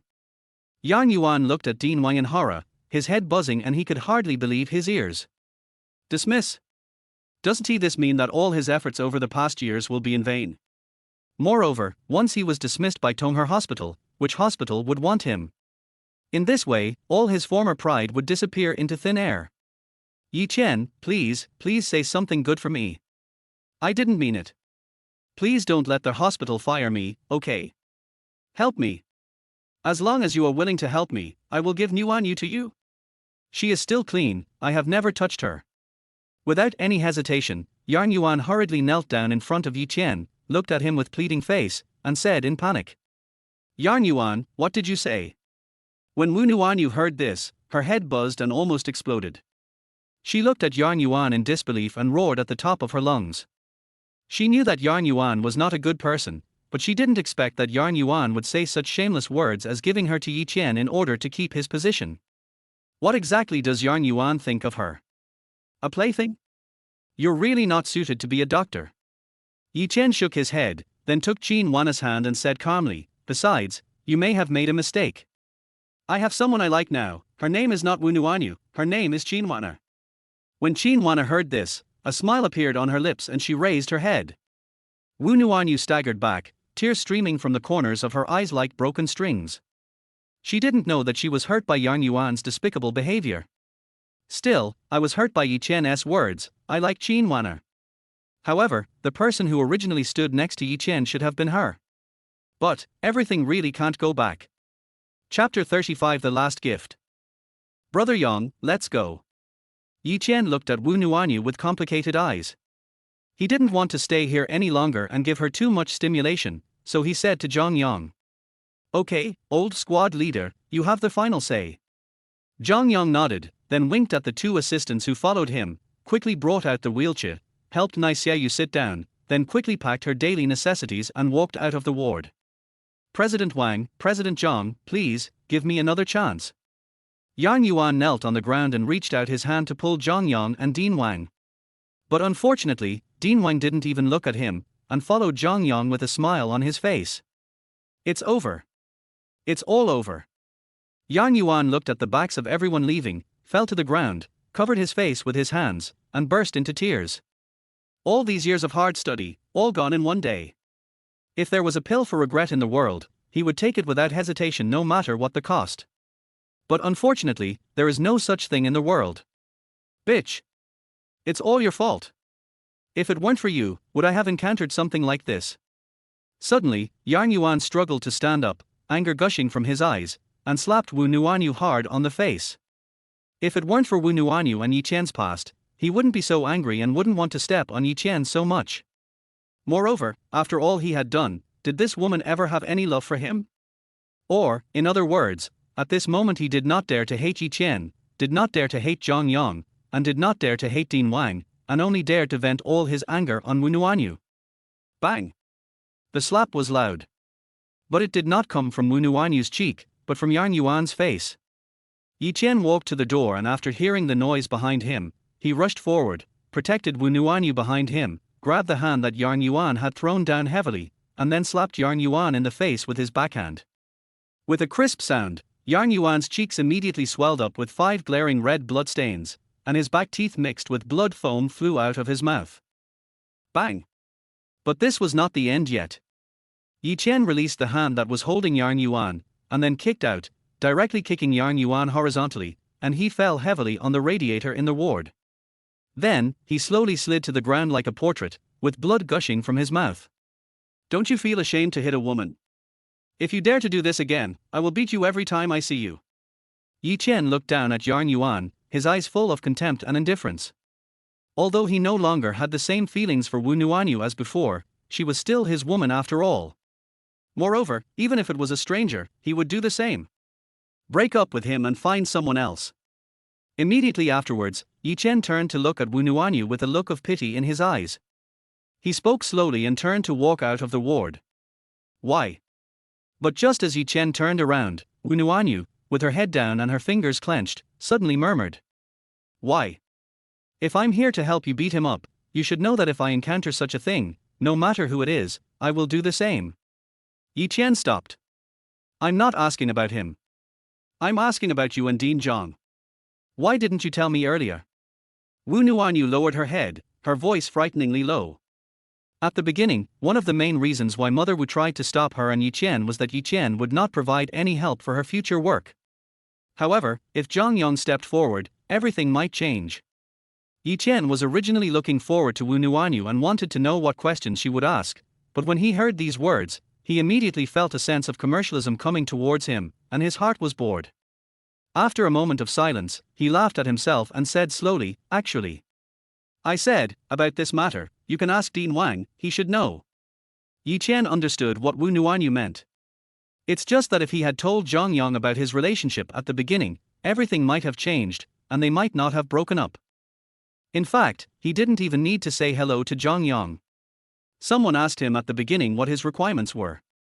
He once said that he had only one request, which was that Wu Nuanyu become a doctor at Tongher Hospital. Because he remembered that Wu Nuanyu once said that her dream was to become a doctor at Tongher Hospital and save lives. However, just after he said this, Wu Nuanyu received a breakup letter and phone call. After this incident, someone asked him whether he wanted to change his decision, but he refused and gave the opportunity to Wu Nuanyu. Just think of it as his last gift to Wu Nuanyu. You. Wu Nuanyu was startled when she heard the voice and was stunned for a moment. When she first wanted to enter Tongher Hospital, it was very difficult. She was not that outstanding and was always worried that she would be rejected. But unexpectedly, that year, Tongher Hospital decided to hire one more person, and she became the lucky one. Yang Yuan took all the responsibility, saying it was all thanks to his financial and physical efforts. But now I think about it, Yang Yuan doesn't have that much ability. Moreover, she knew even more clearly that Yi Chen would never lie. The funny thing is that she enjoyed everything Yi Chen gave her with peace of mind, and foolishly thought it was someone else's credit. In fact, she still hated Yi Chen at this moment. Why didn't he tell her all this earlier? Even if Yi Chen doesn't think she is materialistic. Even she herself felt that she was full of commercialism. That's enough. Yi Chen had mixed feelings, but when he saw Qin Wana peeking into the ward from outside the door, he smiled, said something calmly, and walked out the door. Yi Chen, can we go back to the way we were before? Wu Nuanyu looked at Yi Chen's back, her voice choked, and she tried hard to grab Yi Chen's wrist. Yi Chen was stunned. Wasn't this the sentence that echoed in his mind so many times in his dreams at midnight? But now that everything was happening, he felt that it was just like a dream. Feel sorry. Yi Chen took a step forward, dodged Wu Nuanyu's outstretched hand, shook his head, and said calmly, I already have someone I like. I hope you can find the person who can bring you happiness as soon as possible. It was an extremely plain and natural sentence, but it made Yi Chen feel that the depression that was stuck in his throat suddenly dissipate. Even his heart no longer beat as violently. At that moment, he was no longer reluctant to leave, no longer restrained, and walked towards Qin Wana with big strides, holding Qin Wana's hand tightly. Qin Wana saw Yi Chen coming, and then saw Wu Nuanyu's distraught expression. How could she not understand what happened? The corners of her mouth immediately raised, and she stood on tiptoe, leaned close to Yi Chen's ear, and said with a smile, How about it, are you very lucky to have met me? I helped you gain a lot of face today. Yi Chen raised his eyebrows and smiled, then gave Qin Wana a big kiss on the face. Qin Wana covered her face, looked around like a guilty thief, and immediately pinched and kicked Yi Chen. Wu Nuanyu looked at this scene, her heart felt as if stabbed by a sharp knife, blood gushing out, her eyes blurred with tears, all the beautiful memories of the past flooded into her mind like a tide, her eyes were filled with unwillingness and reluctance. Everything can't be undone after all. But is there really no going back? Chapter 36, Once a monitor, always a monitor.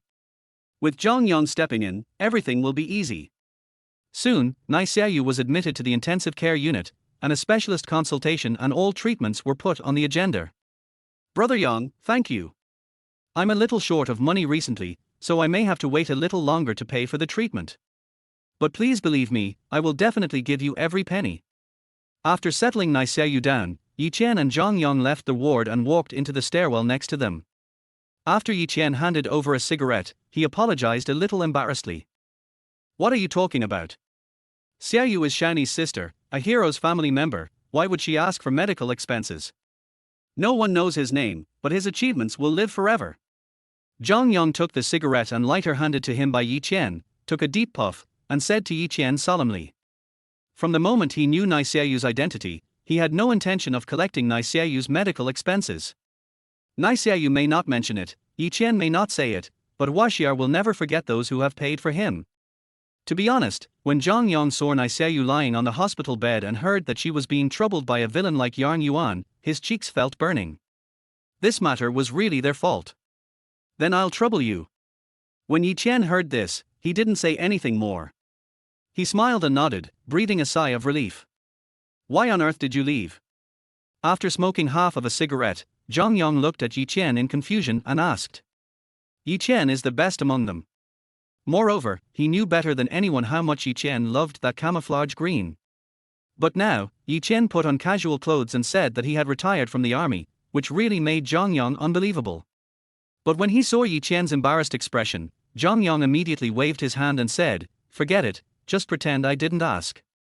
He knew that some things were not necessarily because Yi Chen was unwilling to mention them, but because the confidentiality period had not yet expired and they could not be leaked to the outside world.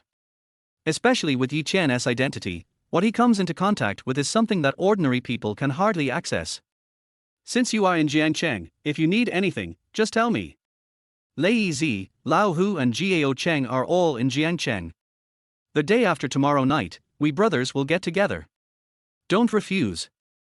If those three brats knew that the old squad leader was in Jiangcheng and I didn't stop him, they would skin me alive.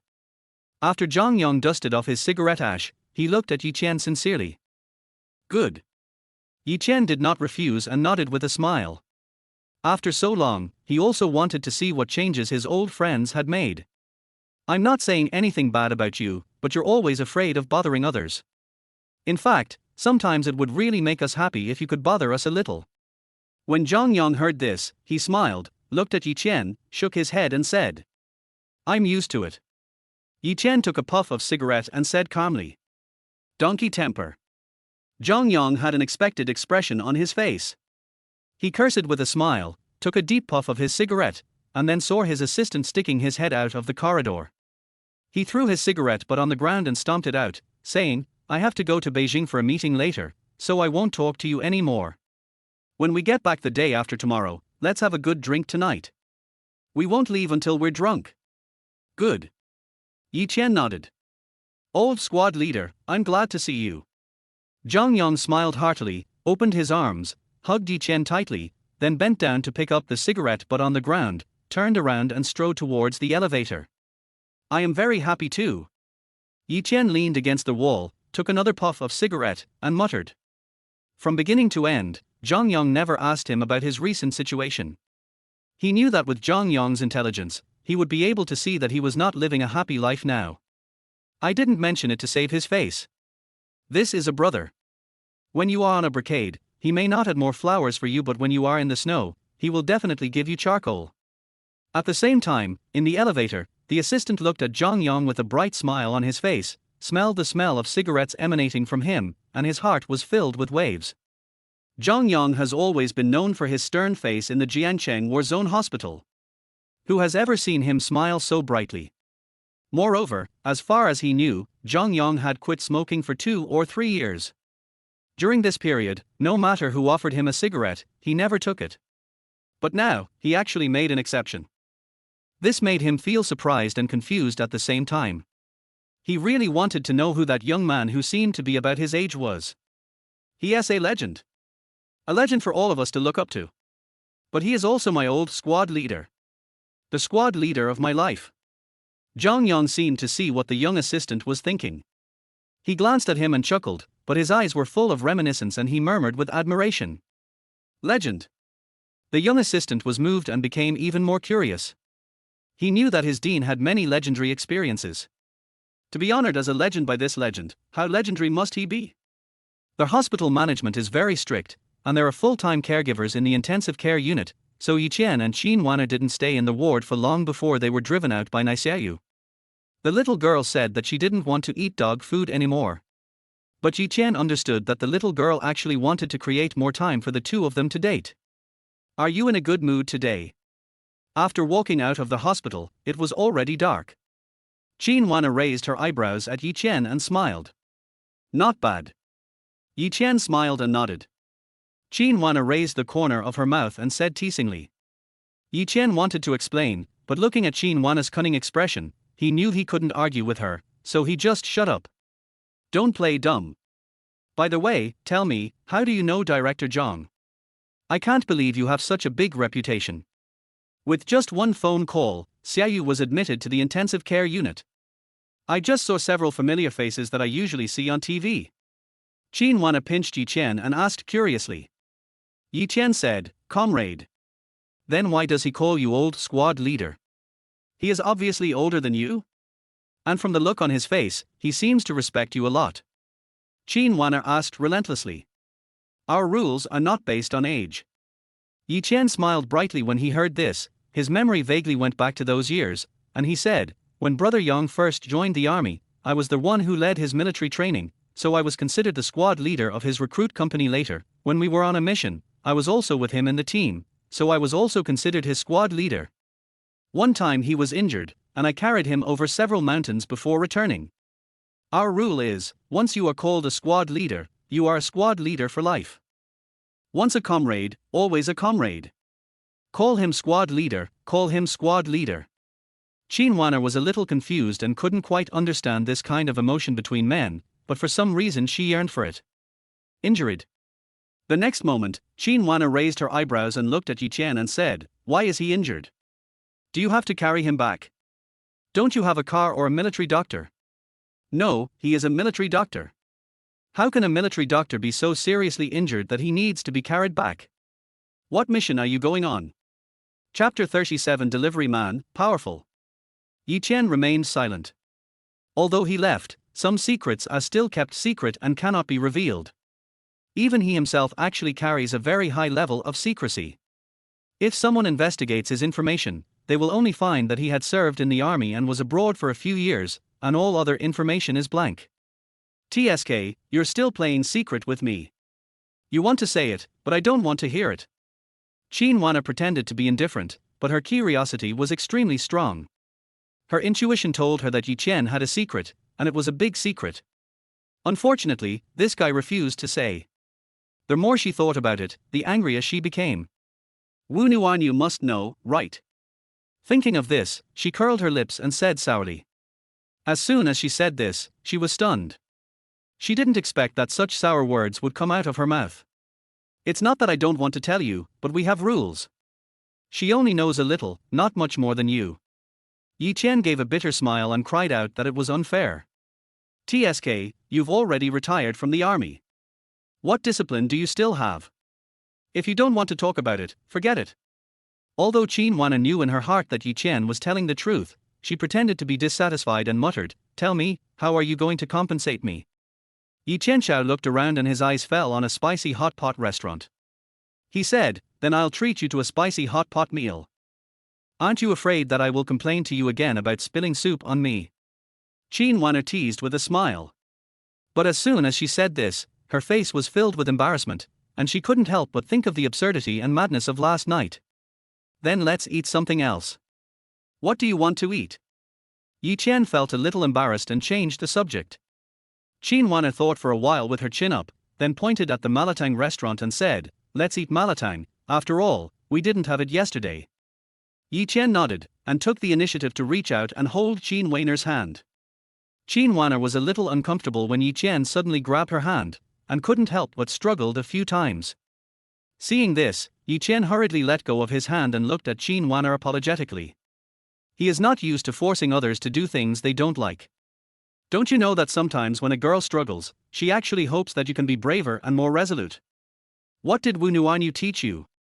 You don't understand this little truth. Qin Wana didn't expect Yi Chen to let go of her hand. Then seeing Yi Chen's apologetic look, she couldn't help but burst out laughing. She put her hand into Yi Chen's palm and teased with a smile. Yi Chen scratched his head awkwardly and smiled bitterly. "In fact, I have only been with her for 2 weeks, and we have only held hands twice." TSK, so innocent, and remembers it so clearly. Qin Wana clicked her tongue and teased, but there was more happiness in her eyes. "We only held hands, and only twice, not bad. I have a good memory, there is really no other reason." Yi Chen explained with a wry smile.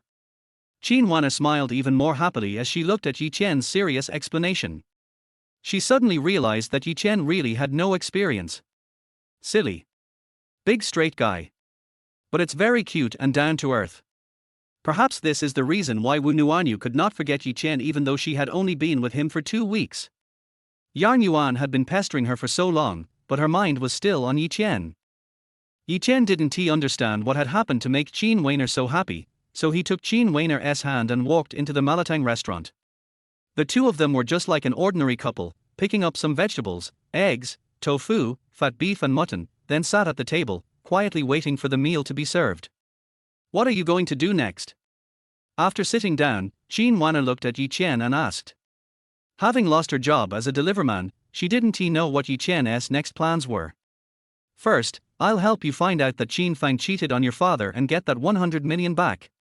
Don't let that bunch of bastards get away with it. Yi Chen said with a burning gaze while carefully helping Qin Weiner tear open the disposable chopsticks and gently grinding off the burrs on both sides. How do you plan to check?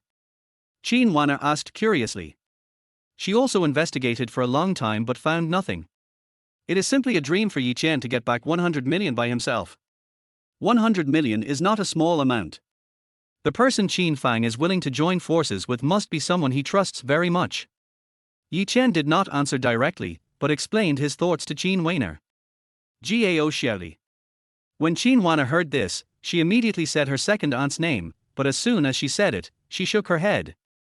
Qin Fang did trust Gao Xiaoli, but if the money fell into Gao Xiaoli's hands, he would not get a penny, so it must be someone else. The moment she thought of this, her eyes suddenly lit up and she said, Wang Xiaolu. Clever. Yi Chen gave a thumbs up and praised.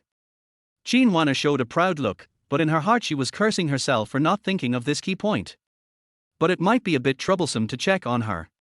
We are not the owners of Galaxy Residences and cannot enter the community. Even if we enter, we cannot find out her situation. Once we are discovered, it will be much more troublesome to investigate. Soon, Qin Weiner said with some distress. It is not necessary that only property owners can enter the community. Yi Chen smiled and pointed at himself, saying, there is another group of people who can come and go freely in the community, and I know their food, clothing, housing and transportation very well. Delivery man. Courier. Qin Weiner's eyes lit up.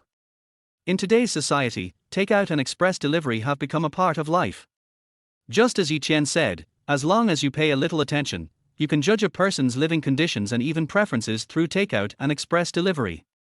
Clever. Yi Chen praised again, then took out his mobile phone and dialed a number. While waiting for the call to be connected, he smiled and said, I'll ask my friends who deliver food nearby to see if they have ever delivered food there. Qin Weiner's breathing suddenly became rapid and she stared at Yi Chen. The phone rang twice and was quickly connected. Brother Yi, I'm really sorry about what happened today. You know, I'm waiting at home. As soon as the phone was connected, a guilty voice came from the other end. Why are you saying this? It's not your fault. If you can't keep me here, I'll find another place that will keep me. It's over, don't dwell on it. Yi Chen interrupted the other party with a smile, and then said, Wang Gang, I called you to ask you for a favor. Have you ever delivered food to room 603, building 12, Galaxy Plaza? Or, have other brothers ever delivered food there? Room 603, building 12, Galaxy Plaza? I just went there at noon. Wang Gang thought for a moment and said immediately. Just sent it. Yi Chen was pleasantly surprised. Then who took the takeaway when you delivered it? A woman. What did she look like? Qin Weiner also happily came close to Yi Chen, pressed her soft body against him, and pricked up her ears. Smelling the faint fragrance on her body, Yi Chen couldn't help but feel a little distracted. Wang Gang said, a woman. No, it was a man, fat and chubby, wearing a pair of black framed glasses, with a big black mole next to his nose, very ugly. It's him. Qin Weiner grabbed Yi Chen's wrist and said with excitement that could not be concealed, it's him. Chapter 38, Must I Surrender Obediently? Found it. Yi Chen looked at Qin Weiner's excitement, clenched his 5 fingers, and a smile appeared on the corners of his mouth. Then he confirmed with Wang Gang, are you sure? Sure. I was waiting for the elevator and was a few minutes late. That bastard pointed at my nose and cursed me. I remember it very clearly. Wang Gang said firmly. Okay. Yi Chen nodded, and then said, I'll treat you to dinner in 2 days. No need, as long as I can help Brother Yi. Wang Gang said quickly. Yi Chen hung up the phone, then looked at Qin Wanner and saw that she was clenching her fingers, gritting her teeth, her face was covered with frost, and she looked like she was going to kill someone. It's no wonder. It was this liar who cheated Li Jianguo and caused such a big change in Qin Wanner's fate. If Qin Wanner didn't hate him to the core, then she would be evil. Yi Chen, can you trust his words? The next moment, Qin Wanner looked at Yi Chen nervously and asked. It's believable. Yi Chen nodded and said, he owes me a favor. One time when he was delivering food, his car accidentally flipped over and injured his foot. I took him to the hospital and then helped him deliver other orders. Great, I'll call the police right away and have that bastard arrested. Qin Wanner took out her cell phone immediately after hearing this and was about to call the police to catch the scammer. Don't be in a hurry. Yi Chen shook his head, grabbed Qin Wanner's hand, and said, Wang Gang went there at noon. It's dark now, and the guy may not be there yet. Let's make sure first, and then go over, so as not to alert the enemy. As the saying goes, catch the thief and seize the stolen goods. When the time comes, catch him in the act, and then strike him where he is weakest, and kill him with one blow. Qin Wanner nodded when she heard this and put down her phone. Just as Yi Chen said, that damn liar had swindled such a large sum of money, he must be very cautious. It is inevitable that a cunning rabbit has 3 burrows. It would be troublesome if the liar was alerted and scared away. What's more, all they have now is Wang Gang's one-sided statement. There is no solid evidence. Even if they call the police to arrest him, it will be difficult to explain clearly, and it might even cause trouble for Wang Gang. Just as Yi Chen said, wait and see the situation first, hit the snake at its most vulnerable part and make a fatal blow. Number 36 Spicy Hot Pot. At this time, the owner of the Malatang restaurant had already started calling customers to pick up their meals. Hearing their voice, Yi Chen stood up, brought a large bowl of spicy hot pot and placed it in front of Qin Wanner, then added some condiments, being careful and thoughtful. Although they were all small actions, Qin Wanner could clearly feel the feeling of being cared for. At this moment, she suddenly felt very warm and safe. In fact, what she has always wanted to find is a man who can bring her warmth and make her feel safe.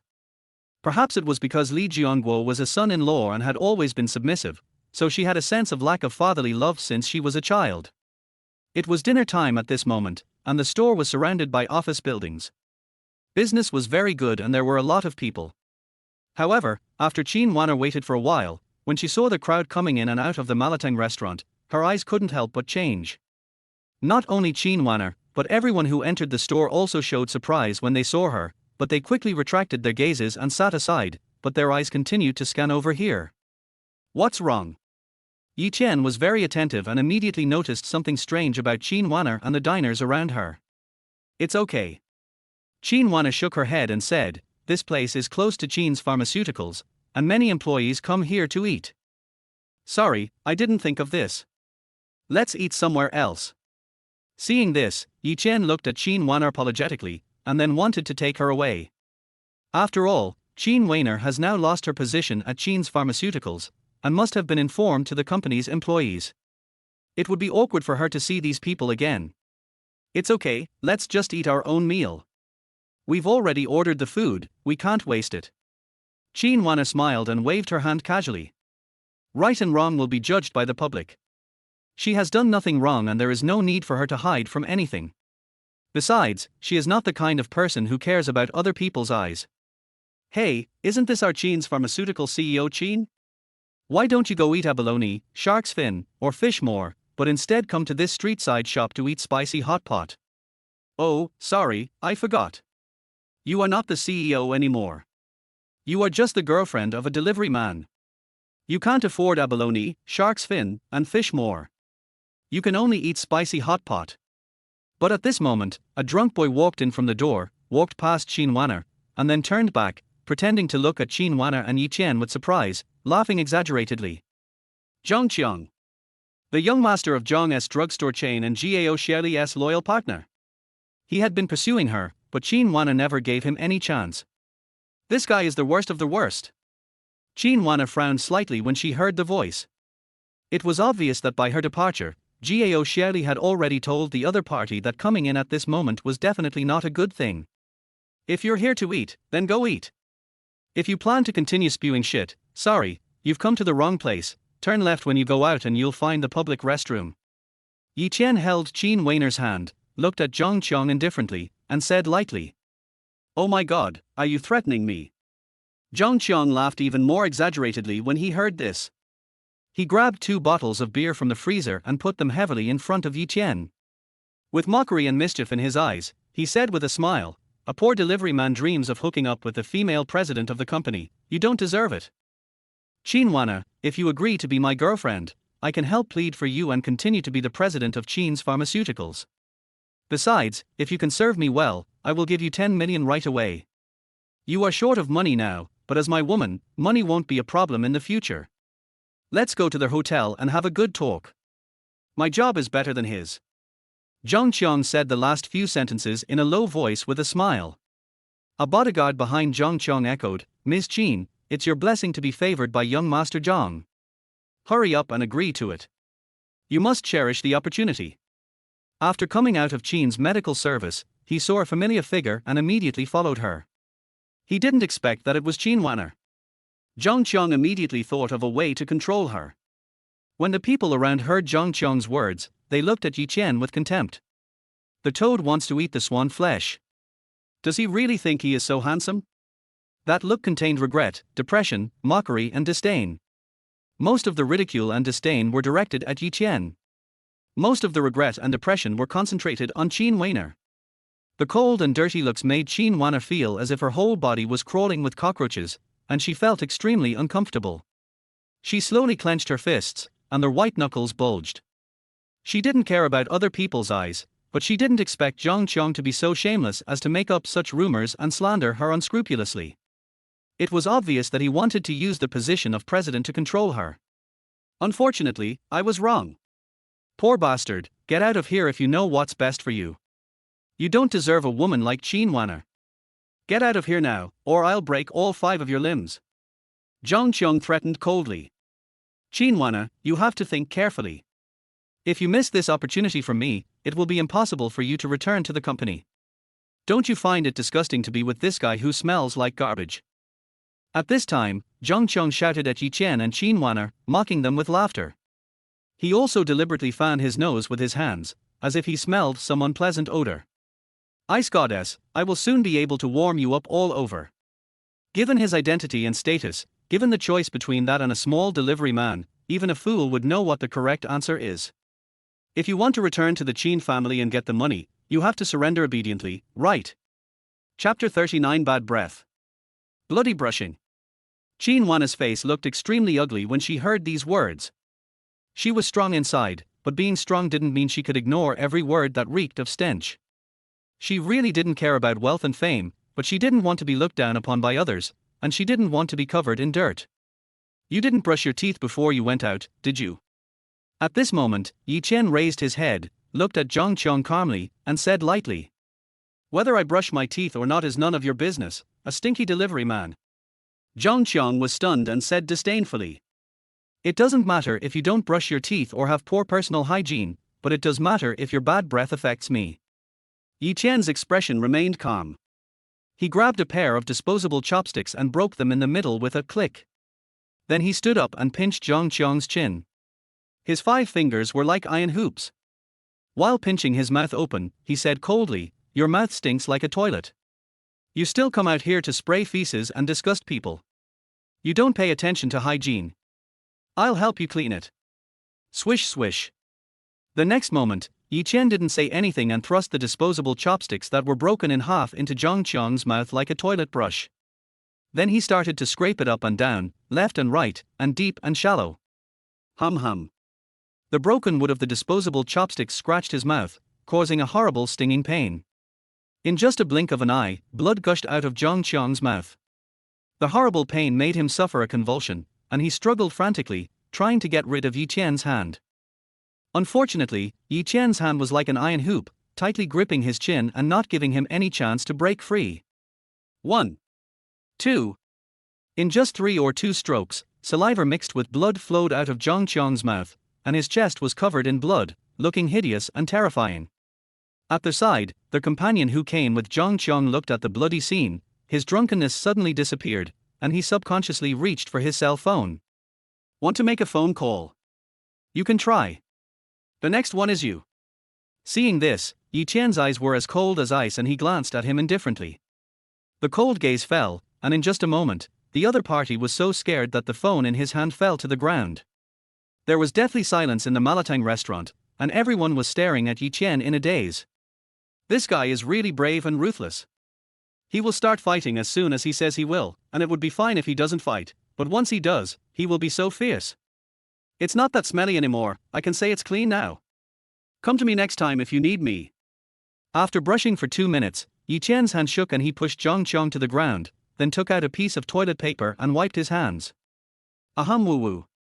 Zhang Qiang covered his neck with his hands and coughed violently. There was no trace of the previous pride and arrogance in his eyes. Instead, he was filled with fear.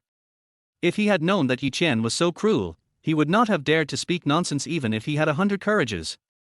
Seeing this, his companions hurried forward, helped Zhang Qiang up, and were about to leave. As long as I'm here, I won't let you suffer even a little bit of injustice. The next moment, Yi Qian sat down, looked into Qin Weiner's eyes, and said gently. When he heard Qin Wan's words in the hospital, he had already made up his mind. Since he is not adapted to the rules of this forest of steel and concrete, then let this forest of steel and concrete adapt to his rules. He had also made up his mind that no matter who it was, including himself, Qin Wan must not be wronged in the slightest. Qin Wan felt warm at heart when she heard this, then she turned to look at Zhang Qiang and the other man and said coldly, You too, pack your things early when you go back and be prepared for the handover. In a few days, you will receive a letter of resignation. Although Zhang Qiang and his companions did not take these words seriously, the taste of blood and the horrific pain in their mouths made them dare not say a word. They were silent as cicadas, supporting each other, and stumbled out of the spicy hot pot restaurant. Let's go. Qin Wana looked at the eyes of the people around her and felt a little uncomfortable, so she said to Yi Qian. You're not going to eat anymore. Yi Qian scratched his head, feeling somewhat embarrassed.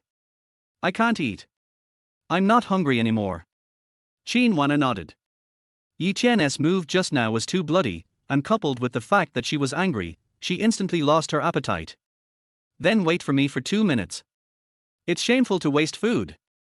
Upon hearing the voice, Yi Qian hurriedly said something, then picked up a pair of disposable chopsticks and put the food in the bowl into his mouth. The way he ate with relish made people feel that he had not just stabbed someone so hard that his mouth was full of blood. In other words, the bloody scene was just an appetizer for him. The crowd in the Malatang restaurant was also stunned. No one expected that Yi Qian could still eat after he had just made someone like that. But they didn't know that these things were just trivial to Yi Qian.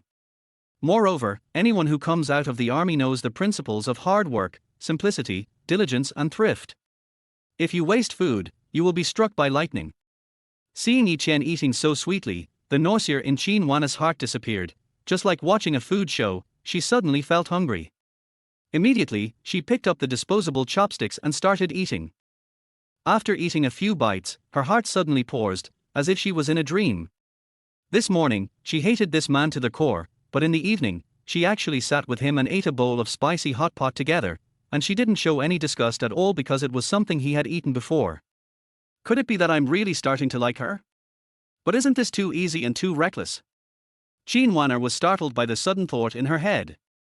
She suppressed the panic and throbbing in her heart, but she was worried that if she suddenly stopped eating, Yi Qian would notice something, so she started eating again without making a sound. A big bowl of spicy hot pot was quickly finished, and Qin Weiner contributed a small part of it. After leaving the spicy hot pot restaurant and getting in the car, Qin Weiner subconsciously asked, Where are we going? Find a mobile phone accessories store. Yi Qian said after thinking for a while. Qin Wana nodded and drove to the largest mobile phone accessories store in Jiangcheng. After entering the accessories city, Yi Qian picked and chose in various shops. In a short while, he bought several circuit boards, batteries, tapes, a simple soldering iron, mobile phone cards and several cameras. After walking out of the spare parts city, Yi Qian sat in the car, took a simple soldering iron, and started tinkering with it. After a while, several flat-shaped hidden cameras were successfully produced, and Yi Qian camouflaged them with tape. If they were stuck anywhere, even if you look carefully, you probably wouldn't be able to find them. Not only that, when Yi Qian connected his mobile phone to the camera, fiddled with the phone for a while, and opened a software. The picture taken by the camera actually appeared on the phone screen. This scene made Xianwana dumbfounded, and she looked at Yi Chen in disbelief. She knew that this kind of thing was available on the market. But unexpectedly, it was so easy for Yi Chen to make these things. With such ability, if Yi Chen wanted to make money through unconventional means, it would definitely be 100 times easier, but he still chose to be a delivery man and make money through legitimate means through his physical strength. This scene also made her feel that the fog surrounding Yi Chen had become even thicker at this moment, making her full of curiosity about Yi Chen's past. I really want to know what he has experienced to make this man so versatile and multifaceted. If delivermen also have levels, there is no doubt that Yi Chen is definitely the best delivery man.